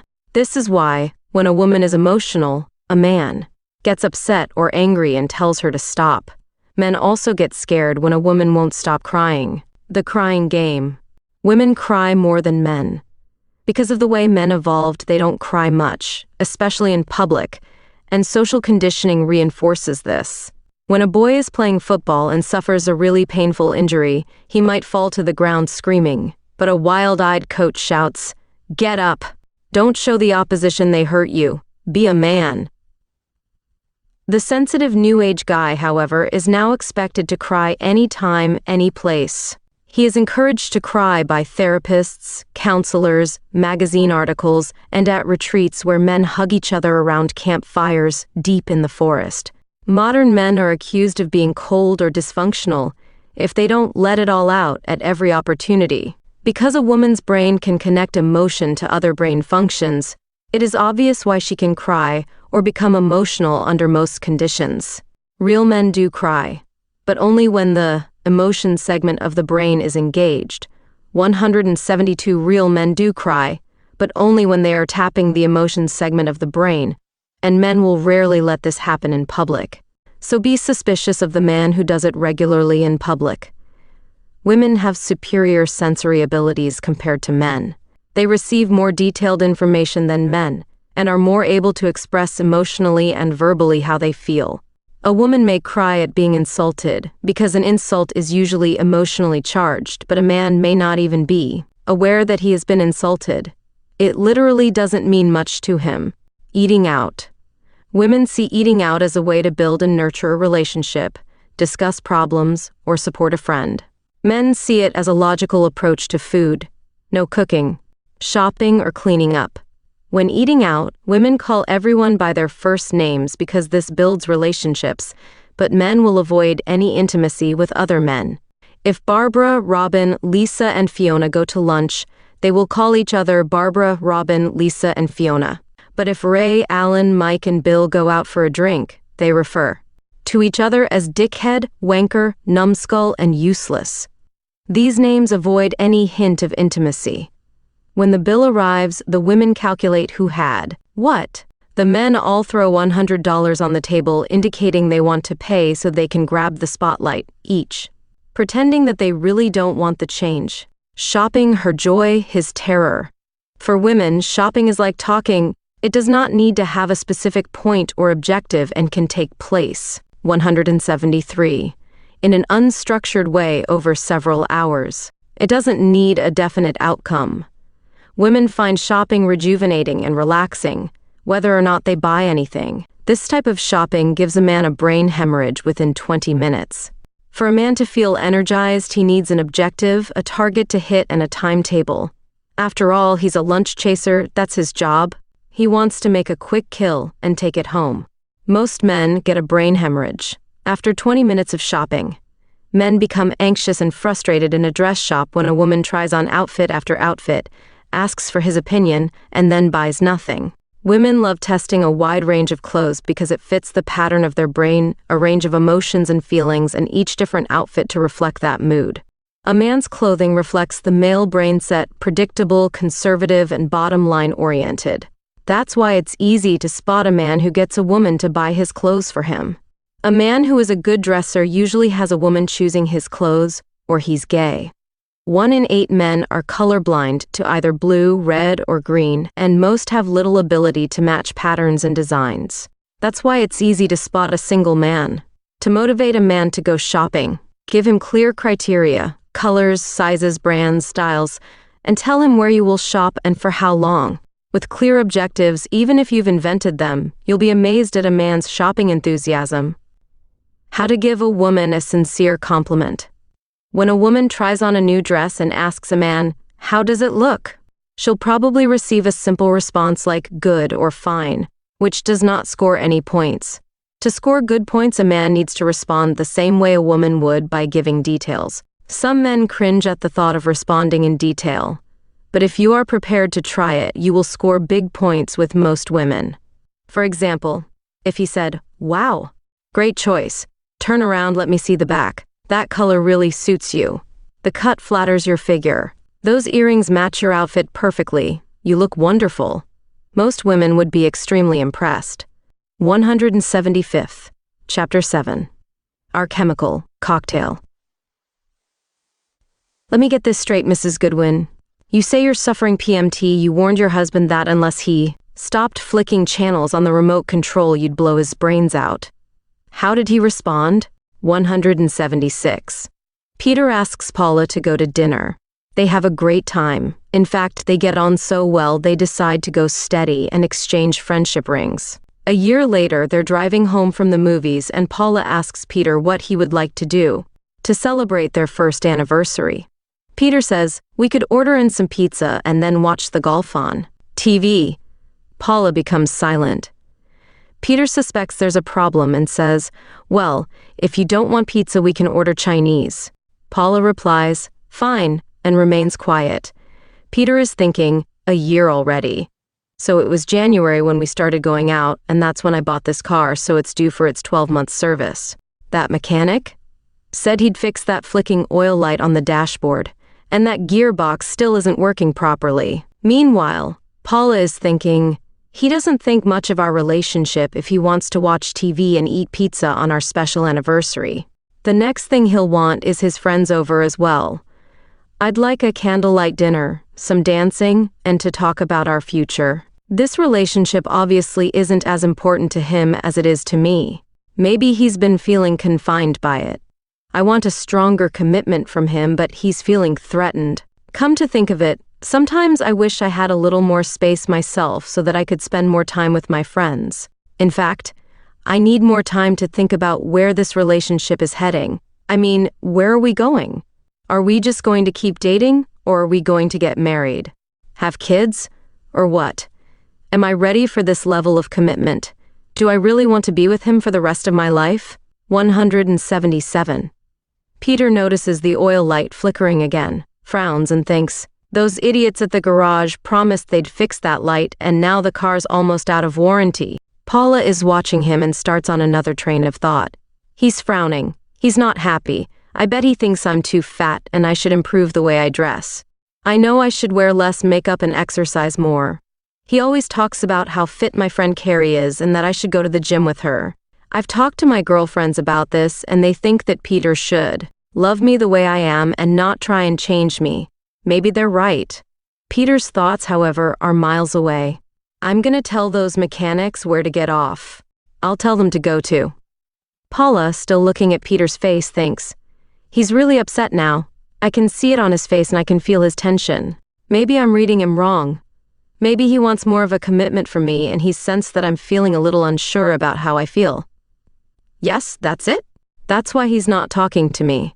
He doesn't want to open up to me about his feelings in case I reject him. I can see the hurt in his eyes. Peter is thinking, they'd better get it right this time. I told them I was having problems and they blamed the manufacturer. They'd better not try and tell me the problem isn't covered under warranty or they'll have a fight on their hands. I paid a fortune for this car so they can just. Peter, says Paula. What? Snaps Peter, annoyed at having his thoughts disturbed. Please don't torture yourself like this. Maybe I'm wrong to be thinking this way. Oh, I feel so bad. Maybe I just need some time. I mean, life wasn't 178 meant to be easy. That's for sure. Peter grunts. You probably think I'm being foolish, don't you? No, says Peter, confused. It's just that. Oh, I don't know anymore. I'm confused. I need some time to think about this, she says. Peter thinks, what the hell is she talking about? I'll just say, okay, and she'll be over it tomorrow. It must be that time of the month. Thank you, Peter. You don't know how much this means to me, she says. Looking into his eyes, she realizes he is a very special person, and she will need to think very hard about this relationship. She tosses and turns all night, and next morning calls her friend Carrie to discuss it. They decide to meet for lunch and talk about Peter and the problems. Meanwhile, Peter went home, opened a beer, and turned on the TV. He thinks Paula has some sort of problem, probably PMT. Paula and Carrie meet next day and talk well into the night. A few days later, Peter is talking to Carrie's boyfriend Mark, who says, "So you and Paula are having problems, eh?" Peter is now completely confused. "I don't know what she's talking about," laughs Peter. "But take a look at this oil light and tell me what you think. How hormones control us." In the past, it was thought that hormones only affected the body and not the brain. We now know that hormones program our brains before birth, dictating our thinking and behavior. Testosterone in teenage boys is 15 to 20 times higher than in teenage girls, and the hormone flow in boys is controlled and regulated by the brain as the body needs it. 179. At puberty, testosterone surges through an adolescent boy's body, giving him a dramatic spurt of growth and a body ratio of 15% fat and 45% protein. As he turns into an adolescent, his body physically changes to match his biological job description as a lean, mean, lunch-chasing machine. Boys are excellent at sport because their bodies are hormonally constructed for effective breathing, and they have excellent oxygen distribution via the red blood cells to allow running, jumping, and grappling. Steroids are male hormones that build additional muscle and give athletes extra hunting abilities and an unfair advantage over non-steroid takers. Female hormones have a different effect on teenage girls. They are not regulated like a boy's hormones, but come in huge waves over a 28-day cycle and can cause havoc for many girls and women due to the rise and fall of emotions that go with it. Female hormones change a girl's body into a ratio of 26% fat and 20% protein, much to the frustration of females everywhere. The purpose of the extra fat is to give additional energy for breastfeeding and is insurance against times when food may be scarce. Because female hormones fatten the body, they are used to fatten livestock. Male hormones reduce fat and build muscle, so they're unsuitable for animal fattening. The chemicals of tailing in love. You've just met that special person. Your heart is racing, your hands are sweating, you've got butterflies in your stomach, and you tingle all over. You go to dinner together and you feel as high as a kite. At the end of the evening, your date kisses you and it makes you melt. For days after, you don't eat, but you've never felt better, and you've noticed your cold is cured. 180. Neural evidence shows that the phenomenon of falling in love is a series of chemical reactions taking place in the brain that cause mental and physical reactions. There are an estimated 100 billion neurons that make up the brain's communication network. Candace Pert, author of Molecules of Emotion 1999, pioneered the research that discovered neuropeptides, a string of amino acids that float around the body and attach themselves to welcoming receptors. So far, 60 different neuropeptides have been discovered, and they trigger emotional reactions in the body when they attach themselves to the receivers. In other words, all our emotions, love, grief, happiness, are all biochemical. When English scientist Francis Crick and his associates won the Nobel Prize in Medicine for deciphering the DNA code that defines genes, he stunned the medical world by saying, "You, your joys, sorrows, memories, ambitions, your sense of identity, free will and love, are no more than the behavior of a vast assembly of nerve cells. The main chemical released to give you the elated physical feelings of being in love is p-phenylethylamine, which is related to amphetamines and is found in chocolate.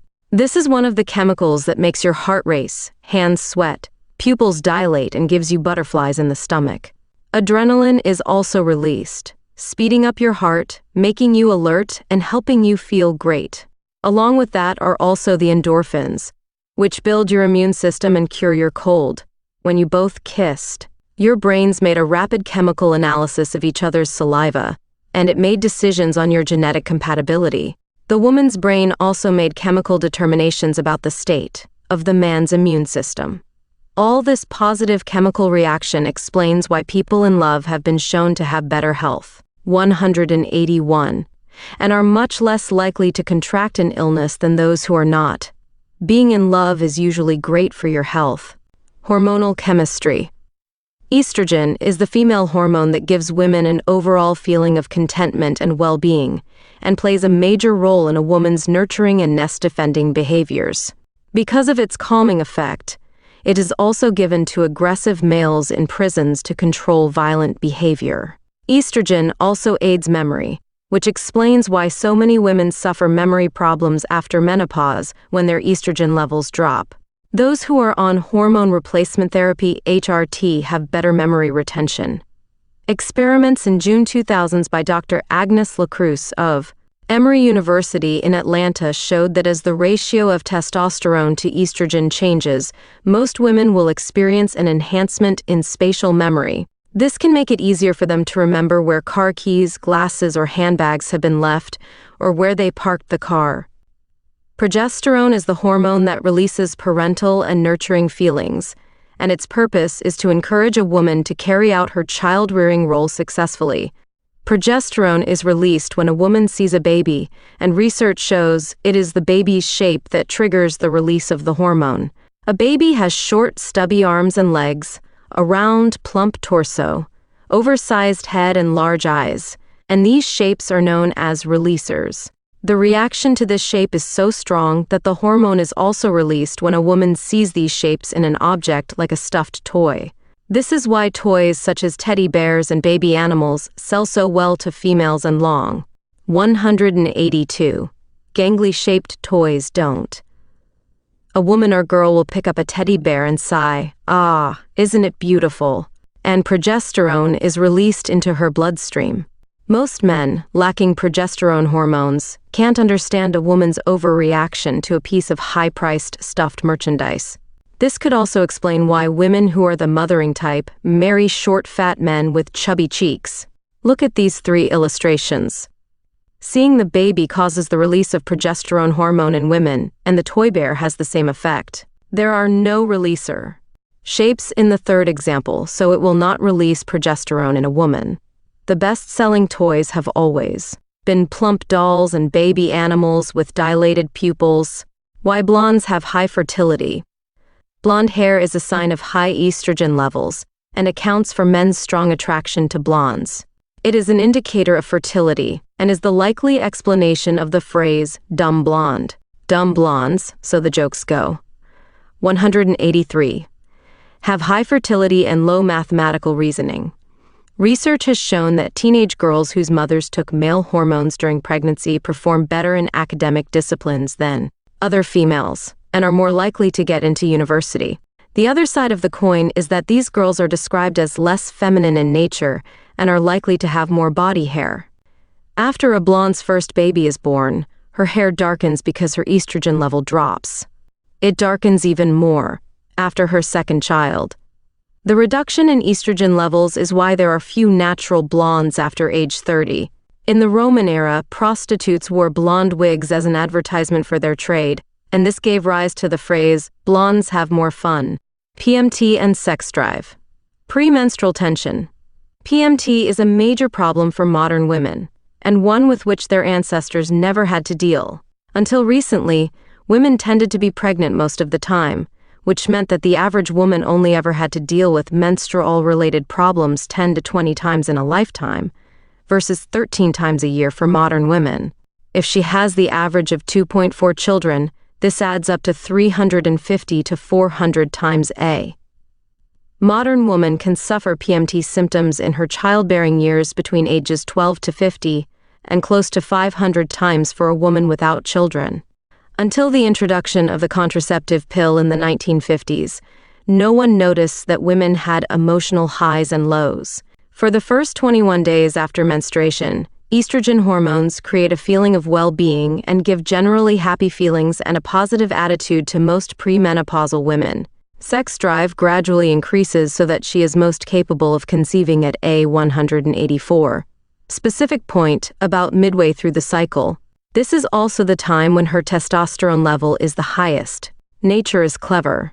It has a timetable for most female animals that makes them randiest at the most likely time for conception. This is easily observable in many female animals. With horses, for example, the female on heat teases and excites the male, but won't let him mount until the exact second when the egg is in the right position for fertilization. Female humans are unaware that a similar timetable and reactions apply to them too. This is how a woman may inexplicably find herself in bed with a man she's just met at a party and the next day is at a total loss to understand how or why it happened. "I don't know what happened," said one woman. "I met him at a party and before I knew it, we were in bed together. I've never done that before." Like other female animals, she happened to meet this man at the right time of the month and at the precise moment for the highest chance of conception. His genetic makeup, the state of his immune system, and other male characteristics were decoded subconsciously by the woman's brain. If they passed a certain rating level of acceptability for being a potential father, nature took control. Women who have experienced this event don't know how to explain it, and many describe it as fate or a strange magnetic attraction, instead of understanding that their hormones simply took control. As a result of these moments, many women get stuck in life with men who are unsuitable partners. Most men would give anything to know when a woman is at her hormonal peak. Scottish scientists studied the reactions and preferences of 104 women to digitally altered photos of men. They found that during 3 weeks of the month, women preferred the smoother, more feminized 185 sensitive-looking types who would be more likely to be around over the long haul. When the women were ovulating, however, they favored the manly-looking men, big jaws, prominent eyebrows, and larger bodies, the stuff that screams virility. They also observed that many ovulating women wore shorter skirts in public. The scientists concluded that when it comes to settling down, women want a male who is the best parental investment. But when the biological bells are ringing, they want Tarzan's genes, woman's chemical gloom. Between 21 to 28 days after menstruation, female hormones dramatically drop, creating severe withdrawal symptoms commonly known as PMT. For many women, this causes feelings of doom, gloom, depression, and even suicidal tendencies. 1 in 25 women suffer so severely from their hormones being out of balance, she can undergo personality changes. Several studies have found that most female crimes such as assault and shoplifting occurs during the 21 to 28 days premenstrual period. It has been found in women's prisons that at least 50% of female murders or assaults are committed by women suffering PMT. Women's visits to psychiatrists, counselors, and astrologers increase dramatically during this phase, and many women feel that they are losing control or going crazy. There are well-documented studies showing that women suffering PMT are 4 to 5 times more likely to be involved in a car accident when they are behind the wheel. Female hormones have long been used as a way of pacifying habitually aggressive people. In some countries, PMT is a factor accepted by judges when 186, considering sentencing for women charged with violent crimes. When a woman reaches menopause, usually in her 40s or early 50s, she goes through a variety of psychological, emotional, and hormonal changes. These vary from woman to woman. Menopause in men, however, is a uniformly predictable event. He buys aviator sunglasses, leather driving gloves, gets a hair transplant, goes shopping for a motorcycle or sports car, and wears funny clothes. Testosterone, bonus or curse. Male hormones, particularly testosterone, are the aggression hormones that cause men to hunt and kill prey.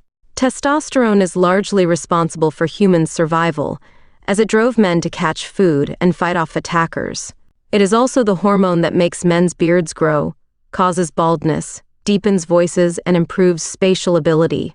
Bass baritones have been shown to enjoy more than double the number of ejaculations in a week than tenors, and most people given a course of testosterone have less difficulty reading maps and street directories.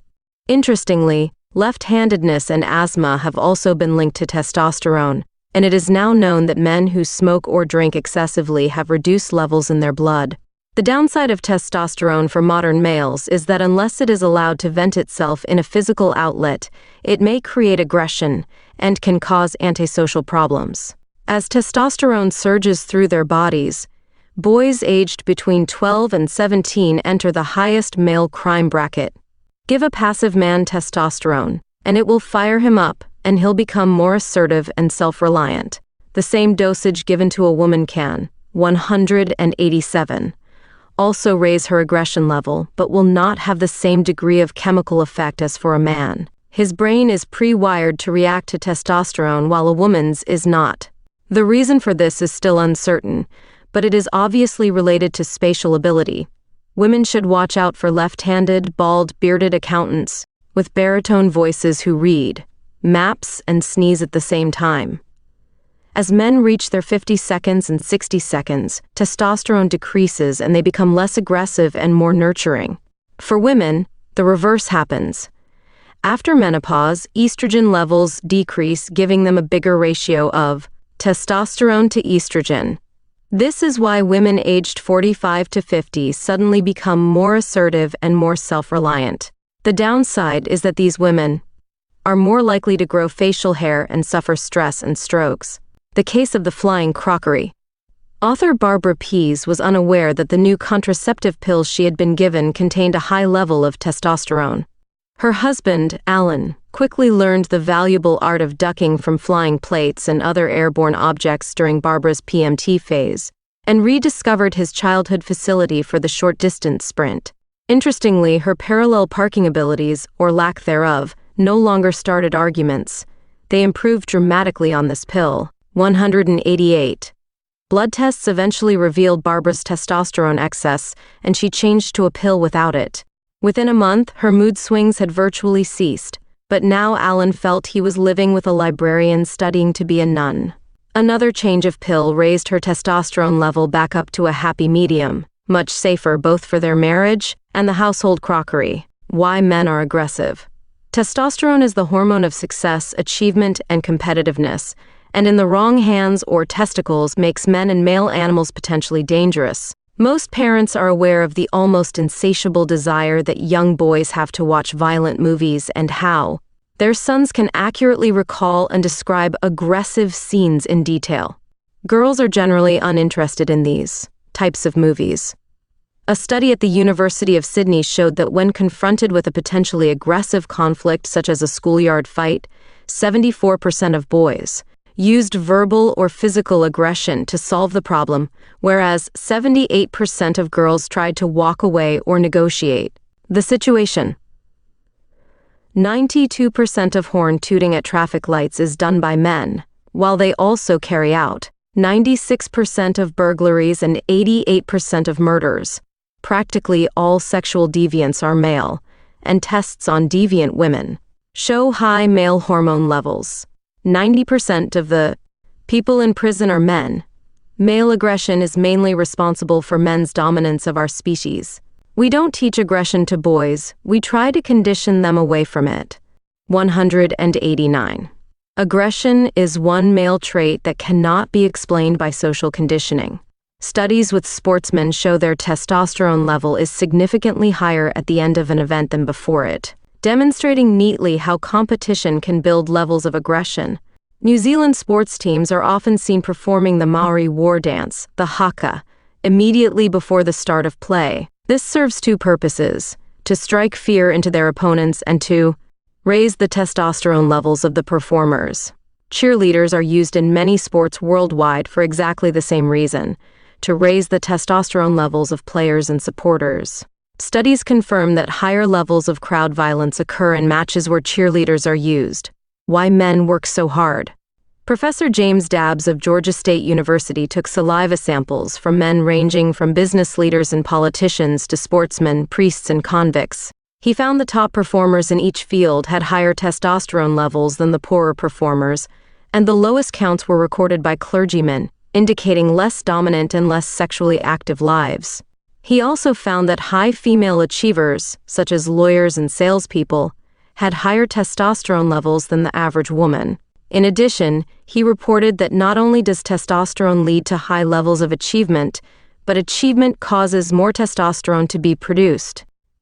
We have observed animal behavior from Africa to the jungles of Borneo and witnessed firsthand what scientists have spent years in researching: that the male animals with the highest testosterone levels usually rule the roost. The testosterone in some animals, such as 190, spotted hyenas, is so high that they are born with a full set of teeth and are so aggressive that the young often eat each other. Creatures with the highest testosterone levels rule the animal kingdom. The top dogs, cats, horses, goats, and monkeys are those that record the highest level of male hormone. Put two women together, and the one with more testosterone will dominate the interaction. Working women have higher levels than women who stay at home, and daughters of working women have higher levels than daughters of non-working women. Among 700 male prison inmates in a 1995 study, those with the highest testosterone levels were most likely to be in trouble with the authorities or engage in unprovoked violence. A 1998 study found that trial lawyers, with their life of conflict and argument, had higher levels than other lawyers. High testosterone males have dominated the human race throughout history, and it is a reasonable assumption that outstanding women leaders in history like Boadicea, Margaret Thatcher, Joan of Arc, and Golda Meir received additional male hormone at the 6 to 8 week fetal stage. There is a serious downside, however, to constant levels of unburned testosterone. A chilling example recently came from America, where 118 law students were given the Minnesota Multiphasic Personality Assessment, and their lives were tracked and monitored for 30 years. Those with the highest hostility and aggression levels were 4 times more likely to have died during the period. As society becomes less physical and more cerebral, and women replace men in many industries, we will have to find new ways to channel. 191. Male testosterone. There is a growing focus on muscular male physique in popular culture, a boom in crass men's magazines, and an explosion in violent computer games. This is known as cultural displacement, and this happens when the power of testosterone is ignored or attacked, so it reemerges in cruder, less social forms. These are good reasons for young boys to be encouraged to make a life habit of being physically active on a regular basis. Testosterone and spatial ability. You may have already reached the conclusion that because spatial skill is one of the strongest male attributes, it is linked to testosterone. In Chapter 3, we saw how testosterone is mainly responsible for configuring the brain of the genetic male fetus XY and installing the software related to the spatial abilities required for hunting and chasing. Consequently, the more testosterone the body produces, the more male-orientated the brain's behavior will be. Male rats, which are injected with additional male hormone, find their way out of a maze quicker than normal male rats. Female rats also improve their navigational performance, but not as dramatically as the males. The aggression level of both sexes increases. In the brain wiring test, high testosterone males score between -50 and +50, and usually have less difficulty with map reading, orienteering, playing video games, or hitting a target. They have fast-growing beards, love hunting sports like football, billiards, and motor racing, and are good reverse parkers. Testosterone is also the hormone that aids single-mindedness and helps avoid fatigue. Studies show that volunteers injected with testosterone show greater endurance in physical activity. 192. Ties such as walking and long-distance running, and can concentrate for longer periods of time. Not surprisingly, lesbians also have many of these attributes. Susan Resnick of the Institute of Aging in the U.S. reported in her findings that girls who received abnormal amounts of male hormone in the womb also had far superior spatial skills compared to their sisters who did not receive the hormone. Why women hate reverse parking. While testosterone will improve spatial ability, the female hormone, estrogen, suppresses it. Women have dramatically less testosterone than men, and as a result, the more feminine the brain, the less the spatial ability. This is why very feminine women are not great reverse parkers or map readers. There is a rare condition known as Turner syndrome, where a genetic female XX is missing one of the X chromosomes, and she is known as an exo-girl. These girls are super feminine in all their behaviors and have little or no directional or spatial ability. Never lend your car keys to an exo woman.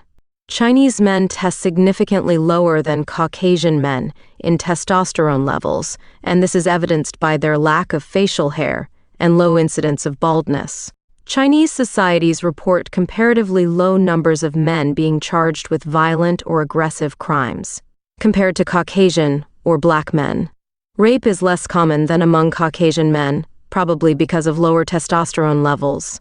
This also explains why Asian men generally tested lower on their ability to reverse park. 193. Mathematics and hormones. Boys use their right front brain to solve mathematical problems. The spatial area for girls is located on both sides of the brain, and tests show that many females use the left front verbal side of the brain to attempt to solve mathematical problems.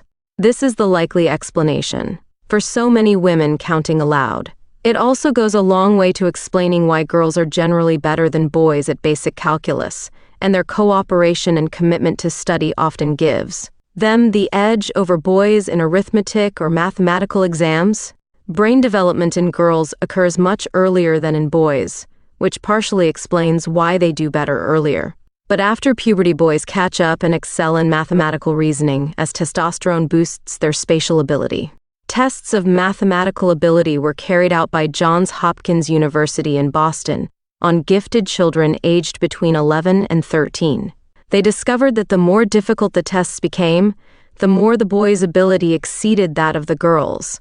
At the easier levels, gifted boys beat gifted girls on a ratio of 2:1. In the middle levels, the ratio increased to 4:1.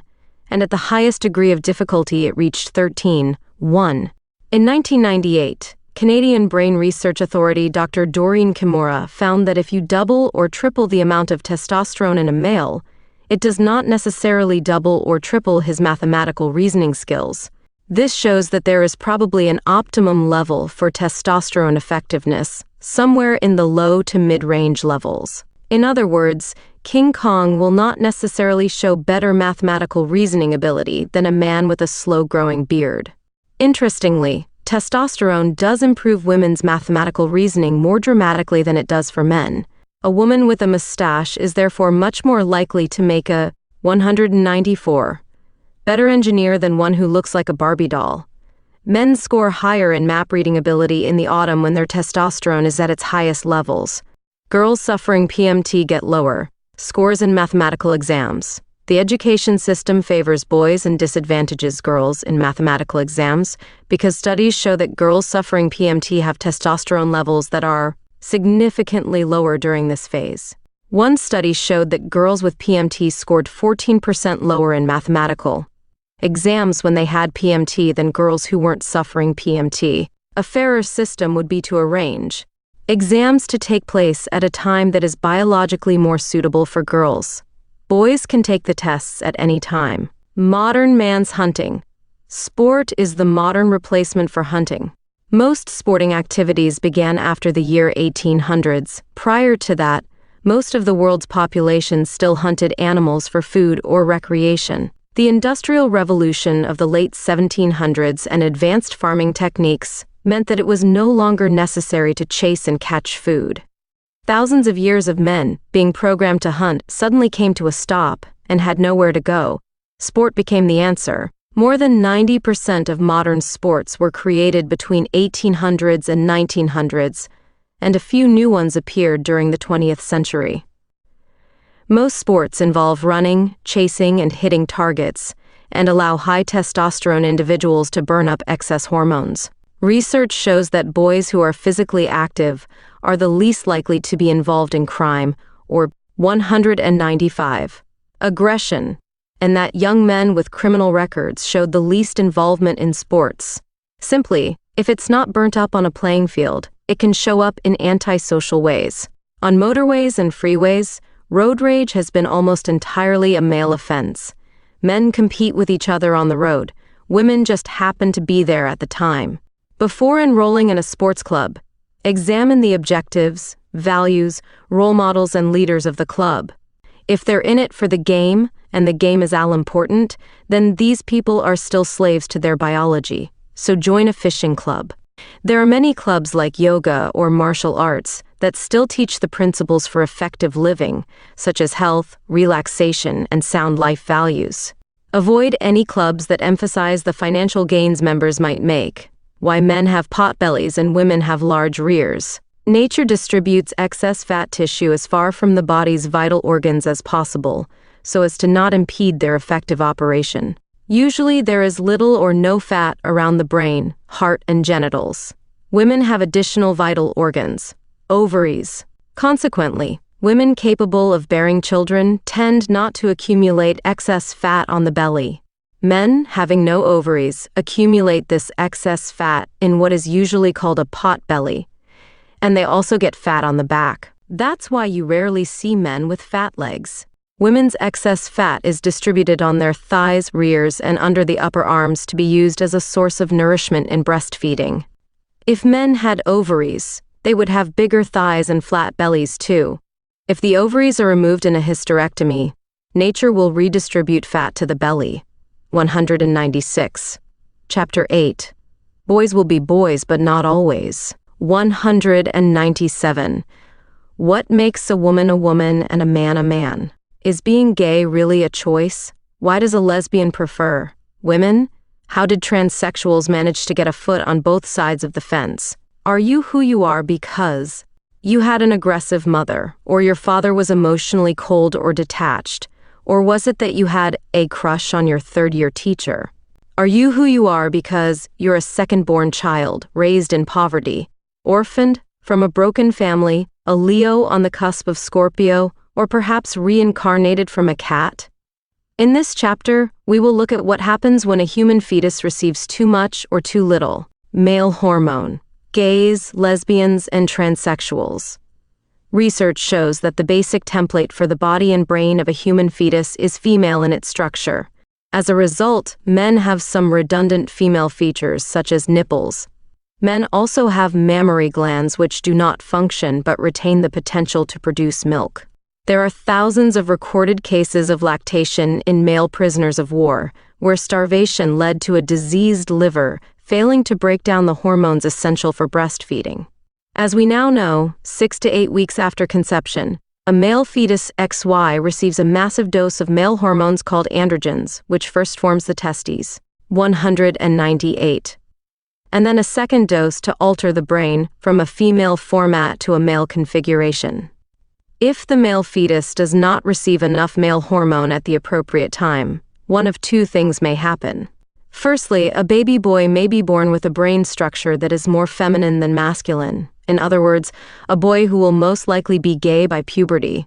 Secondly, a genetic boy may be born with a fully functioning female brain and a set of male genitals. This person will be transgender. This is a person who is biologically male, but feeling as if he is a female. Sometimes a genetic male is born with a set of both male and female genitals. Geneticist Anne Moore, in her groundbreaking book Brain Sex, documents the many cases of genetic boys being born looking like girls and being raised as girls, only suddenly to find that they have penis and testicles that appear at puberty. This genetic oddity was discovered in the Dominican Republic, and a study with the parents of these girls shows that their parents typically raised them as girls and encouraged stereotypical behaviors such as feminine dress and playing with dolls. Many of these parents were then shocked to discover that they'd ended up with a fully fledged son at puberty when male hormones took over and their daughters suddenly had a penis and reverted to male appearance and typical male behavior patterns. This change occurred despite all the social conditioning and social pressures for female behavior. The fact that most of these girls successfully lived the rest of their lives as males highlights the point that their social environment and upbringing had a limited impact on their adult lives. Clearly, their biology was the key factor in creating their behavioral patterns. 199. Homosexuality is part of history. Among the ancient Greeks, homosexuality was not only permitted, it was highly respected. The slim, boyish, youthful figure was their ideal of beauty, and paintings and statues were erected in its honor. Poems were written about the love that prominent older men had for young men.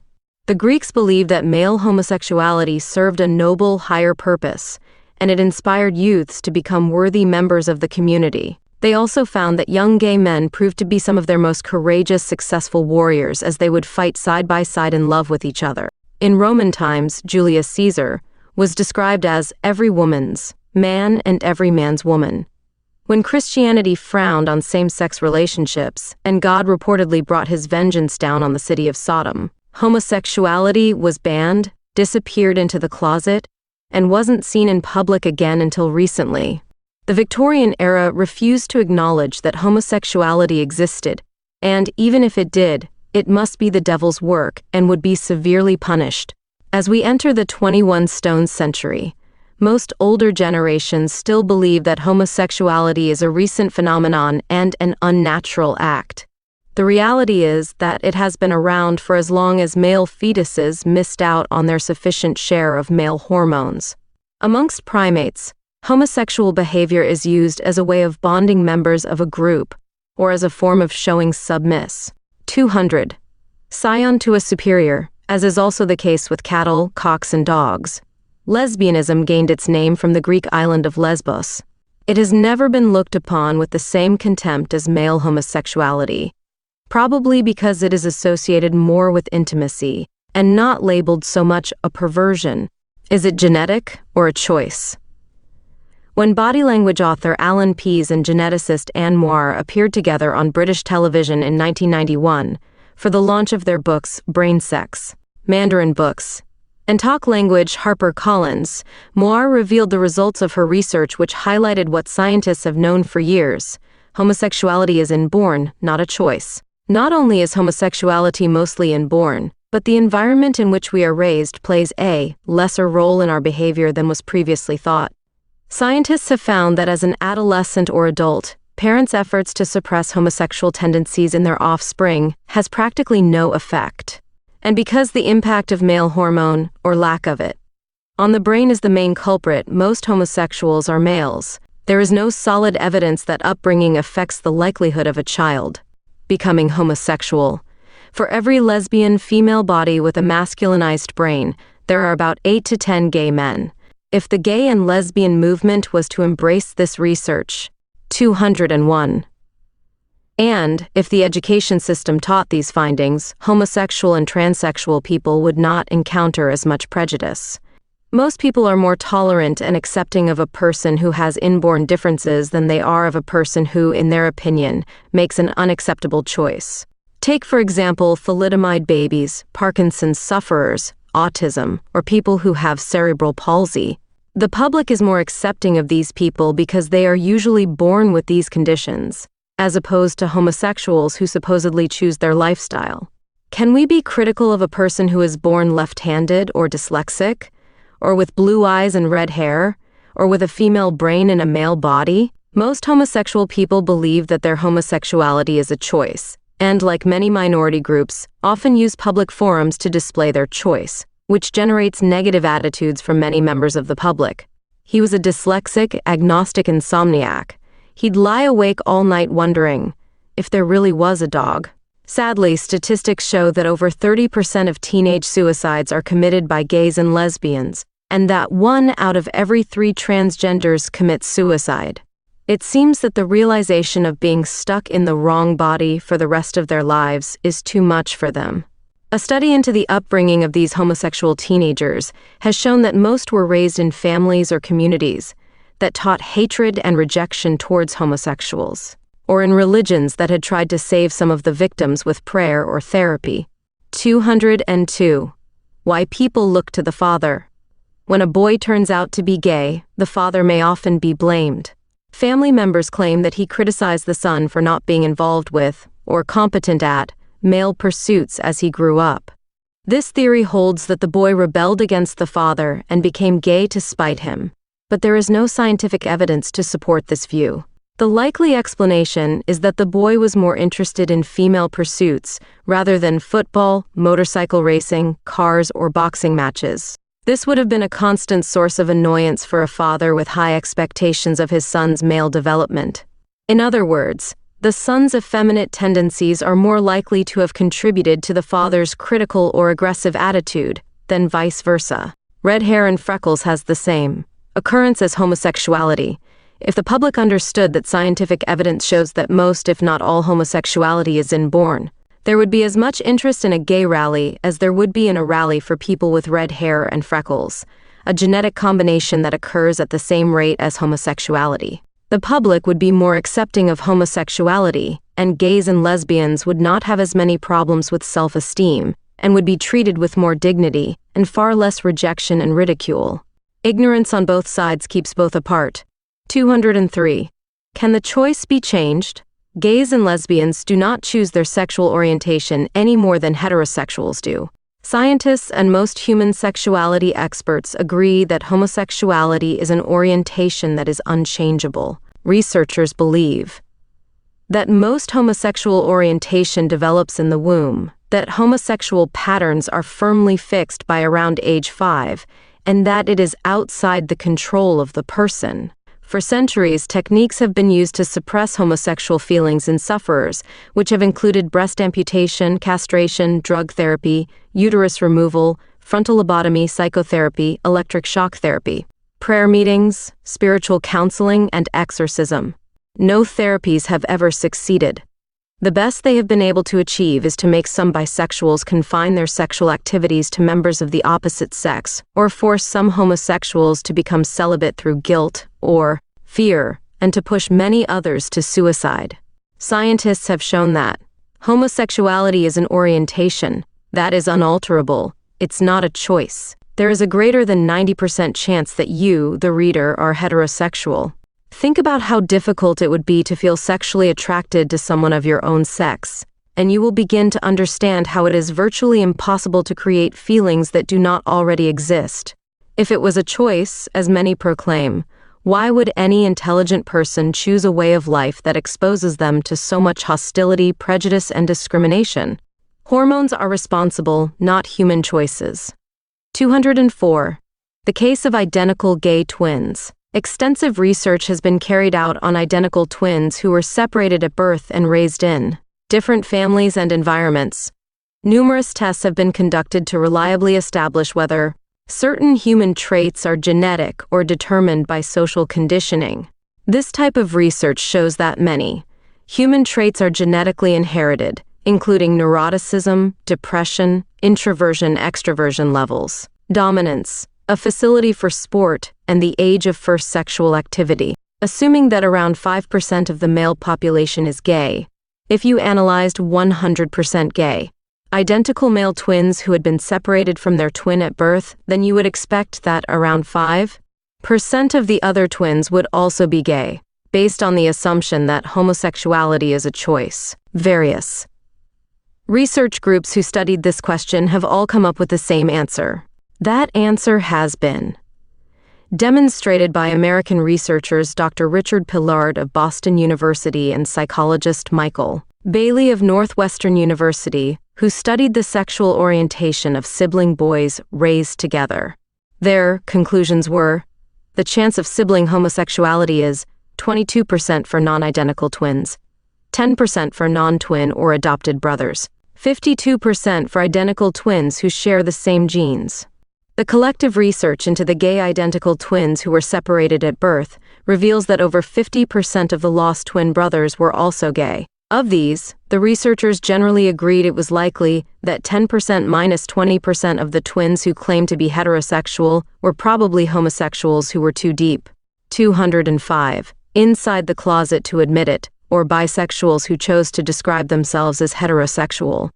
This brings the real percentage of gay twins with identical genetic makeup to between 60% minus 70%, or 2 out of 3, proving convincingly that most homosexuality is created in the womb. It also confirms that upbringing has little, if any, impact on sexual orientation.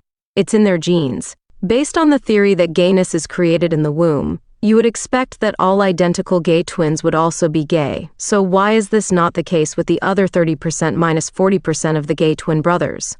Genes have a property called penetrance, which is a measure of the gene's power to become effective, and determines how likely that gene is to be switched on and become a dominant gene. For example, the variety of gene that causes Huntington's disease is 100% penetrant, whereas the gene that causes type 1 diabetes is only 30% penetrant. This means that if identical twins each have both the Huntington's gene and the diabetes gene, each has a 100% chance of developing Huntington's disease, but only a 30% chance of developing diabetes. Those carrying the gay gene, as it is now called, have a 50% minus 70% chance of becoming gay, and this theory explains why all the identical twins brothers were not gay. It is estimated that about 10% of all males carry the gay gene, and about half these males will become gay due to the 50%-70% penetrance factor of the gene. Laboratory experiments with rats and monkeys have proved that this sequence of events also happens in other species. While performing these types of sex-altering experiments on humans is illegal and considered 206 erred to be ethically wrong, we are aware that these have been successfully conducted in Russia with the same conclusive results. The gay gene. Dean Hamer of the National Cancer Institute in the USA compared the DNA of 40 pairs of homosexual brothers and discovered that 33 had the same genetic markers in the X928 region of the X chromosome, which has been determined to be the approximate location of the gay gene. He also compared the DNA of 36 pairs of lesbian sisters, but no corresponding pattern was found. This study further shows that not only is homosexuality mainly a condition affecting males, but it is almost certainly genetic. The likelihood of the gene becoming penetrant appears to be largely dependent on the presence of the testosterone hormone 6 to 8 weeks after conception. In addition, there is a small chance that other factors, including social conditioning, may activate the gene in early life, usually before age 5. Gay fingerprints and family studies. In 1998, Canadian brain research pioneer Dr. Doreen Kimura reported that she had conducted a study of the number of ridges between two specific points on a person's fingerprints. She discovered that people with high ridge counts on the left hand are better at feminine tasks. She found that most men have more ridges on their right hands, but that, on average, women and homosexual men are likely to have more ridges on their left hands. 207. Fingerprint ridge counts. Another study of gay men by the National Cancer Institute has shown that homosexuality runs in families. Data collected on the genetic family members of 114 gay men shows there is a 3 times greater than average chance that gay men's brothers, uncles, cousins or parents were also gay.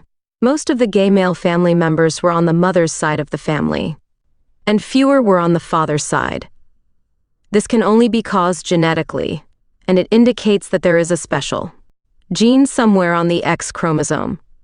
This chromosome is the only one a mother can provide. She has 2 XS, further demonstrating the genetic transferability of male homosexuality. Experimental changes. Rats are a favorite for scientific research. They have hormones, genes, and a central nervous system like humans. But their brains do not develop in the womb like a human's. They develop after birth, which allows us to see what's going on. Castrate a male rat and he thinks he's a she and becomes a social, nest-building rat. Give testosterone hormones to a newborn female rat and she thinks she's a he, becomes aggressive and tries to mount other female rats. Some female birds, such as canaries, can't sing, but if they are injected at A208 young age with testosterone, they can sing like a male. This is because testosterone affects the wiring of their brain, and therefore their abilities. To achieve this sex-changing result, the brain must be altered when it is in an embryonic state. Similar tests on adult rats. Birds and monkeys failed to produce such dramatic results because the brain is set during the embryonic stage. For humans, the brain is set 6 to 8 weeks after conception. It means that older rats won't change much, and neither will older humans. During a seminar tour of Russia, we met a professor of brain surgery from a local university who disclosed to us that secret brain-altering experiments had been carried out in Russia on humans for some time, and that their results were the same as with the rats. They had changed boys into girls and girls into boys by altering their brains in the womb with male hormone. They created their own gay, lesbian, and transsexual people. He also reported that there had been occasions where the fetus was not given enough male hormone, or was given the hormones at the wrong time of its development. One result was a baby boy with 2 sets of genitals, a male set and a female set. This genetic accident also occurs from time to time in nature, as it has done in the Dominican Republic, and explains how a baby is born, looking like a girl, and then suddenly becomes a boy at adolescence. This research shows what scientists know but are not willing to discuss, that, by controlling the sex of the brain with hormones, the sexuality of a fetus can be determined before birth with an injection of a needle at the right time. This would, however, and quite understandably so, raise obvious moral, ethical, and humane questions. 209. It's what happens in the womb. If during the early stages of pregnancy, testosterone is suppressed and the fetus is male, the chance of giving birth to a gay boy dramatically increases because female hormones become the hormones used to configure the brain. One German study in the 1970s showed that mothers who suffered severe stress during early pregnancy had 6 times the chance of giving birth to a gay son.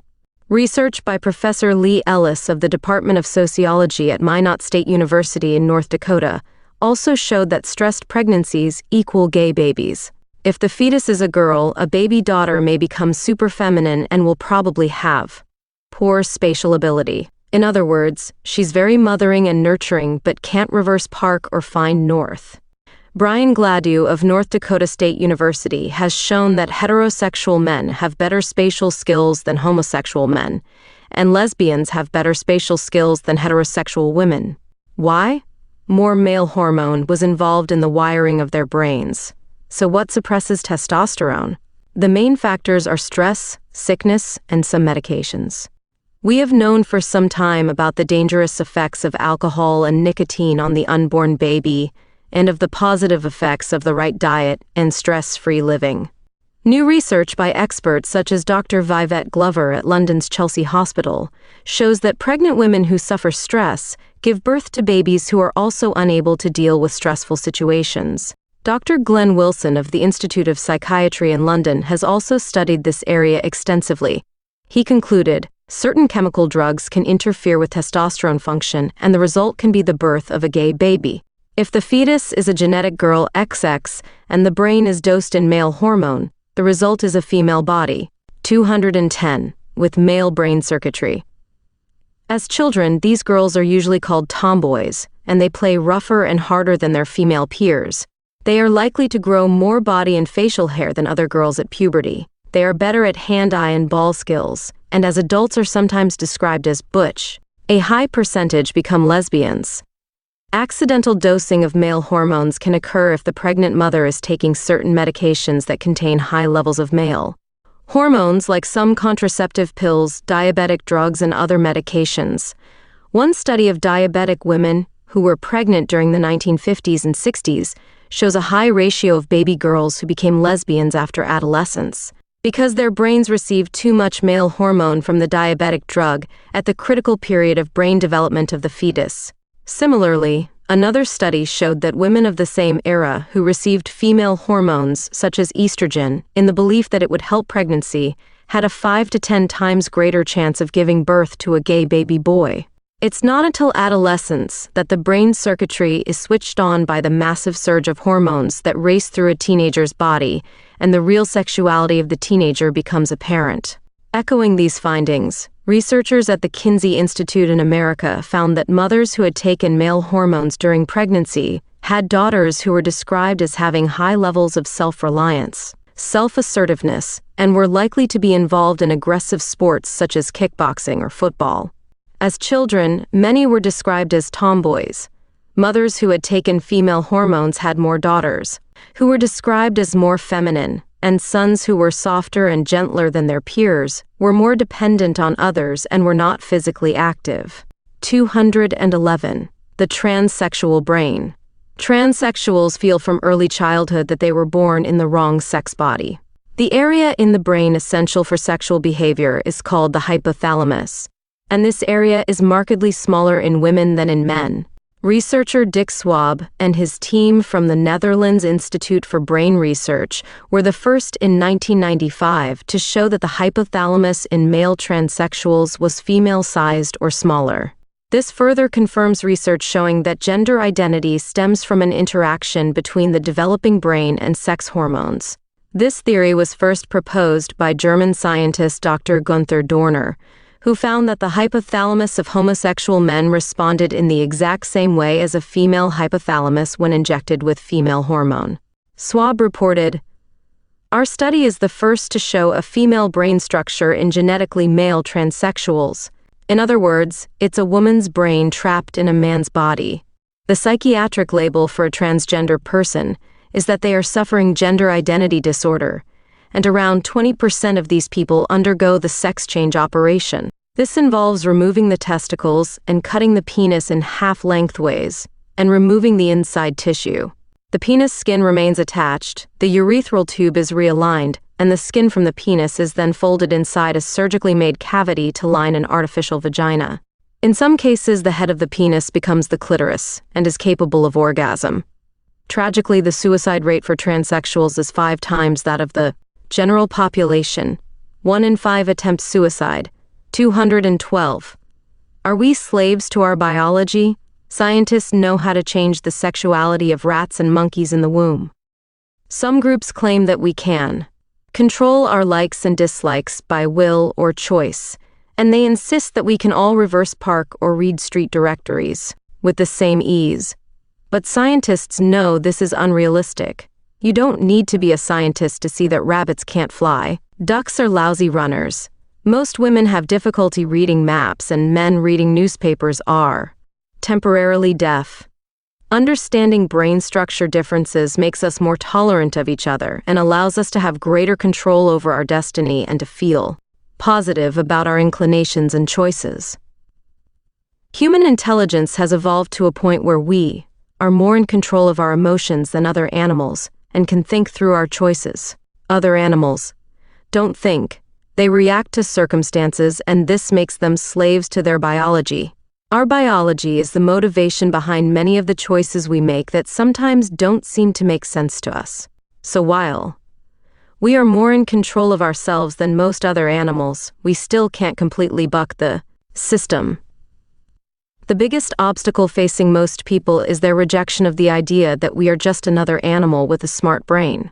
This refusal makes these people victims of their biology. Why gay men aren't all alike. In simple terms, there are 2 main centers associated with homosexual behavior: the mating center and the behavior center. The mating center is located in the hypothalamus and decides which sex we will be attracted to. In males, 213.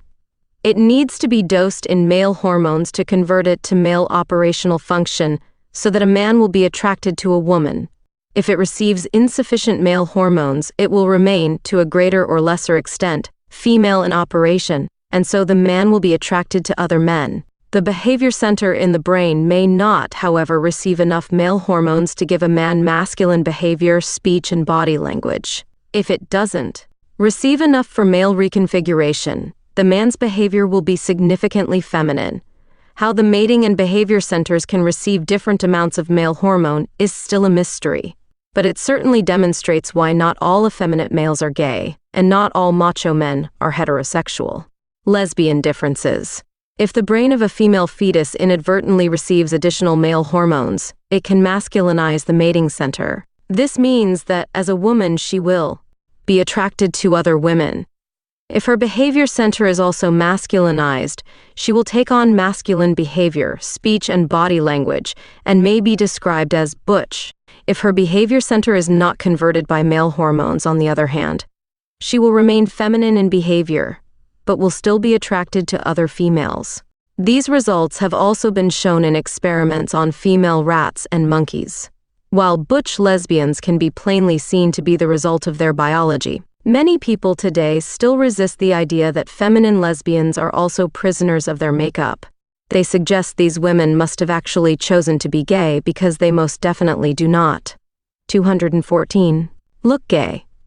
Just witness the number of men who say when they see a very feminine or lipstick lesbian, "I bet I could get her to change her mind." These women, however, really are attracted to other women. 215. Chapter 9. Men, Women, and Sex. 216. Estella and Jeremy met at the party of a mutual friend. The attraction was instant and spilled over immediately into a fast and furious relationship.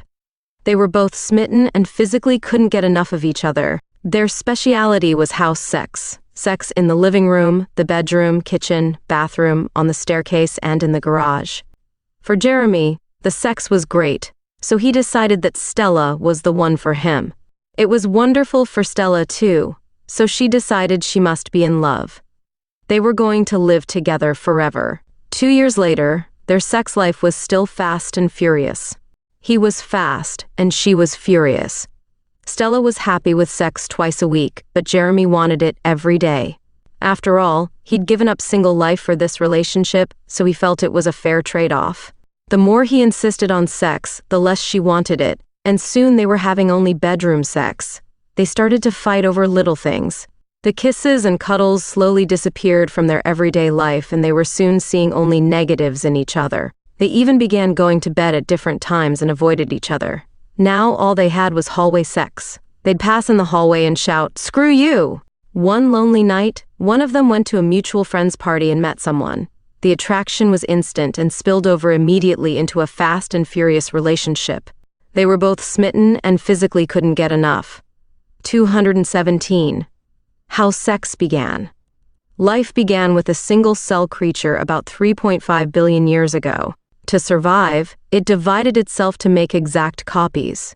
It thus remained the same for millions of years, and only changed its appearance if, by accident, a mutation in its structure occurred or it learned something new by experience.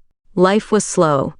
Then, about 800 million years ago, the cell learned an amazing trick, again probably by accident. It somehow figured out how to trade genes with other cells. This meant that any survival advantages the other cell had acquired could be passed immediately to a new baby cell, making it stronger and more resilient than its parents. It was now no longer necessary to wait millions of years for an accident to mutate the cell towards better survival. This was an enormously successful development that accelerated the growth of new cells towards bigger and better things at a staggering rate of speed, beginning with the soft-bodied creatures like worms and jellyfish. 600 million years ago came animals with bones and shells, and 300 million years later, the first fish learned to breathe and drag themselves onto the land. And all as a result of gene trading. Sex was now in full flight. Once the new cell was created with its stronger genes, it was necessary that the parents died. This was for two reasons. Firstly, the new cell was better than the parent cells, so the parents were unnecessary. Secondly, the parents needed to be removed so that they did not breed with the new cell, and thus weaken it. Death meant that the new, stronger gene could survive and share its genes with other new survivors. So the original purpose of sex was to trade genes with someone else to create stronger genes in the next generation of babies. For most of our 218 history, however, no connection was ever made between sex and babies, and there are still several primitive tribes who have not yet made this connection. Where is sex in the brain? Your sex center is located in the hypothalamus, which is the part of the brain that also controls the emotions, heart rate, and blood pressure. It's about the size of a cherry and weighs around 4.5 grams, and is larger in men than in women, homosexuals, and transsexuals. This is the area in which hormones, particularly testosterone, stimulate the desire for sex. Considering that men have 10 to 20 times more testosterone than women and a larger hypothalamus, it's obvious why the male sex drive is so powerful. This is the reason men can have sex virtually any time and in almost any place. Add to this the social encouragement that men have received for generations to sow their oats and society's disapproval of sexually active women, and it's little wonder the differences in attitude to sex have always been a bone of contention between men and women. No pun intended. The brain's sex center, the hypothalamus. 219. Why men can't help themselves. Men's enthusiastic and impulsive sex drive has a clear purpose: to ensure that the human species continues. Like most male mammals, he had to evolve with several elements for its success. Firstly, his sex drive had to be intensely focused and not easily distracted. This would allow him to have sex under almost any conditions, such as in the presence of potential threatening enemies, or in any place where a sexual opportunity presented itself. A man needed to be able to ejaculate as often as possible in the shortest space of time to avoid being caught by predators or enemies. He also needed to spread his seed as far afield and as often as possible. The Kinsey Institute in the U.S., world leaders in human sex research, reported that, without society's social rules, they believe nearly all men would be promiscuous, as 80% of all human societies have been for most of human existence. Since the arrival of the age of monogamy, however, men's biological urge has caused constant mayhem for couples trying to build a relationship and is the number one cause of modern relationship problems. Why women are faithful. A woman's hypothalamus is much smaller than a man's, and she only has small amounts of testosterone to activate it. This is why women overall have signify 220, cantly lower sex drives than men and are less aggressive. So why didn't nature create woman as a raving nymphomaniac to ensure continuation of the species? The answer is in the long period of time it takes to conceive and to raise a child to self-sufficiency. In species such as rabbits, for example, the gestation period is only 6 weeks, and the newborn bunnies are capable of feeding themselves, running and hiding within 2 weeks. There is no need for Father Rabbit to be there to defend or feed them. A newborn elephant or fallow deer is able to run with the herd shortly after they are born. Even our closest cousin, the chimpanzee, will survive if orphaned after 6 months. For a significant part of the 9-month human pregnancy period, most women are physically restricted, and it takes at least 5 years before a human child can feed and defend itself. For this reason, women closely analyze a potential father's traits, such as his ability to provide food and shelter and fight off enemies. Some men think that parenting ends with conception. A woman's brain is programmed to find a man who will make a commitment to being around long enough to rear her children. This is reflected in what women look for in a long-term partner. Men are microwaves, women are electric ovens. Male sex drive is like a microwave. It ignites instantly and operates at full capacity within seconds, and can be turned off just as quickly when the meal is cooked. 221. Women's sex drive is like an electric oven. It heats slowly to its top temperature and takes a lot longer to cool down. The following graph shows the sex drives of average men and women throughout their lifetimes. It has not been adjusted to reflect the various periods in life where drives may be higher or lower based on environmental factors such as births, deaths, courtship, retirement, and so on. To demonstrate sex drive differences, we've simplified this graph to illustrate the differences. A man's testosterone level slowly decreases as he gets older and his sex drive decreases accordingly. The average woman's sex drive gradually increases so that her sexual peak is between the ages of 36 to 38, which explains the toy boy syndrome of the older woman, younger man. Younger men have the physical performance level an older woman craves. A man's sexual performance level at age 19 is more compatible with a woman in her late 30 seconds to early 40 seconds. You will also 222. Notice on the chart that the sex drive of a man in his 40 seconds is compatible with a woman in her early 20 seconds, which partly explains the older man, younger woman combination. There is usually a 10 to 20 year age difference between these older, younger combinations. When we say a man's sex drive peaks at age 19 and falls in later life, we are talking about his physical performance level. His interest in sex is usually high for most of his life, meaning that he can be just as interested at 70% as he was at 30%, but his performance level is not as high. A woman can be very interested in sex in her late teens because of its relationship to love, but feel limited desire for sex. She can have the same interest in her 30s, but at that time she also has a greater desire for it. Why we argue about sex. Bear in mind that we are talking here about the overall sex drive of all men as one group and all women as another. Individual sex drives vary from person to person, but in this chapter we are discussing the typical drives of most people. An individual woman may have a high sex drive and a man may have a low drive, but these are minority cases and do not reflect the vast majority. Overall, most men have a higher sex drive than most women. A study at the Kinsey Institute showed that 37% of men think about sex every 30 minutes. Only 11% of women think of it as often. For a man, a continual high dose of testosterone keeps his drive high, and this is why, when it comes to sex, he's ever ready. When it comes to sex, women need a reason, men need a place. 223. The shaded areas on the graph are where most men and women argue about sex. Until her late 30 seconds, a woman will complain that a man constantly puts pressure on her for sex, causing resentment on both sides. She will often accuse him of using her.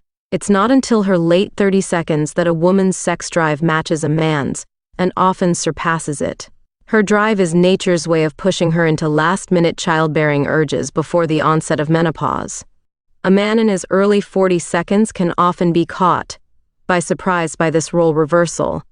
His sex drive may be lower than a woman's of the same age, while her level of assertiveness may be higher. Many men complain about having to perform on demand.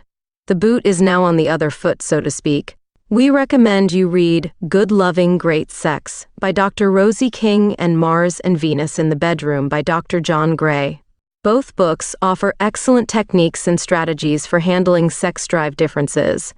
Most couples don't address these differences and each expects the other to understand their needs, but that's not how nature planned it. Men and women have different sex drives, and most couples experience different levels of sex drive at different times in their week, month, and year. It may be fashionable to suggest that modern men and women are equally interested in sex, or that normal couples are perfectly matched sexually, but that's not the way it is in real life. Despite what the poets write and the romantics might think, sex drive results from the cocktail of hormones released by the brain. Testosterone is the main hormone that creates the feeling we call sex drive, and, as discussed in Chapter 7, love is a combination of chemical and electrical reactions. Those who think that love is all in the mind are partially correct. For women, the psychological factors such as trust, closeness, and overall well-being all combine to create the conditions. 224, under which the hormone cocktail is released by the brain.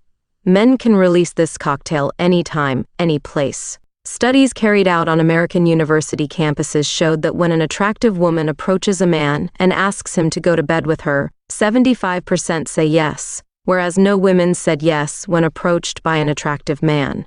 Sex drive and stress. A woman's sex drive is significantly affected by events in her life. If she hates her job, she has a really demanding project at work, the mortgage repayments have just doubled, the kids are sick, she was drenched in the rain, or the dog ran away, sex will not even be a consideration. All she can think about is going to bed and sleeping. When the same events happen to a man, he sees sex as a sleeping pill, a way of releasing the built-up tensions of the day. So, at the end of the day, he puts the hard word on the woman, she calls him an insensitive moron, he calls her frigid, and he gets to sleep on the couch. Sound familiar? Interestingly, when men are asked about the state of their relationship, they usually discuss it in terms of their partner's personal services on the day they were asked, for example, whether she cooked him breakfast, ironed his shirt, or massaged his head. Women describe the condition of the relationship based on recent events, for example, how attentive he's been over the last few months, his helpfulness around the house, and how much he has communicated with her. Most men don't understand this difference. He may have been a perfect gentleman all day, but she refuses sex because she's still unhappy that he insulted her mother 2 weeks ago. 225. One remarkable study found that the level of criticism and contempt displayed by a couple towards each other bears a direct relation to the number of infectious diseases from which they would suffer over the next 5 years, especially in the women. The higher the level of criticism, the more prevalent and virulent the infections. The reason for this is that heightened stress levels resulting from arguments weakens the immune system, making the body more susceptible to disease and less able to cope. How much sex are we having? A survey of couples conducted in Australia in 2000s showed the average frequency of sex for couples. Those who participated in the survey were chosen at random, and it was conducted anonymously, so it is likely respondents were telling the truth. Age 20 seconds, 30 seconds, 40 seconds, 50 seconds, 60 seconds. Frequency of sex 148 times a year, 110 times a year, 78 times a year, 61 times a year, 61 times a year. Keep in mind that these are averages. Some 65-year-olds go at it 6 times a week, and some 20-year-olds have never had sex. But these are exceptions rather than the rule. Interestingly, 81% of couples claim to be happy with their sex life, which, assuming they were telling the truth, means that plenty of negotiation must have been taking place to make up for the excess of men's sex drive. The percentage of couples who say they have a satisfactory sex life in Western countries usually runs at around 60%, 226. One American study found that all white men have roughly the same amount of sex. Latin women have sex more often than black or white women, who have about the same amount. And black women are 50% more likely than white women to reach orgasm every time they have sex. Asian men were found to be having the least amount of sex, which is consistent with their lower testosterone levels. Sex on the brain. American Demographics magazine reported the findings of a group of researchers who surveyed over 10,000 adults in 1997 and discovered a link between sex drive and intelligence. They found that the cleverer you are, the less sex you have or want to have. Intellectuals with postgraduate qualifications had sex 52 times a year compared to an average of 61 times for ordinary graduates, while school leavers averaged 59 times. Men with 9-to-5 jobs had sex 48 times a year, compared to 82 times for men working more than 60 hours a week. Increased testosterone probably made the difference to both their work drive and sex drive. Jazz enthusiasts have sex 34% more than those who like pop, and classical enthusiasts have the least sex. A woman is most safe with a Chinese man who loves classical music and works part-time, but she should beware of hard-working jazz pianists. 227. For men, testosterone comes in 5 to 7 waves a day and is highest at sunrise, up to twice as high as at any other time in the day, just before he sets out for the day's hunting. On average, a man's testosterone is 30% lower in the evening when he's fire-gazing. I woke up at 6 o'clock one morning and my wife was poking me in the back with a broom handle. One man told us after a lecture we had given. When I asked her what she was doing, she said, "You try it for a change. How sex improves your health." There is an overwhelming amount of evidence that sex is great for your health. Having an amorous interlude an average of 3 times a week burns up 35,000 kilojoules, which is equal to running 130 kilometers in a year. Sex increases your testosterone levels, which fortify your bones and muscles, and supply you with good cholesterol. Sex researcher Dr. Beverly Whipple says, endorphins, which are the body's natural painkillers, are released during sex and are good for relieving headache, whiplash, and arthritis. The hormone DHEA, dehydroepiandrosterone, is also released just prior to orgasm and improves cognition, builds the immune system, inhibits tumor growth, and builds bones. In a woman, oxytocin, the hormone that arouses the desire to be touched, is released in large doses during sex, and her estrogen levels also increase. Dr. Harold Bloomfield, in his book The Power of Five, showed how estrogen is associated with better bones and a better cardiovascular system in women. The effect of all these hormones is to protect the heart and extend life, so more sex equals longer life and less stress. The list of benefits for having a vibrant sex life is getting longer and longer. 228. Monogamy and polygamy. Polygamy is where a man or woman has more than one partner at one time. By now you may have reached the conclusion that the human species is not monogamous by nature. Certainly, during most of our evolution, more than 80% of all human societies were polygamous societies, mainly for survival reasons. Some men think monogamy is what furniture is made out of. Monogamy means that one male is permanently paired with one female, which is the natural state for a number of animal species, such as foxes, geese, and eagles. Monogamous male and female animals are generally the same physical size, and parenting responsibilities are divided 50-50ths. In polygamous species, the males are usually bigger, more colorful, more aggressive, and have minimal involvement in parenting. The males of polygamous animals mature sexually much later than the females, so that competitive conflicts are avoided between the older males and younger, inexperienced males who are less likely to survive a fight. Human males fit the physical specifications of polygamous species. It's no wonder men have a constant battle to stay monogamous. Why men are promiscuous. Where does marriage fit into the lifestyle of an animal species that has a biologically promiscuous male? Promiscuity is wired into a man's brain and is a legacy of his evolutionary past. Throughout human history, wars greatly diminished the numbers of men, so it made 229 sense to add to the size of the tribe as often as possible. The number of men returning from battle was usually lower than at the start. This meant that there was always a large number of widows, so creating a harem for the returning males was an effective survival strategy for the tribe. Giving birth to boys was seen as a wonderful event because additional males were always needed to defend the community. Girls were a disappointment because the tribe invariably had an excess of females. This is the way it was for hundreds of thousands of years. In addition, modern man is still equipped with a large hypothalamus and enormous amounts of testosterone to fulfill his ancient urge to procreate. The reality is that men, like most primates and other mammals, are not biologically inclined to complete monogamy. The huge male-oriented sex industry offers pertinent proof. Practically all pornography, erotic videos, prostitution, and X-rated internet images are directed at men, showing that while most men can live in a monogamous relationship, their brain wiring demands polygamous mental stimulation. It has to be understood, however, that in discussing men's urge to be promiscuous, we are talking about biological inclinations. We are not promoting promiscuous behavior or providing men with an excuse for infidelity. We live today in a world that is completely different to that of our past, and our own biology is often completely at odds with our expectations and demands. Human biology is dangerously out of date. The fact that something may be instinctive or natural doesn't mean that it's good for us. The brain circuitry. 230.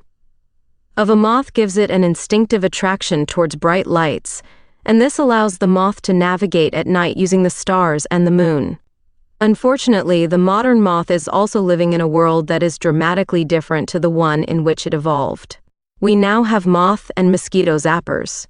By doing what is natural and instinctive, the modern moth flies into the zapper and is incinerated instantly. In understanding their biological urges, modern men have a choice of avoiding self-incineration as a result of doing what comes naturally. There's a small percentage of women who are as promiscuous as men, but their motivation is usually different to that of men. To be turned on sexually, the brain circuitry of the nest-defending human female responds to a range of criteria other than just the promise of sex. Most women want a relationship, or at least the possibility of some emotional connection before they feel the desire for sex. Most men don't realize that once a woman feels an emotional bond has been created, she will happily bonk his brains out for the next 3 to 6 months. With the exception of the rare percentage of nymphomaniacs, most women feel the strongest urge for physical sex during ovulation, which can last several days or several hours. If unrestrained, most men would fall into a bottomless pit of mindless fornication to guarantee survival of the tribe. A survey conducted by the American Health Institute showed that 82% of boys aged 16 to 19 said they liked the idea of participating in an orgy with strangers, while only 2% of girls felt the same. The rest found the idea appalling. A woman wants lots of sex with the man she loves. A man wants lots of sex. 231. The rooster effect. A rooster is a very randy male bird which can copulate with hens almost incessantly, more than 60 times in a given mating. He cannot, however, mate with the same hen more than 5 times in one day. By the 6th time, he completely loses interest and can't get it up, but if he is presented with a new hen, he can mount her with the same enthusiasm he did with the first. This is known as the rooster effect. A bull will lose interest after copulating 7 times with the same cow but can be fired up again by the introduction of a new one. By the time he reaches the 10th new cow, he is still giving an impressive performance. A ram will not mount the same ewe more than 5 times, but can continue to mount new ewes with tremendous zeal. Even when the ram's former sexual partners are disguised with perfume or bags over their heads, the ram still cannot perform.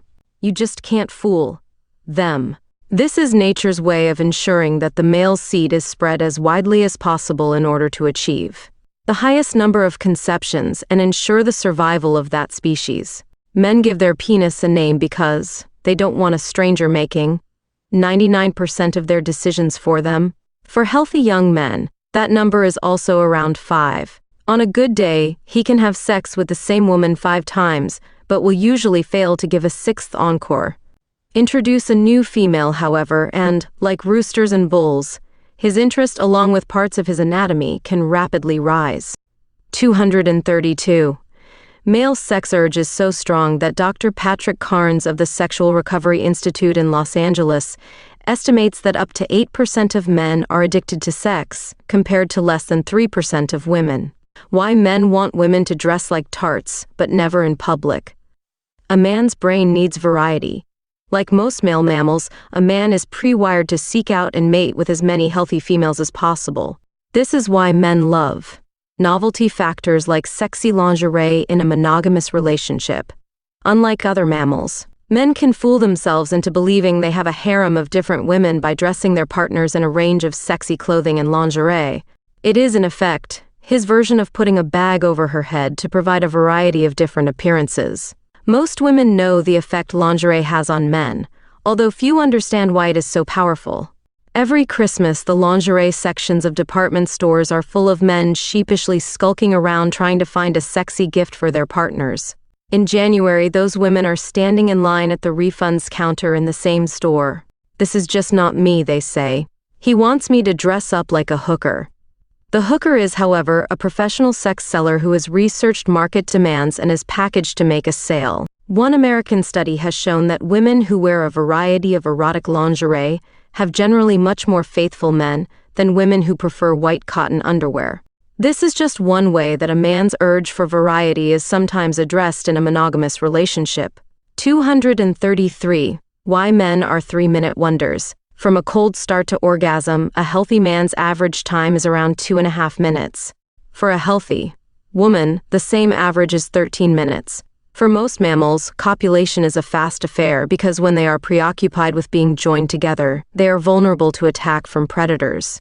The quickie was nature's way of preserving the species. "You're a lousy lover," she said. "How can you tell that in 2 minutes?" he asked. Depending on age, health, and mood, many men can have sex several times a day, sustaining an erection for varying lengths of time. This is much more impressive than the male African baboon, which mates for between merely 10 and 20 seconds and gives just 4 to 8 pelvic thrusts per mating, but pales into insignificance against the wild rat, which has been recorded mating up to 400 times in a 10-hour period. But first place in the animal kingdom goes to the Shaw's mouse, which holds the current sexual record of more than 100 matings per hour, the ball game. It takes a lot of balls to do that. This is a common expression that highlights how we unconsciously recognize the relationship between testicle size and assertiveness. Right across the animal world, testy size, relative to the owner's overall body mass, is the main factor in determining testosterone levels. Testy size is not necessarily related to body size, however. 234. Gorilla, for example, weighs 4 times more than a chimpanzee, but a chimp's testicles are 4 times heavier than a gorilla's. A sparrow's testicles are 8 times larger, relative to its body mass, than an eagle's testicles, making the sparrow one of the randiest little guys around. Now here's the point. Testicle size determines the male's level of faithfulness or monogamy. The African bonobo chimpanzee has the largest testicles of all primates and has sex incessantly with every female in sight, but the mighty gorilla, with his relatively small balls, would be lucky to have sex once a year, even though he has his own harem. On the testicle body mass ratio, human males have balls that are an average size for primates. This means that men produce enough testosterone to encourage them to be promiscuous, but little enough to be kept monogamous with strict rules enforced by women, religion, or the society in which they live. In light of all this, it would make sense if political leaders like Bill Clinton, John F. Kennedy, Winston Churchill, and Saddam Hussein had larger than average balls, although we haven't actually got close enough to check. It also follows that their sex drive would then be correspondingly much higher than the average man's and would need an outlet. The public puts big-balled, high-testosterone individuals into positions of power, and then expects them to behave with as much sexual restraint as a neutered cat. The reality is that high sex drives get them into positions of power and can then, ironically, see them turf them out again. Ray plays his wedding video backward. He says it so he can see himself walk out of church, a free man. 235. There may soon be a solution to the philandering urges of males. In 1999, Doctors Larry Young and Thomas Insel of Emory University in Atlanta carried out studies on two groups of rodents known as voles. They used two types of vole, monogamous prairie voles, and their polygamous cousins, the montane vole, which share 99% of the same genes. In Nature magazine, Young and Insel described how they took the gene called the vasopressin receptor gene that plays a role in male behaviors, including aggression, communication, sexual activity, and social memory, from a monogamous vole and inserted it into the polygamous vole. They discovered that the resulting new mice formed close relationships with females and behaved in many other monogamous ways. There is only one guaranteed solution to the problem of male infidelity: castration. Not only would a man be monogamous, he wouldn't have to shave much, he wouldn't go bald, and he'd live longer. Studies of men in mental institutions show that castrated men live to an average age of 69, while men left intact with testosterone coursing through their bodies only live to 56. The same principle applies to your cat. We can also expect future generations of men to be much less potent than modern men. Testicle size and sperm production have been steadily decreasing for generations.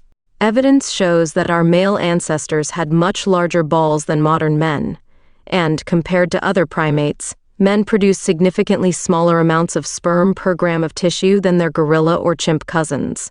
The average sperm count of men is now approximately half that of men in the 1940s, so we are now producing males who are less masculine than their grandfathers.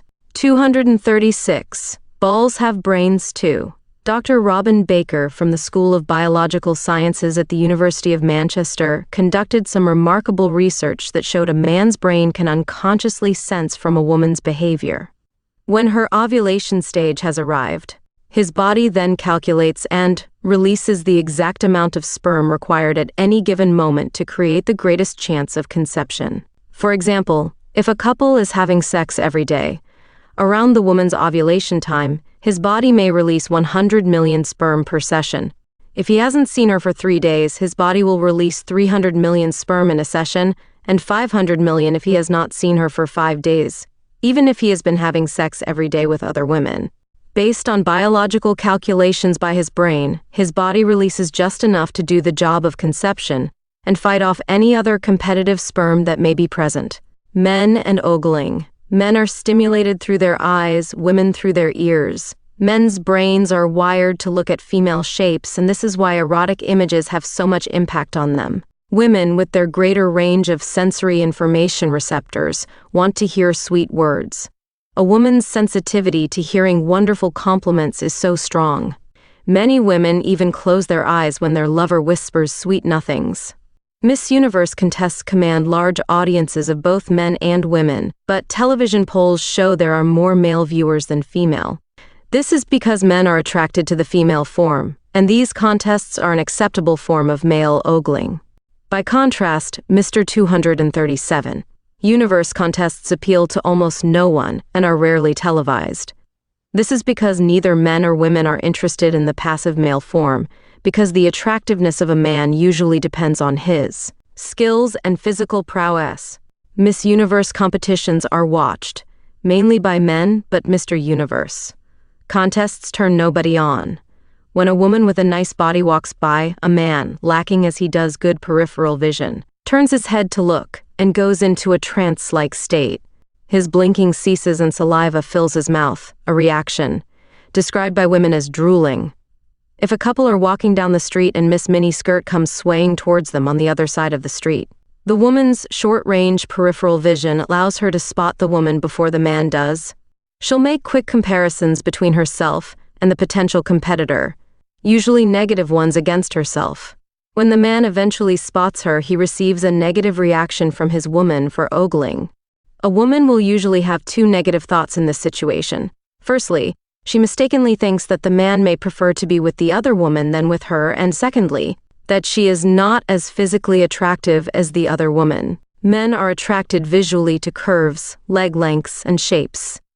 Any woman with the right shape and proportions will catch his attention. Men prefer looks to brains because most men can see better than they can think. 238. It doesn't mean that the man immediately wants to race the other woman off to bed, but it is a reminder to him that he is masculine, and his evolutionary role is to look for opportunities to increase the size of the tribe. After all, he doesn't even know the other woman, and could not realistically be thinking about a long-term relationship with her. This same principle applies to a man looking at the centerfold in a men's magazine. When he looks at the naked woman, he doesn't wonder if she has a nice personality, can cook or play the piano. He looks at the shapes, curves, and her physical equipment, that's all. For him, it's not much different to admiring a leg of ham hanging in a shop window. We are not making excuses for the rude, blatant ogling that some men do. We're simply explaining that if a man gets caught ogling, it doesn't mean he doesn't love his partner. It's his biology at work. It's also interesting to note that in a public place like the beach or swimming pool, studies show that women ogle more than men. Being equipped with better peripheral vision, women rarely get caught. What men need to do. One of the best compliments a man can pay a woman is not to ogle inappropriately at another female, particularly in public, but to give his partner a simultaneous compliment. For example, sure, she's got great legs, but I'll bet she doesn't have a great sense of humor. She's not in the same league as you, darling. When this type of complimentary approach is used in the presence of other people, especially her friends, it pays big dividends to the man with the courage to try it. Women need to understand that a man is biologically compelled to look at certain female shapes and curves, and that they, 239, shouldn't feel threatened by it. An easy way for a woman to take the pressure off a man is for her to notice the other woman first and make the first comment. A man also needs to understand that no woman appreciates inappropriate ogling. What we really want, long-term. This chart is of a survey of more than 15,000 men and women aged 17 to 60, which shows, in order of importance, what women are looking for in a long-term sexual partner and what men think women want. A B, what women look for, what men think women look for. 1. Personality. 1. Personality. 2. Humor. 2. Good body. 3. Sensitivity. 3. Humor. 4. Brains. 4. Sensitivity. 5. Good body. 5. Good looks. This study shows that men have a reasonable understanding of what a woman wants in a man. Men placed good body high on list B, but this was not high on a woman's criteria list. And 15% of men believed that having a large penis was important to a woman, but only 2% of women said that it mattered. Some men are so convinced that penis size is critical that penis extension equipment is now sold in sex shops and magazines everywhere. Now let's look at what men want in a long-term sexual partner, and what women think they want. 240. See what men look for. 1. Personality. 2. Good looks. 3. Brains. 4. Humor. 5. Good body. D. What women think men look for. 1. Good looks. 2. Good body. 3. Breasts. 4. Bum. 5. Personality. As you can see, women are considerably less aware of men's criteria for a long-term partner. This is because women base their assumptions on the behavioral traits they see or hear in men gaping at women's bodies. List A is both a short-term and long-term criteria list for what a woman wants in a man, but for a man, things are different. List D is what a man looks for when he first meets a woman, but list C is what he really looks for in the long term. Why men want just one thing. Men want sex, women want love. This has been known for thousands of years, but why it is so and what to do about it is rarely a topic of conversation. It is a major source of complaint and argument between men and women. Ask most women what they want in a man, and they will normally say they like a man with broad shoulders, a small waist, and good arms and legs, all the equipment needed to catch or wrestle large animals. Plus, he must be caring, gentle, and sensitive to her needs, and a good conversationalist, which are all female attributes. Unfortunately for most women, The combination of manly body and female values is usually found only in gay or effeminate men. 241. A man needs to be trained in the art of pleasuring a woman, as it does not come naturally to him. He's a hunter, he's wired to solve problems, chase lunch, and fight enemies. At the end of the day, he just wants to fire gaze and give a few pelvic thrusts to keep his tribe populated. For a woman to feel the desire for sex, she needs to feel loved, adored, and significant. Now here's the twist that most people never realize. A man needs to have sex before he can get in tune with his feelings. Unfortunately, a woman needs him to do that first before she's turned on to sex. A man is wired to hunt. His body is conditioned to do this regardless of freezing, icy, hot, or sweltering conditions. His skin is desensitized so that he is not handicapped by injuries, burns, or chills.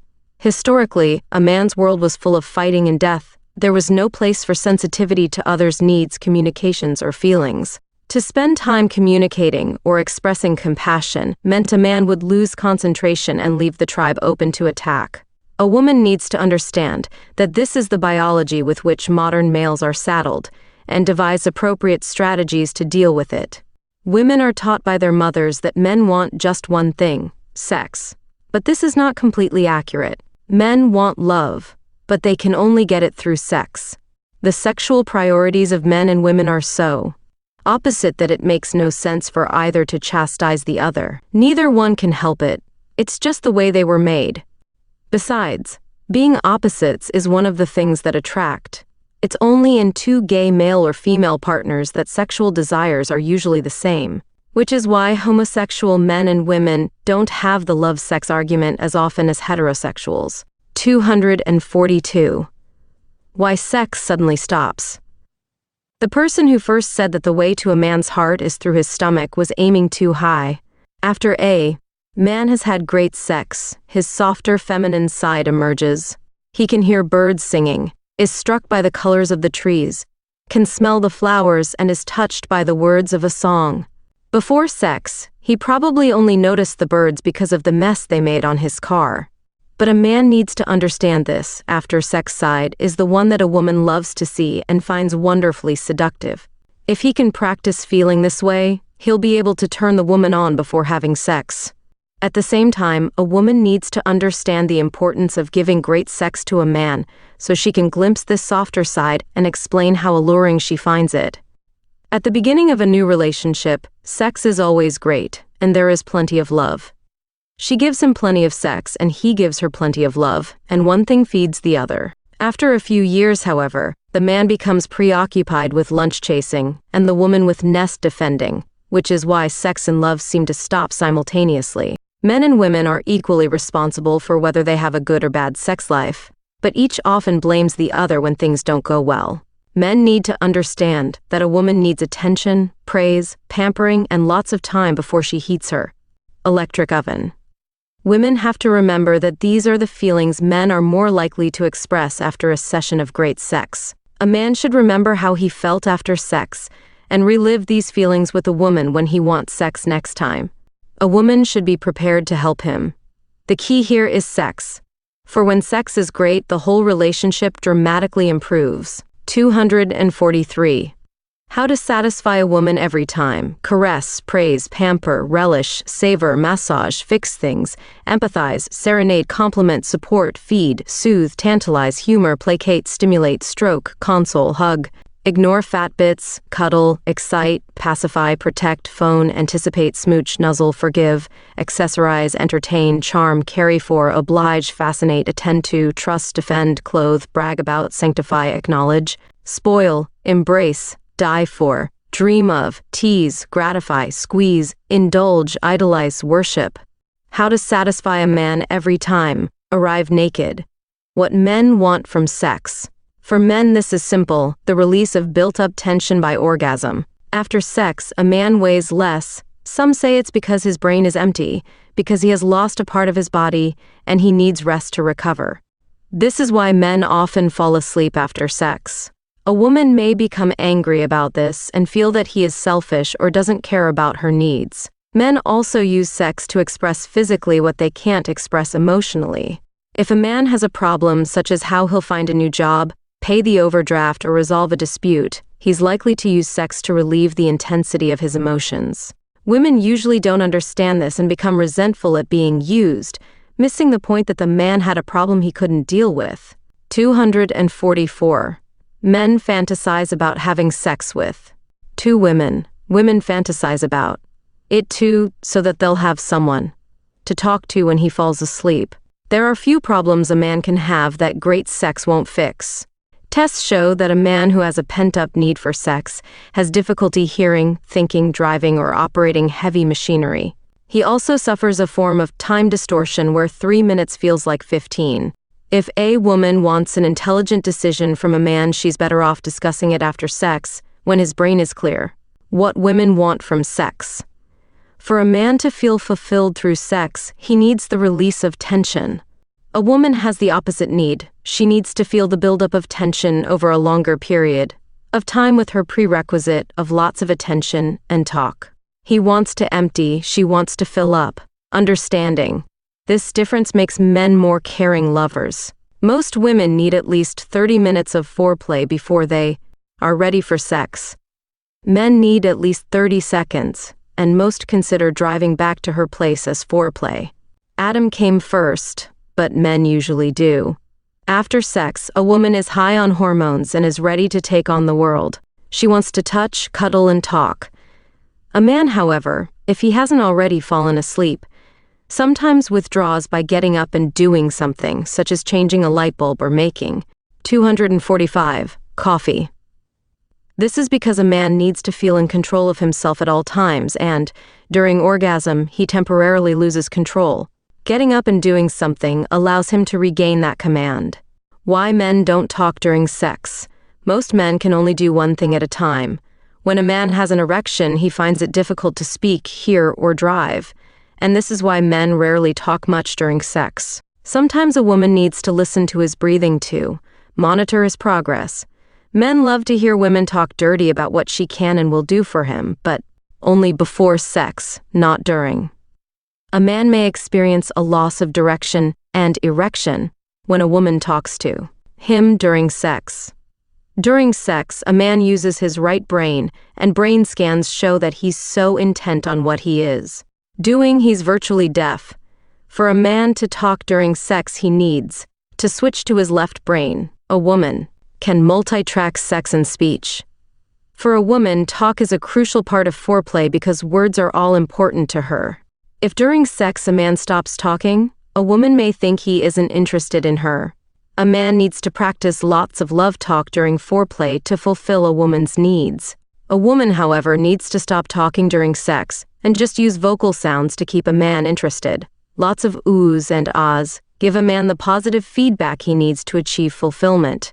If a woman talks during sex, a man feels obliged to respond, and the moment can be lost. 246. A woman's brain is not pre-wired to respond to the chemicals of sex drive as dramatically as a man's brain. During sex, a woman is acutely aware of outside sounds or environmental changes, but a man will be totally focused and undistracted. This is a woman's ancient nest-defending biology in action. She is monitoring sounds to make sure nothing is sneaking up to steal her offspring. As many men have found, trying to entice a woman to make love in an open area, or in a room with thin walls or unlocked doors, can be a great way to start an argument. It also throws light on why. This inbuilt fear is most women's secret fantasy, having sex in a public place. The orgasm objective. She just uses me whenever she wants and then forgets about me. I hate being a sex object. These words have never been uttered by any man. A man's criterion for fulfillment is orgasm, and he mistakenly assumes that it is also a woman's. How could she possibly feel fulfilled without orgasm, he wonders. A man can't imagine such a situation for himself, and so he uses a woman's orgasm as the measure of his own success as a lover. This expectation puts enormous pressure on women to perform and actually reduces their chances of orgasm. A woman needs the feelings of closeness and warmth and the buildup of tension for great sex, and she usually sees orgasm as an extra, not the objective.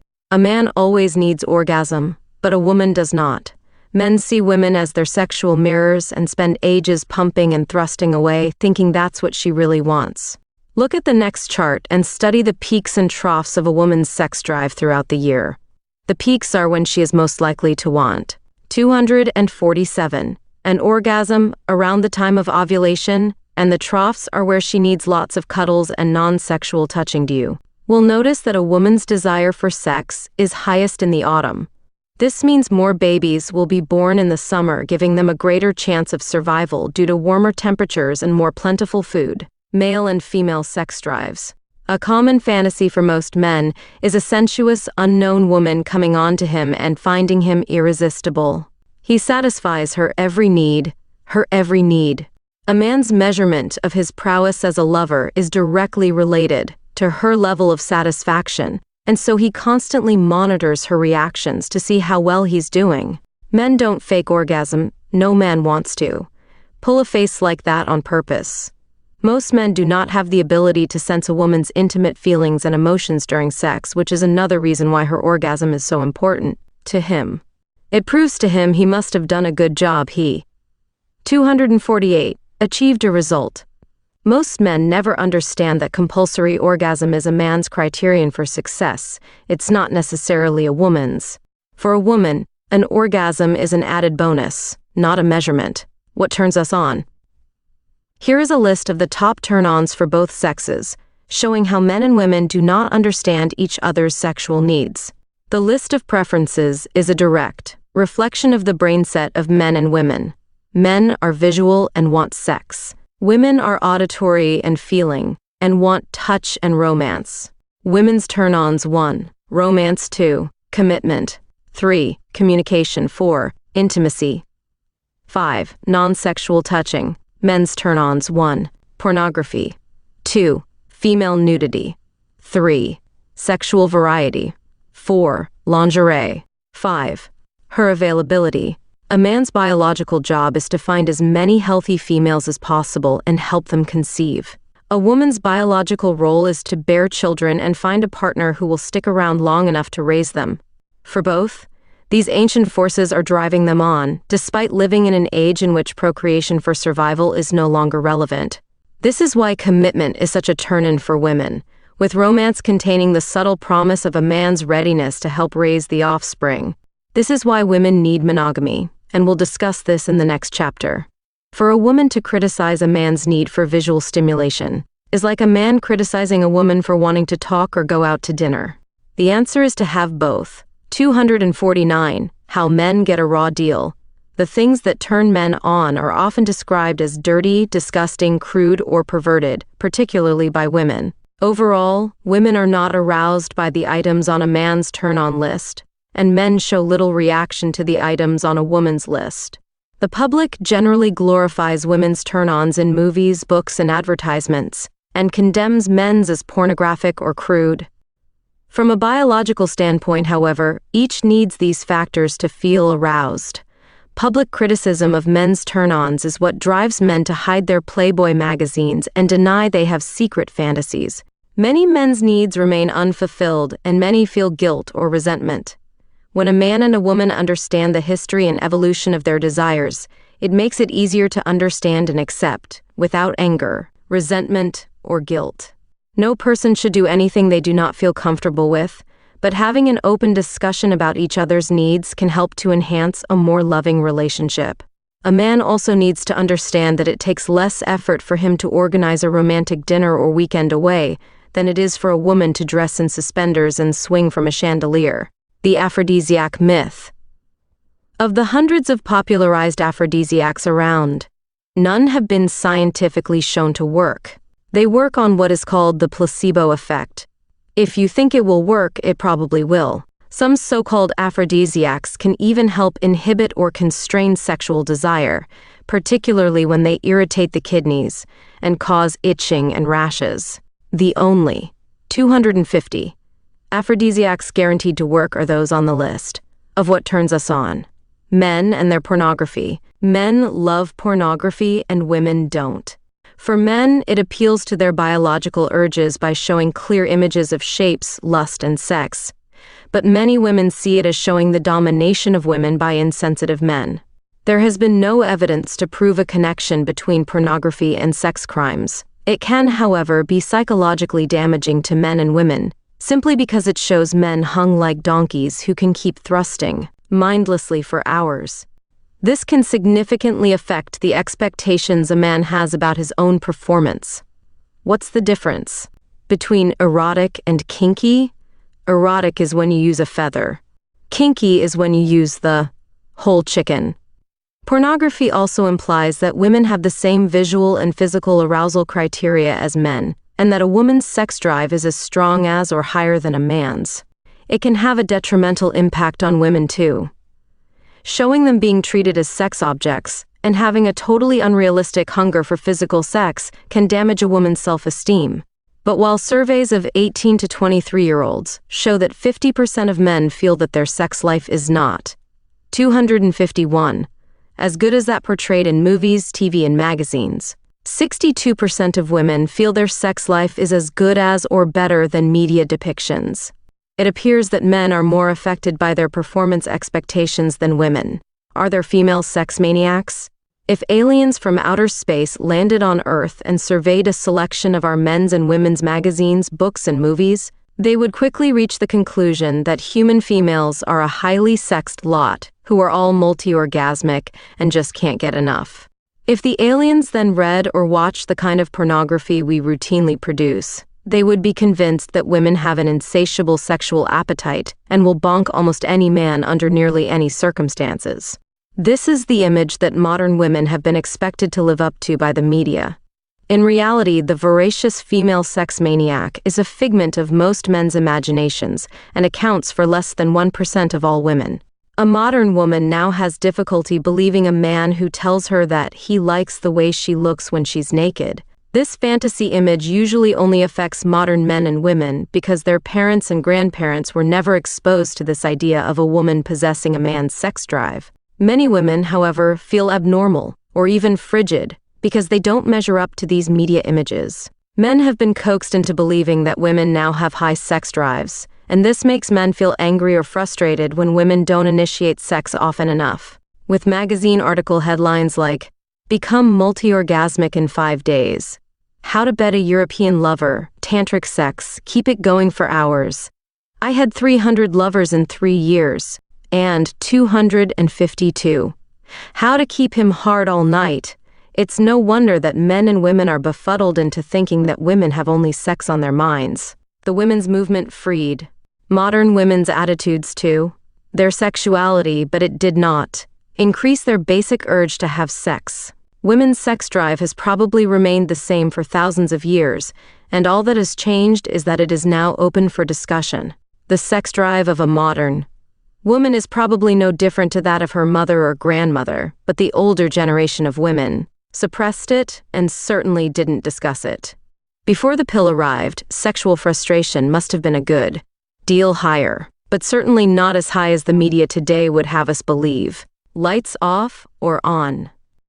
As we now know, men are visual when it comes to sex. They want to see shapes, curves, nudes, pornography. Kinsey found that 76% of men said they wanted sex with the lights on, compared to only 36% of women. Overall, women are not stimulated by nudity unless it is a nude couple in a romantic or suggestive scene. When a man sees a woman naked, he becomes highly stimulated and aroused. When a woman sees a man naked, she usually bursts into laughter. Women love words and feelings. They prefer sex with the lights down or off or with their eyes closed, as this 253 perfectly suits a woman's finely tuned sensory equipment. Gentle stroking, sensual touches, and whispering sweet nothings will turn on most women. Nude male centerfolds come and go as women's magazines try to persuade us that women's attitudes to nudity are now the same as men's. These centerfolds vanish just as quickly as they appear, but it has been shown that they increase overall readership by gay men. Most women prefer sex with the lights out. They can't bear to see a man enjoying himself. Men like sex with the lights on so they can get the woman's name right. All attempts at selling porn to women have failed, although during the late 1990s, there was an increase. in the sale of semi-naked male pin-up calendars, which ended up outstripping the sales of female nude calendars. The buyers of nude male calendars have been shown to fall into 3 categories: teenage girls who want pictures of their favorite movie or rock star, women who want it as a humorous joke for one of their friends, and gay men. 254th. Chapter 10. Marriage, Love, and Romance. I want openness, honesty, and a monogamous relationship. I'm not into men who want to play games. 255. Pair bonding, that is, one man, one woman, has been the general living concept for humans for a long time. It was usually an arrangement where a male kept his favorite female, and if he could afford to feed them, several other females, plus a range of indiscriminate sexual encounters on the side. Modern marriage was an invention of Judeo-Christian ideals and was a subtle form of recruitment. By convincing 2 adults to commit to a set of rules demanding obedience to a god, the offspring of the marriage would automatically be born into the parents' religion. Whenever any human activity, however, is surrounded by elaborate rituals and public declarations, it is usually contrary to our biology and is intended to make people do something they would not naturally do. Peach-faced birds do not need an elaborate ceremony for them to marry. It is their natural biological state. 2. Insist that a polygamous animal like a ram agrees to a contract of marriage to a single ewe is equally ridiculous. This is not to say that marriage has no place in modern society. We, the authors, are married, but it's important to understand its history and its relation to our biology. Marriage has its good side. It teaches you loyalty, forbearance, tolerance, self-restraint, and other valuable qualities you wouldn't need if you stayed single. 256. So, what's the advantage of marriage to men? In basic evolutionary terms, nothing. A man is like a rooster, whose urge is to spread his genetic seed as widely as possible and as often as he can. Yet the majority of men still marry, and divorced men remarry or live in pseudo-married states. This shows society's remarkable ability to restrain biologically promiscuous men. Sex is the price women pay for marriage. Marriage is the price men pay for sex. When asked, "What can marriage offer you?" most men will mumble something about having a warm, safe refuge, having their food cooked for them, their clothes ironed. At base, they want a cross between their mother and a personal servant. Psychoanalyst Sigmund Freud said such men probably have a mother-son relationship with their wives. Only 22% of men mention their female partner as their best friend. The best friend of most men is usually another man, because they understand each other's thought processes. When asked, "Who's your best friend?" 86% of women said it was another woman, in other words, someone with similar brain wiring. When men walk down the aisle, many see it as the beginning of an endless supply of sex on demand. But this expectation, never discussed before marriage, is not how women see it. Surveys do reveal, however, that married men have more sex than single men, with married men aged between 25 and 50 averaging 3 times a week, whereas only half the single men have that much. The single man's average is less than once a week. In Australia, single men did not have sex in the year of the survey, and 3% of married men also missed out. As we've already 257 discussed, sex is marvelous for overall health. Unmarried or widowed men also have a higher premature death rate than married men. Why women need monogamy? Even though marriage in Western societies has become a toothless tiger from a legal standpoint, it is still the ambition of most women, and 91% of people still get married. This is because, for a woman, marriage is a declaration to the world that a man regards her as special and intends to have a monogamous relationship with her. This feeling of being special has a dramatic effect on the chemical action in a woman's brain, which is evidenced by research showing that a woman's orgasm rate is 4 to 5 times higher in a marital bed and 2 to 3 times higher in a monogamous relationship. There is a feeling among older people that the young think marriage is an outdated institution. A survey in 1998 of 2,344 male and female college students, aged 18-23, equally divided between the sexes, found this not to be the case. When asked about commitment, 84% of women, compared to 70% of men, said they would marry someday. Only 5% of men and 2% of women felt marriage was obsolete. Friendships were found to be more important than sexual relationships for 92% of both sexes. When it came to the notion of being married to one person for the rest of their lives, 86% of women liked the idea, compared to 75% of men. Only 35% of couples felt that today's relationships are better than those of their parents' generation. Fidelity was a high priority on women's lists, with 44% of the under 30s saying they would end a relationship if a man was unfaithful, a 258 figure that dropped to 32% among women in their 30 seconds. Of women in their 40 seconds, 28% said they'd end it, while only 11% of women in their 60 seconds felt the same. This all shows that the younger a woman is, the tougher she will be on a straying man, and the more important fidelity and monogamy are to her value system. This is a difference that most men never understand.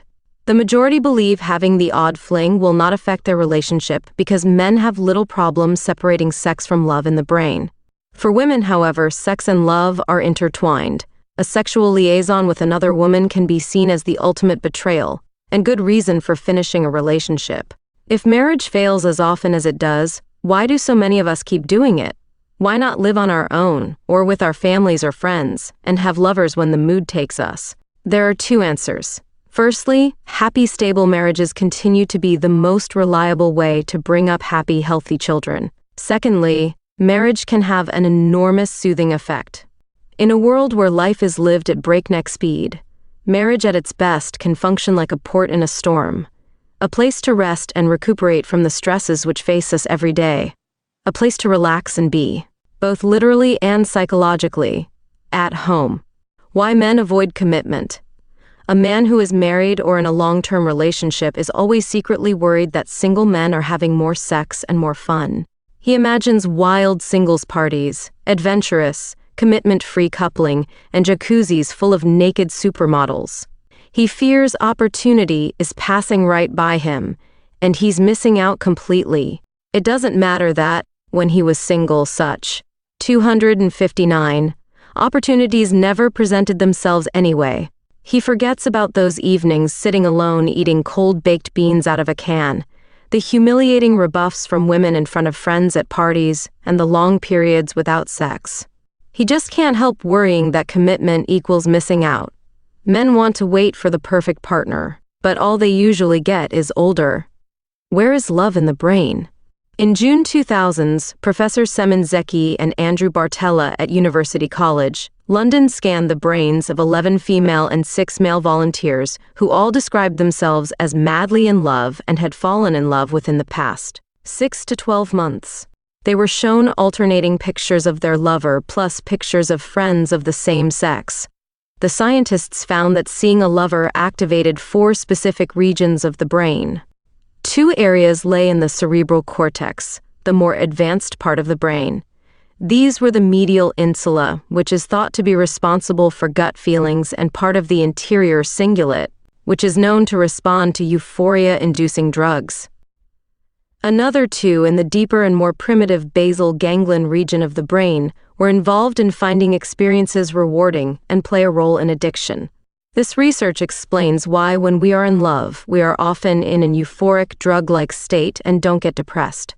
American anthropologist Dr. Helen Fisher of Rutgers University, New Jersey, has also been carrying out pioneering work using brain scans in order to locate the 260 position of love in the brain. While her research is still in the preliminary stages, she has located 3 types of emotion in the brain: lust, infatuation, and attachment. Each emotion has its own specific brain chemistry, which lights up the brain when its owner is attracted to someone. In biological terms, these 3 components of love have evolved to serve the vital function of ensuring reproduction. Once conception has occurred, the system deactivates itself and the love process stops. The first stage, lust, is the physical and nonverbal attraction previously discussed. Fisher says, infatuation is a stage where a person keeps popping into your brain and you can't get them out. Your brain focuses on the positive qualities of the sweetheart and ignores their bad habits. Infatuation is the brain's attempt to form a bond with the potential partner. And it is an emotion so powerful that it can cause incredible euphoria. If someone is rejected, it can also cause extraordinary despair and can lead to obsession. In extreme cases, it can even end in murder. At the infatuation stage, several powerful brain chemicals are released which cause feelings of elation. Dopamine gives the feeling of well-being, phenylethylamine increases excitement levels, serotonin creates a sense of emotional stability, and norepinephrine induces the feeling that you can achieve anything. A sex addict is someone who becomes addicted to the hormonal cocktail of the infatuation stage and wants to stay permanently high. But infatuation is a temporary feeling lasting on average from 3 to 12 months, when most people mistakenly define it as love. It is, in fact, a biological trick by nature to guarantee that a man and a woman are thrown together long enough to procreate. The danger of this stage is that lovers believe their sex drives are perfectly matched, but only because they are going at it like rabbits. Their real sex drive differences, 261, reveal themselves only after the infatuation stage ends or the attachment stage begins. Infatuation is nature's biological trick to guarantee that a man and a woman are thrown together long enough to procreate. When reality finally takes over from infatuation, either one or both of the partners will reject the other, or the third stage, attachment, will kick in, with its focus on building a co-operative bond that will last long enough to raise children. With more research and the rapid technological advancement in brain scanners, Fisher expects soon to have a formula for understanding the brain locations for love and emotions in both men and women. Understanding these 3 stages can make it easier to deal with the infatuation stage and to be prepared for its possible downside. Love, why men fall in and women fall out. Love is said to be confusing, and this is especially true for men. Men are fueled to the eyeballs with testosterone, which leads them easily into the lust phase of falling in love. During the infatuation stage, men are so fired up on testosterone that most can't tell which way is up, down, or sideways. Reality, when it hits home, can hit especially hard. The woman who was so exciting at midnight last night might not seem anywhere near as attractive next morning when the sun rises, and not all that intelligent either. But because the centers for emotion and 262 reason are better connected in a woman's brain, and she's not out of control on testosterone, she finds it easier to evaluate whether a man is potentially the right partner for her. This is why most relationships are ended by women, and why so many men are confused about what happened. Women are gentle in separation even when they are dumping a man. In a goodbye letter to him, some women will finish by drawing a happy face or saying they will always love him. Why men can't say I love you. Saying I love you is never a problem for a woman. A woman's brain wiring makes her world full of feelings, emotions, communication, and words. A woman knows that when she feels warm, wanted, and adored and is in the attachment stage, she's probably in love. But a man is not exactly sure what love is, and he's likely to confuse lust and infatuation with love. All he knows is that he can't keep his hands off her, so maybe that's love? His brain is blinded by testosterone. He has a constant erection and he can't think straight. It's often not until years after a relationship begins that a man recognizes he was in love, but he does it in retrospect. Women recognize when love does not exist, and that's why most relationships are ended by women. Women recognize when love doesn't exist. That's why they're much more proactive in finishing relationships. Many men are commitment phobes. They are scared that saying the L word commits them for the rest of 263 their lives and spells the end of any chance of naked supermodels in jacuzzis. When a man eventually crosses the line by saying it, he then wants to tell everyone, everywhere. Most men, however, do not notice the increase in a woman's orgasm rate after he has said the L word. How men can separate love from sex. The happily married woman who has an affair is rare, but the happily married male wanderer is common. More than 90% of affairs are initiated by men, but more than 80% are ended by women. This is because when a woman begins to realize that the affair has no lasting emotional promise and will only be physical, she wants out. A man's brain, with its ability to separate love from sex and deal with each item separately because of its compartmentalization, lets him see just one thing at a time. He's therefore often happy with just a good physical relationship that's taken all his attention. It is still unclear exactly where love is situated in the brain, but research indicates that a woman's brain has a network of connections between her love center and her sex center, the hypothalamus. And the love center needs to be activated before her sex center can be switched on. Men do not appear to have these connections, and so they can deal with sex or love separately. For a man, sex is sex and love is love, and sometimes they happen together. The first question a woman will ask a man who has been caught having an affair is, "Do you love the woman?" The man who answers, "No, it was only physical, it didn't mean anything," is likely to be telling the truth because he can separate sex from love. A woman's brain is not wired to understand or accept this. 264. Answer, and this is why many women find it difficult to believe a man who says it meant nothing, because for her, sex equals love.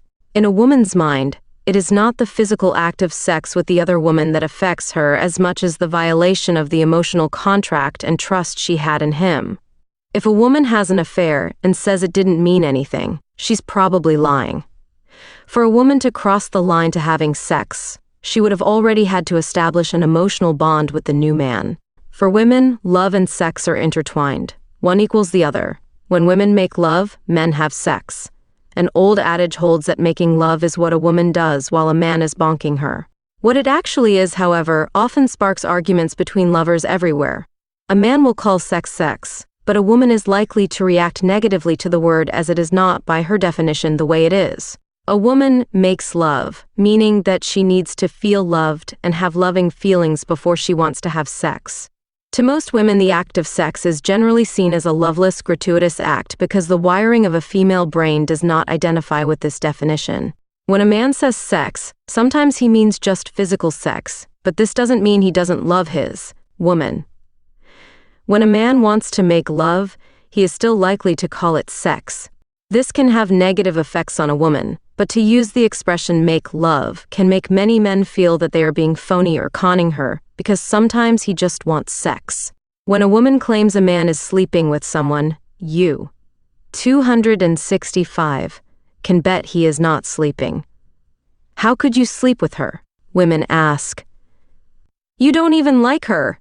Emotionally, men and women do seem to inhabit different planets, but it's not necessarily down to a male lack of moral fiber. The bit of the brain that handles our emotions, the limbic system, has two parts. There is the old part, temporal limbic, which is the bit that deals with sex and violence, and a newer part, gyrus cinguli, which is more linked into thinking and imagining.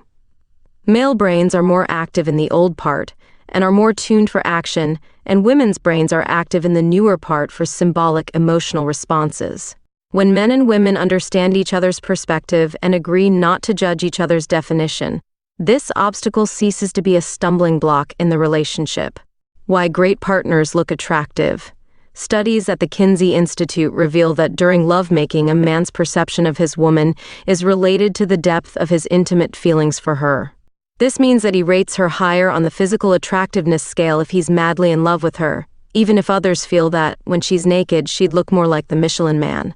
He rates her lower in attractiveness if he does not particularly care for her, even though she may be physically stunning. When a man is turned on by a woman, the size of her thighs becomes irrelevant. In fact, they're perfect. This demonstrates that while a woman's physical attractiveness rates highly in initial meetings for men, a warm, nurturing partnership accounts for a significant part of her attractiveness in the long term. And this is confirmed by the surveys of what we look for in Chapter 9. This is not the case. 266. With a man's attractiveness to a woman, however, this has been illustrated by some interesting studies carried out in singles bars. Researchers found that the later the hour, the more attractive the available women looked to the unattached men. A woman who was rated by the men as a 5 out of 10 at 7 p.m. was rated 7 by 10:30 p.m. and 8.5 at midnight, with alcohol levels enhancing the scores. With women, however, a man who rated a 5 at 7 p.m. was still given the same mark at midnight. For a woman, a man who rates a 5 at 7 p.m. still rates the same score at midnight, regardless of how much she's had to drink. Alcohol did not increase his attractiveness rating, and in some cases, it even decreased his rating. Women still evaluate a man's viability as a partner by his personal characteristics above his physical appearance, regardless of the hour or the amount of alcohol consumed. Men increase a woman's attractiveness rating relative to the odds that she will let him carry out his role as a professional sperm donor. Do opposites attract? Groundbreaking studies by scientists in 1962 found we are drawn to people with similar values, interests, attitudes, and perceptions, and these are people with whom we instantly click. Subsequent studies showed that lovers have a greater chance of a long-term 267 shenship under these conditions. Too many similarities, however, can also become boring. We need just enough difference to make it interesting and to complement our own personalities, yet not so much that it will interfere with our lifestyles. A quiet man, for example, might be attracted to an outgoing woman, and a woman who is a worrier may zero in on a relaxed, laid-back partner. Physical opposites attract. Look at any study or survey of what attracts us physically to the opposite sex, and you'll find that we prefer opposite physical features to our own. Men prefer women with softness and curves where men have firmness and flat areas. Men prefer women with wide hips, narrow waists, long legs, and round chests, all attributes they will never possess. He prefers smaller chins and noses and a flat stomach too, as he will normally have the opposite. Women also prefer the opposite in men, including wider shoulders, narrower hips, thicker legs and arms, stronger chins, and fuller noses. Yet there are some interesting exceptions. Some studies, for example, have found that men who don't drink alcohol prefer women with small breasts. Women with large breasts prefer men with small noses, and men with large noses usually hang out with flat-chested women. Extroverted men prefer women with very large breasts. The hips-to-waist ratio is the key. If you look at men's tastes over the centuries, you will see that they have gone gaga over everything from large, fleshy 16th century models to the pencil skinny 268 supermodels who look more like asparagus spears. The one thing that has remained constant, however, is a woman's hip-to-waist ratio, which never fails to grab a man's attention. Women with a hip-to-waist measurement of 70% waist size relative to hips have been shown to have a higher fertility rate and better health than other women. Dr. Devendra Singh of Cambridge University surveyed men of many nationalities to find that men had unconsciously learned to read this information somewhere in their past and now have it pre-wired into their brains. The good news for women is that if your waist measurement is between 67% to 80% that of your hips, you'll get men's attention even if you are 5 to 10 kilos overweight, as the curves are the essential criteria. As a bonus, women with these ratios are also perceived by men as humorous, sexy, healthy, and intelligent. Women with a higher ratio, that is, thick waist, are seen as caring and faithful. Women who are too thin are perceived as ambitious and aggressive. Women everywhere prefer a small, tight rear on a man, although few women know why. Women still go for the V-shaped man with broad shoulders, narrow waist, and strong arms, which were all the original prerequisites of the successful lunch chaser. A strong chin, nose, and brow also appeal because they give a man a greater chance of surviving a heavy blow to the front of the head. Women everywhere also prefer a small, tight rear on a man, although few will have any idea why they find that so attractive. We are the only primate that has a protruding rear, and 269. Its purpose is twofold. Firstly, it helps us stand upright. And secondly, it ensures that a man can give a strong forward thrust during sex to increase the chance of fertilization. Men and romance. It's not that men don't want to romance women, it's just that they don't understand its importance to women.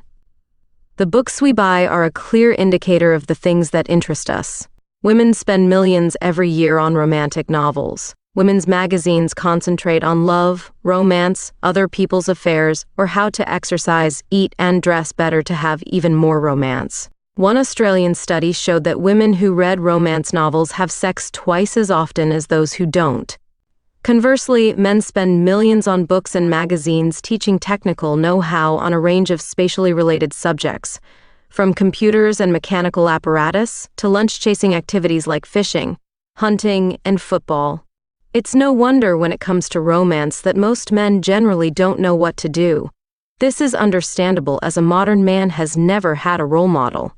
His father didn't know what to do either, as it was never an issue for him. A woman at one of our conferences recently said that she had asked her husband to show her more affection, so he washed and polished her car. This demonstrates how men see doing things as a way of showing they care. The same husband bought her a car jack for her birthday and got her front row seats at a wrestling match for their 10th wedding anniversary. 270. Never forget that a woman is a romantic. She enjoys wine, flowers, and chocolate. Let her know that you, too, remember these things by speaking of them occasionally. Woody Allen. While European men have a somewhat over-exaggerated reputation for romance, the vast majority of men in every corner of the world haven't got a clue. Previous generations of men were too busy making ends meet to have to worry about such finesse. Besides, men's brains are wired for the technical and not the aesthetic. It's not that a man won't try, he just doesn't understand the significance of opening a car door, sending flowers, dancing, cooking for a woman, or changing a toilet roll. A woman enters a new relationship looking for romance and love. Sex comes as a consequence. Men frequently enter a relationship through sex, and then look to see if there could be the possibility of a relationship. Some surefire romance tips for men. Women don't have a problem when it comes to love and romance, but most men are in the dark about it, so they simply make sure they're ready for love anytime, any place. A man's romantic skills, or lack thereof, play a significant part in whether a woman will feel like having sex with him. So here are 6 tried and tested things that work as well for men today as they did 5,000 years ago. 271. How do you know if a man is ready for sex? He's breathing. 1. Set the environment. When you consider a woman's sensitivity to her surroundings and the high receptivity of her senses to outside stimuli, it makes sense that a man pays attention to the environment. Women's estrogen hormones make her sensitive to the right lighting. Dimly lit rooms make pupils dilate, so people look attractive to each other, and skin blemishes and wrinkles are less noticeable.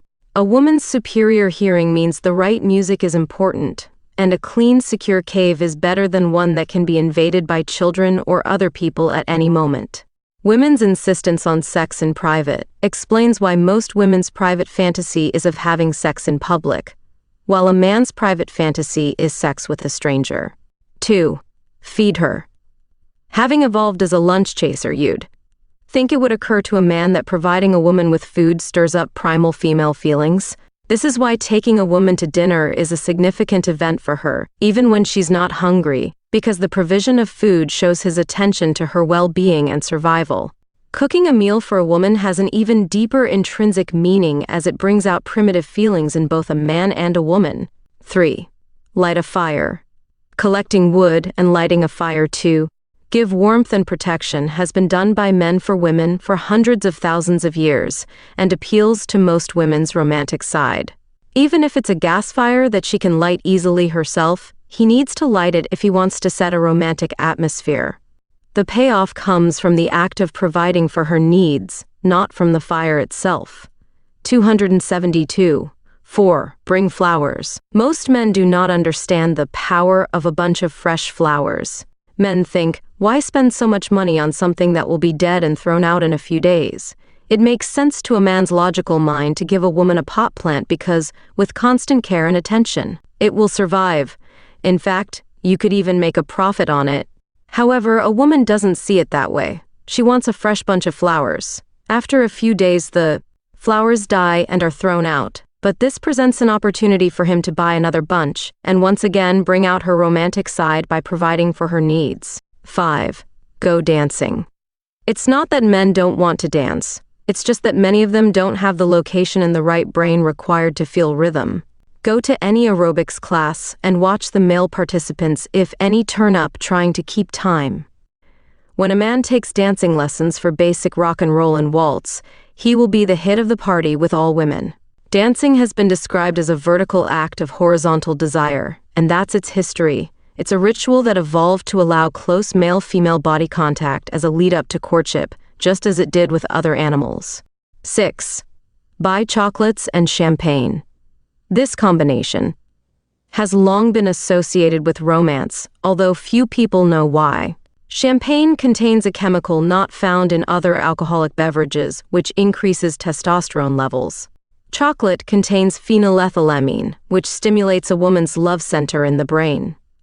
Recent research by Danielle Piomella at the Neurosciences Institute in San Diego discovered 3 new chemicals called nacetylphenolamines, which attach themselves to the cannabis receptors in a woman's brain, giving her sensations similar to being high on marijuana.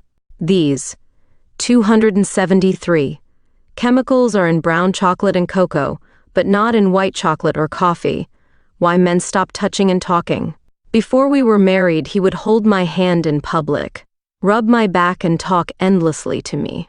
Now he never holds my hand and doesn't want to talk, and he only touches me when he wants sex. Does this complaint sound familiar? After marriage, a man knows all he needs to know about his partner and sees no point in excessive talk. During courtship, a man touches his girlfriend more than at any other time in their relationship. This is because he is dying to get his hands on her. But he hasn't received the green light for any sexual touching, so he touches her everywhere else instead. When he gets the go-ahead for sexual touching, his brain sees no point in going back to the old days, so he just concentrates on the good bits. He talks a lot during courtship to collect information, facts, and data about his girlfriend, and to give her information about himself. By the time they're married, he knows all he needs to know about her and sees little point in excessive talk. But when a man understands that a woman's brain is programmed to communicate with talk, and that her sensitivity to touch is 10 times greater than his, he can teach himself to become skillful in these areas, and the overall quality of his love life will dramatically improve. 274. Why men grope and women don't. The hormone oxytocin is known as the cuddle hormone, and it's released when someone's skin is gently stroked or they are cuddled. It increases sensitivity to touch and the feelings of bonding, and is a major factor in a woman's behavior towards babies and men. When a woman begins breastfeeding, it triggers the let-down reflex that releases milk from the breasts. If a woman wants to pleasure a man by touching him, she normally does it the way she would like to receive it. She scratches his head, caresses his face, rubs his back, and tenderly brushes his hair. This type of touch has little impact on most men and can even be annoying. His skin is significantly less sensitive to touch than a woman's, in order that he won't feel pain or injury during the hunt. Men prefer to be touched in mainly one area and as often as possible. This creates major relationship problems. When a man decides to sensually touch a woman, he gives her the things he likes. He gropes her breasts and crotch. This is at the top of a woman's hate list and causes resentment on both sides. When a man and woman learn to give each other sensual touch based on their individual needs and skin sensitivity, their relationship is even more enriched. Is there love in springtime? Nature's biological clock works to allow female animals to give birth in the warm part of the year to ensure survival of the offspring. If it takes a species, say, 3 months to give birth, nature makes the males randiest in the spring so the young are born in summer. For humans, gestation takes 9 months, and so a man's testosterone level is highest 9 months earlier. 275. In the autumn. The old adage, in the spring a man's fancy turns to love, only applies to species that have a short gestation period of about 3 months. Love in the spring is only for animals who bear offspring quickly. Research shows that in the southern hemisphere a man's testosterone is highest in March and in the northern hemisphere in September. Men have also been shown to be more competent at map reading during these months because spatial ability is enhanced by testosterone. Turn back to the chart in Chapter 9 and you'll see how this happens. How to think sexy. Because the mind is a cocktail of chemical reactions, it is possible to think yourself into feeling sexy. This technique is taught by many sex therapists. It involves concentrating only on the positive aspects of your partner and recalling exciting sexual experiences you've had together. The brain reacts by bringing into play the chemicals that drive your sex urge and make you feel sexual. This reaction is obvious during the infatuation stage or courtship, when a lover can see only good in their sweetheart and their sex drives seem endless. It is also possible to think yourself out of sex by concentrating on a partner's negatives, which prevents the brain from releasing the chemicals necessary for a sex drive. 276. Recreating infatuation. The good news is that because you can think yourself into sex, you can also think yourself into infatuation whenever you want, by recreating the courtship routines that existed early in your relationship. This is why candlelit dinners, romantic beach walks, and weekends away together work so well. By giving couples a hormonal hit, the feeling that has often been described as a natural high and high on love. Lovers who expect the exhilaration of infatuation to last forever are sadly disappointed, but with effective planning, it can be recreated whenever you feel the need. How to find the right partner. Love starts with lust, which can last a few hours, a few days, or a few weeks. Next comes infatuation, which lasts, on average, 3 to 12 months before attachment takes over. When the blinding cocktail of hormones subsides after a year or so, we now see our partner in the cold light of day, and those little habits we found so endearing at first begin to become irritating. Once you thought it was cute that he could never find things in the fridge, but now it makes you want to scream.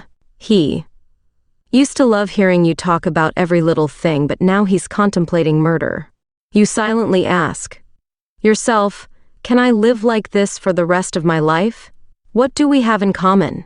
The flower of love is the rose. After 3 days, all the petals fall off, and you're left with an ugly, prickly thing.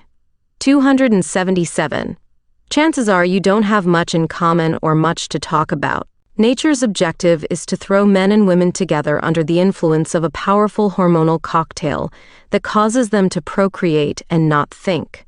Finding the right partner means deciding what things you will have in common with someone in the long term, and to do this in advance of nature's blinding hormonal highs.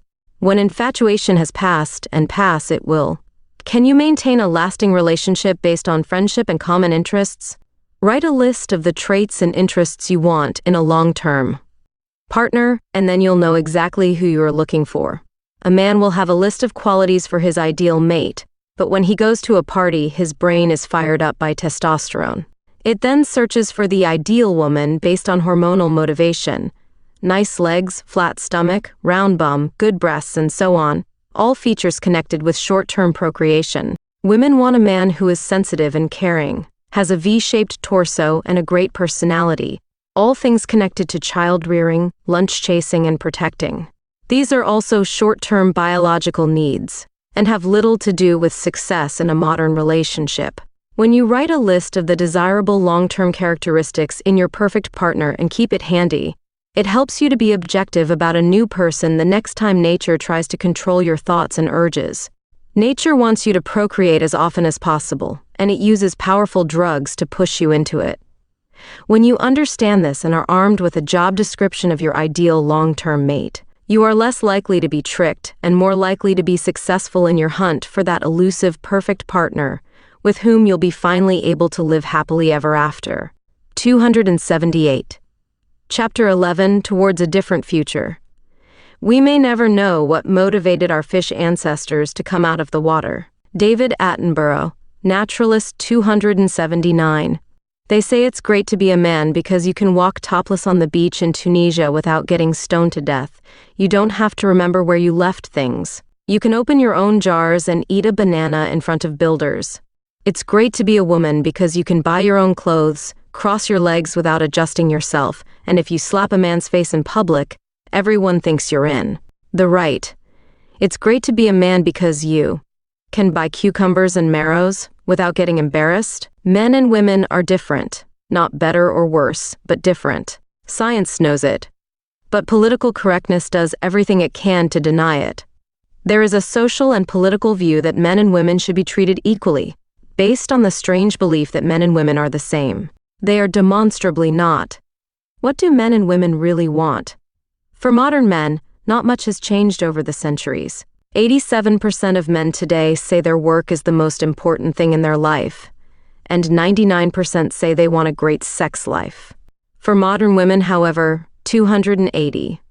Many of their priorities are quite different to those of their mothers and grandmothers. Many women have chosen professional careers because they want some of the things men have: money, prestige, and power.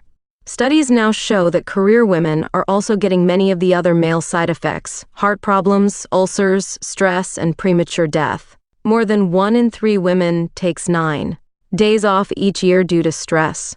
44% of career women say their work is now their greatest source of stress. A survey of 5,000 women conducted by the British private health insurance company Bupa and health magazine Top Santé showed that 66% felt overwork was damaging their health. Most women also said that if money was no object, they would prefer to be a homemaker or lady of leisure, and only 19% said they were interested in actually being a career woman. In a similar survey in Australia, careers only rated a top priority for 5% of women aged 18 to 65, and motherhood ranked as the #1 choice across the board. 60% of women in the 31 to 39 age group said that motherhood was their first choice, as compared with 2% for careers. For 31% of women aged 18 to 30, motherhood was also #1, and careers accounted for only 18%. Across the board, 80% of all women put raising their children in traditional families at the top of their priority list, showing that media hype and the feminist drive have not had as big an impact on women's attitudes as has been previously believed. The values and priorities of modern women are basically the same as they have been for centuries. The dramatic difference, 281, is that 93% of modern women say financial independence is vital to them, and 62% want more power in politics. In other words, they don't want to be dependent on men. As for their personal lives, sex rated as the top priority for a mere 1% of women, compared to 45% for trust and 22% for respect. Only 20% of women said their sex life was fantastic, and 63% said their partner was not a wonderful lover. The bottom line is that motherhood still rates top of most women's list of things that give the greatest satisfaction. Many career women say they work for the money, and most of these live in cities where 2 incomes are critical for survival. Many seem to believe that earning money to feed, clothe, and educate the next generation is a more noble cause than rearing it.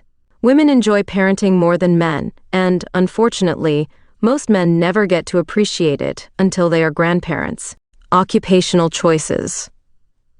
Overall, occupational choices haven't changed much for men, with spatially related careers still being their #1 choice. There has been an increase in the number of men entering traditionally female jobs, but a study of these men would show they have, to a greater or lesser extent, female-wired brains.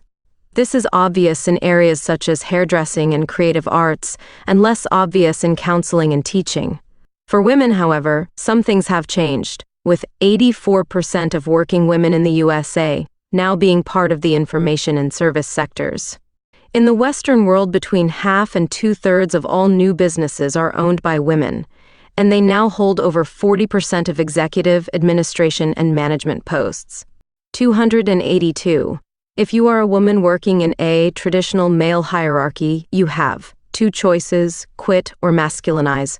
In traditional male hierarchies, women still have to struggle to get the top jobs, but, as we've seen, most women don't want these positions anyway. In most political systems, less than 5% of politicians are female, although they seem to attract 50% of the media coverage. If you are a woman working in a traditional male hierarchy, you have one of 2 choices for success. One is to quit and get a job where women receive a fair go. The other is to behave more like a man. Maleness still opens doors, and studies confirm that women who wear more masculine clothes have a better chance of being selected for management positions than those dressed in feminine styles, even when the decision maker is a woman. Male interviewers also have a preference for candidates who are not wearing perfume. The feminizing of business. Male characteristics and values are largely responsible for driving people to the top of the tree, but feminine values are fast becoming the only way to stay there. Traditionally, most organizations have been controlled by a male hierarchy with a dominant male leader whose credo was, "Follow me or else." These organizations are today rapidly becoming rarities, just as the school tough guy, who rose to the top at a time when brawn was respected over brains, is now also roundly despised. Masculine priorities need to be 283, understood by any person aiming for the top of the heap, but feminine value systems are now much better suited to making the whole show work more efficiently, harmoniously, and, therefore, successfully.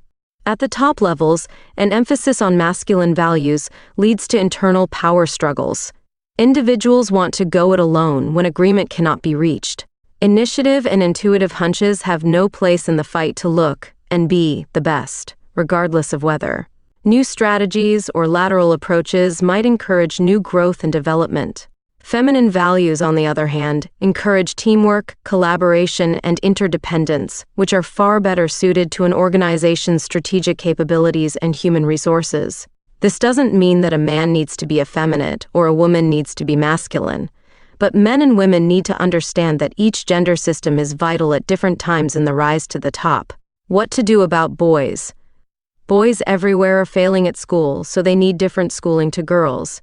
Between 80% minus 90% of expulsions in schools in the Western world are boys. Almost all hyperactive children are boys, and this condition is rarely seen in girls. Instead of dropping subjects that don't appeal to their mindset, which is what girls do, boys drop out of school and become responsible for most community crime. While girls are praised for their ability to compose and send emails to each other on the computer, boys are suspended for their ability to crack school computer codes and locate X-rated pictures on the internet. Overall, boys are doing poorly in many areas of schoolwork.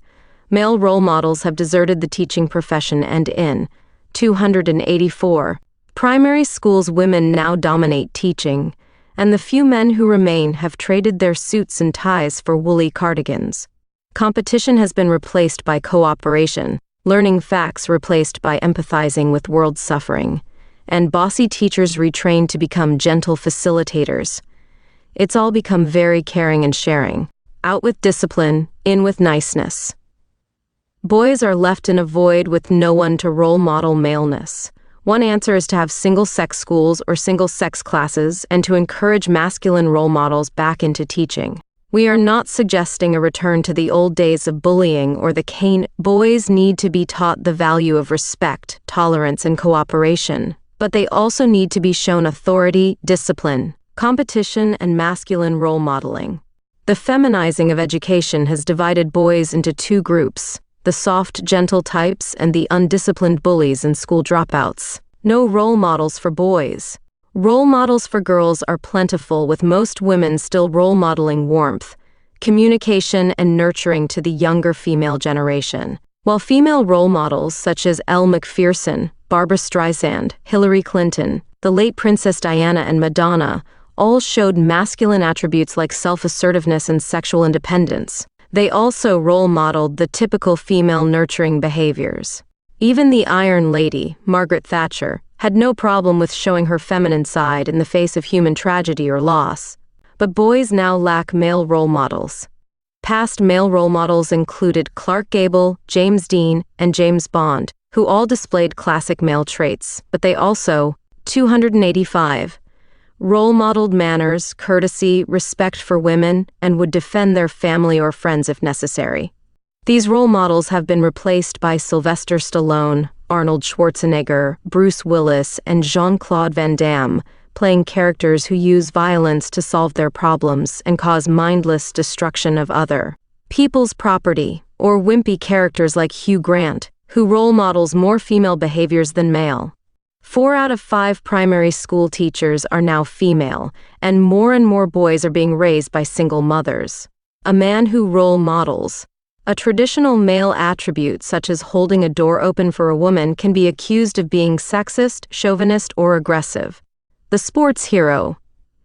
Many boys no longer have an older male role model in their lives, and this has paved the way for a new role model, the sports hero. For nearly 200 years, the objectives of sport were twofold. First, to allow young men to burn up their testosterone, which benefited the entire community, and second, to teach the life skills and values that help young people to become effective adults. The importance of ethics and fairness, being a good team player, and the principles of achieving personal and team goals were passed on to younger generations.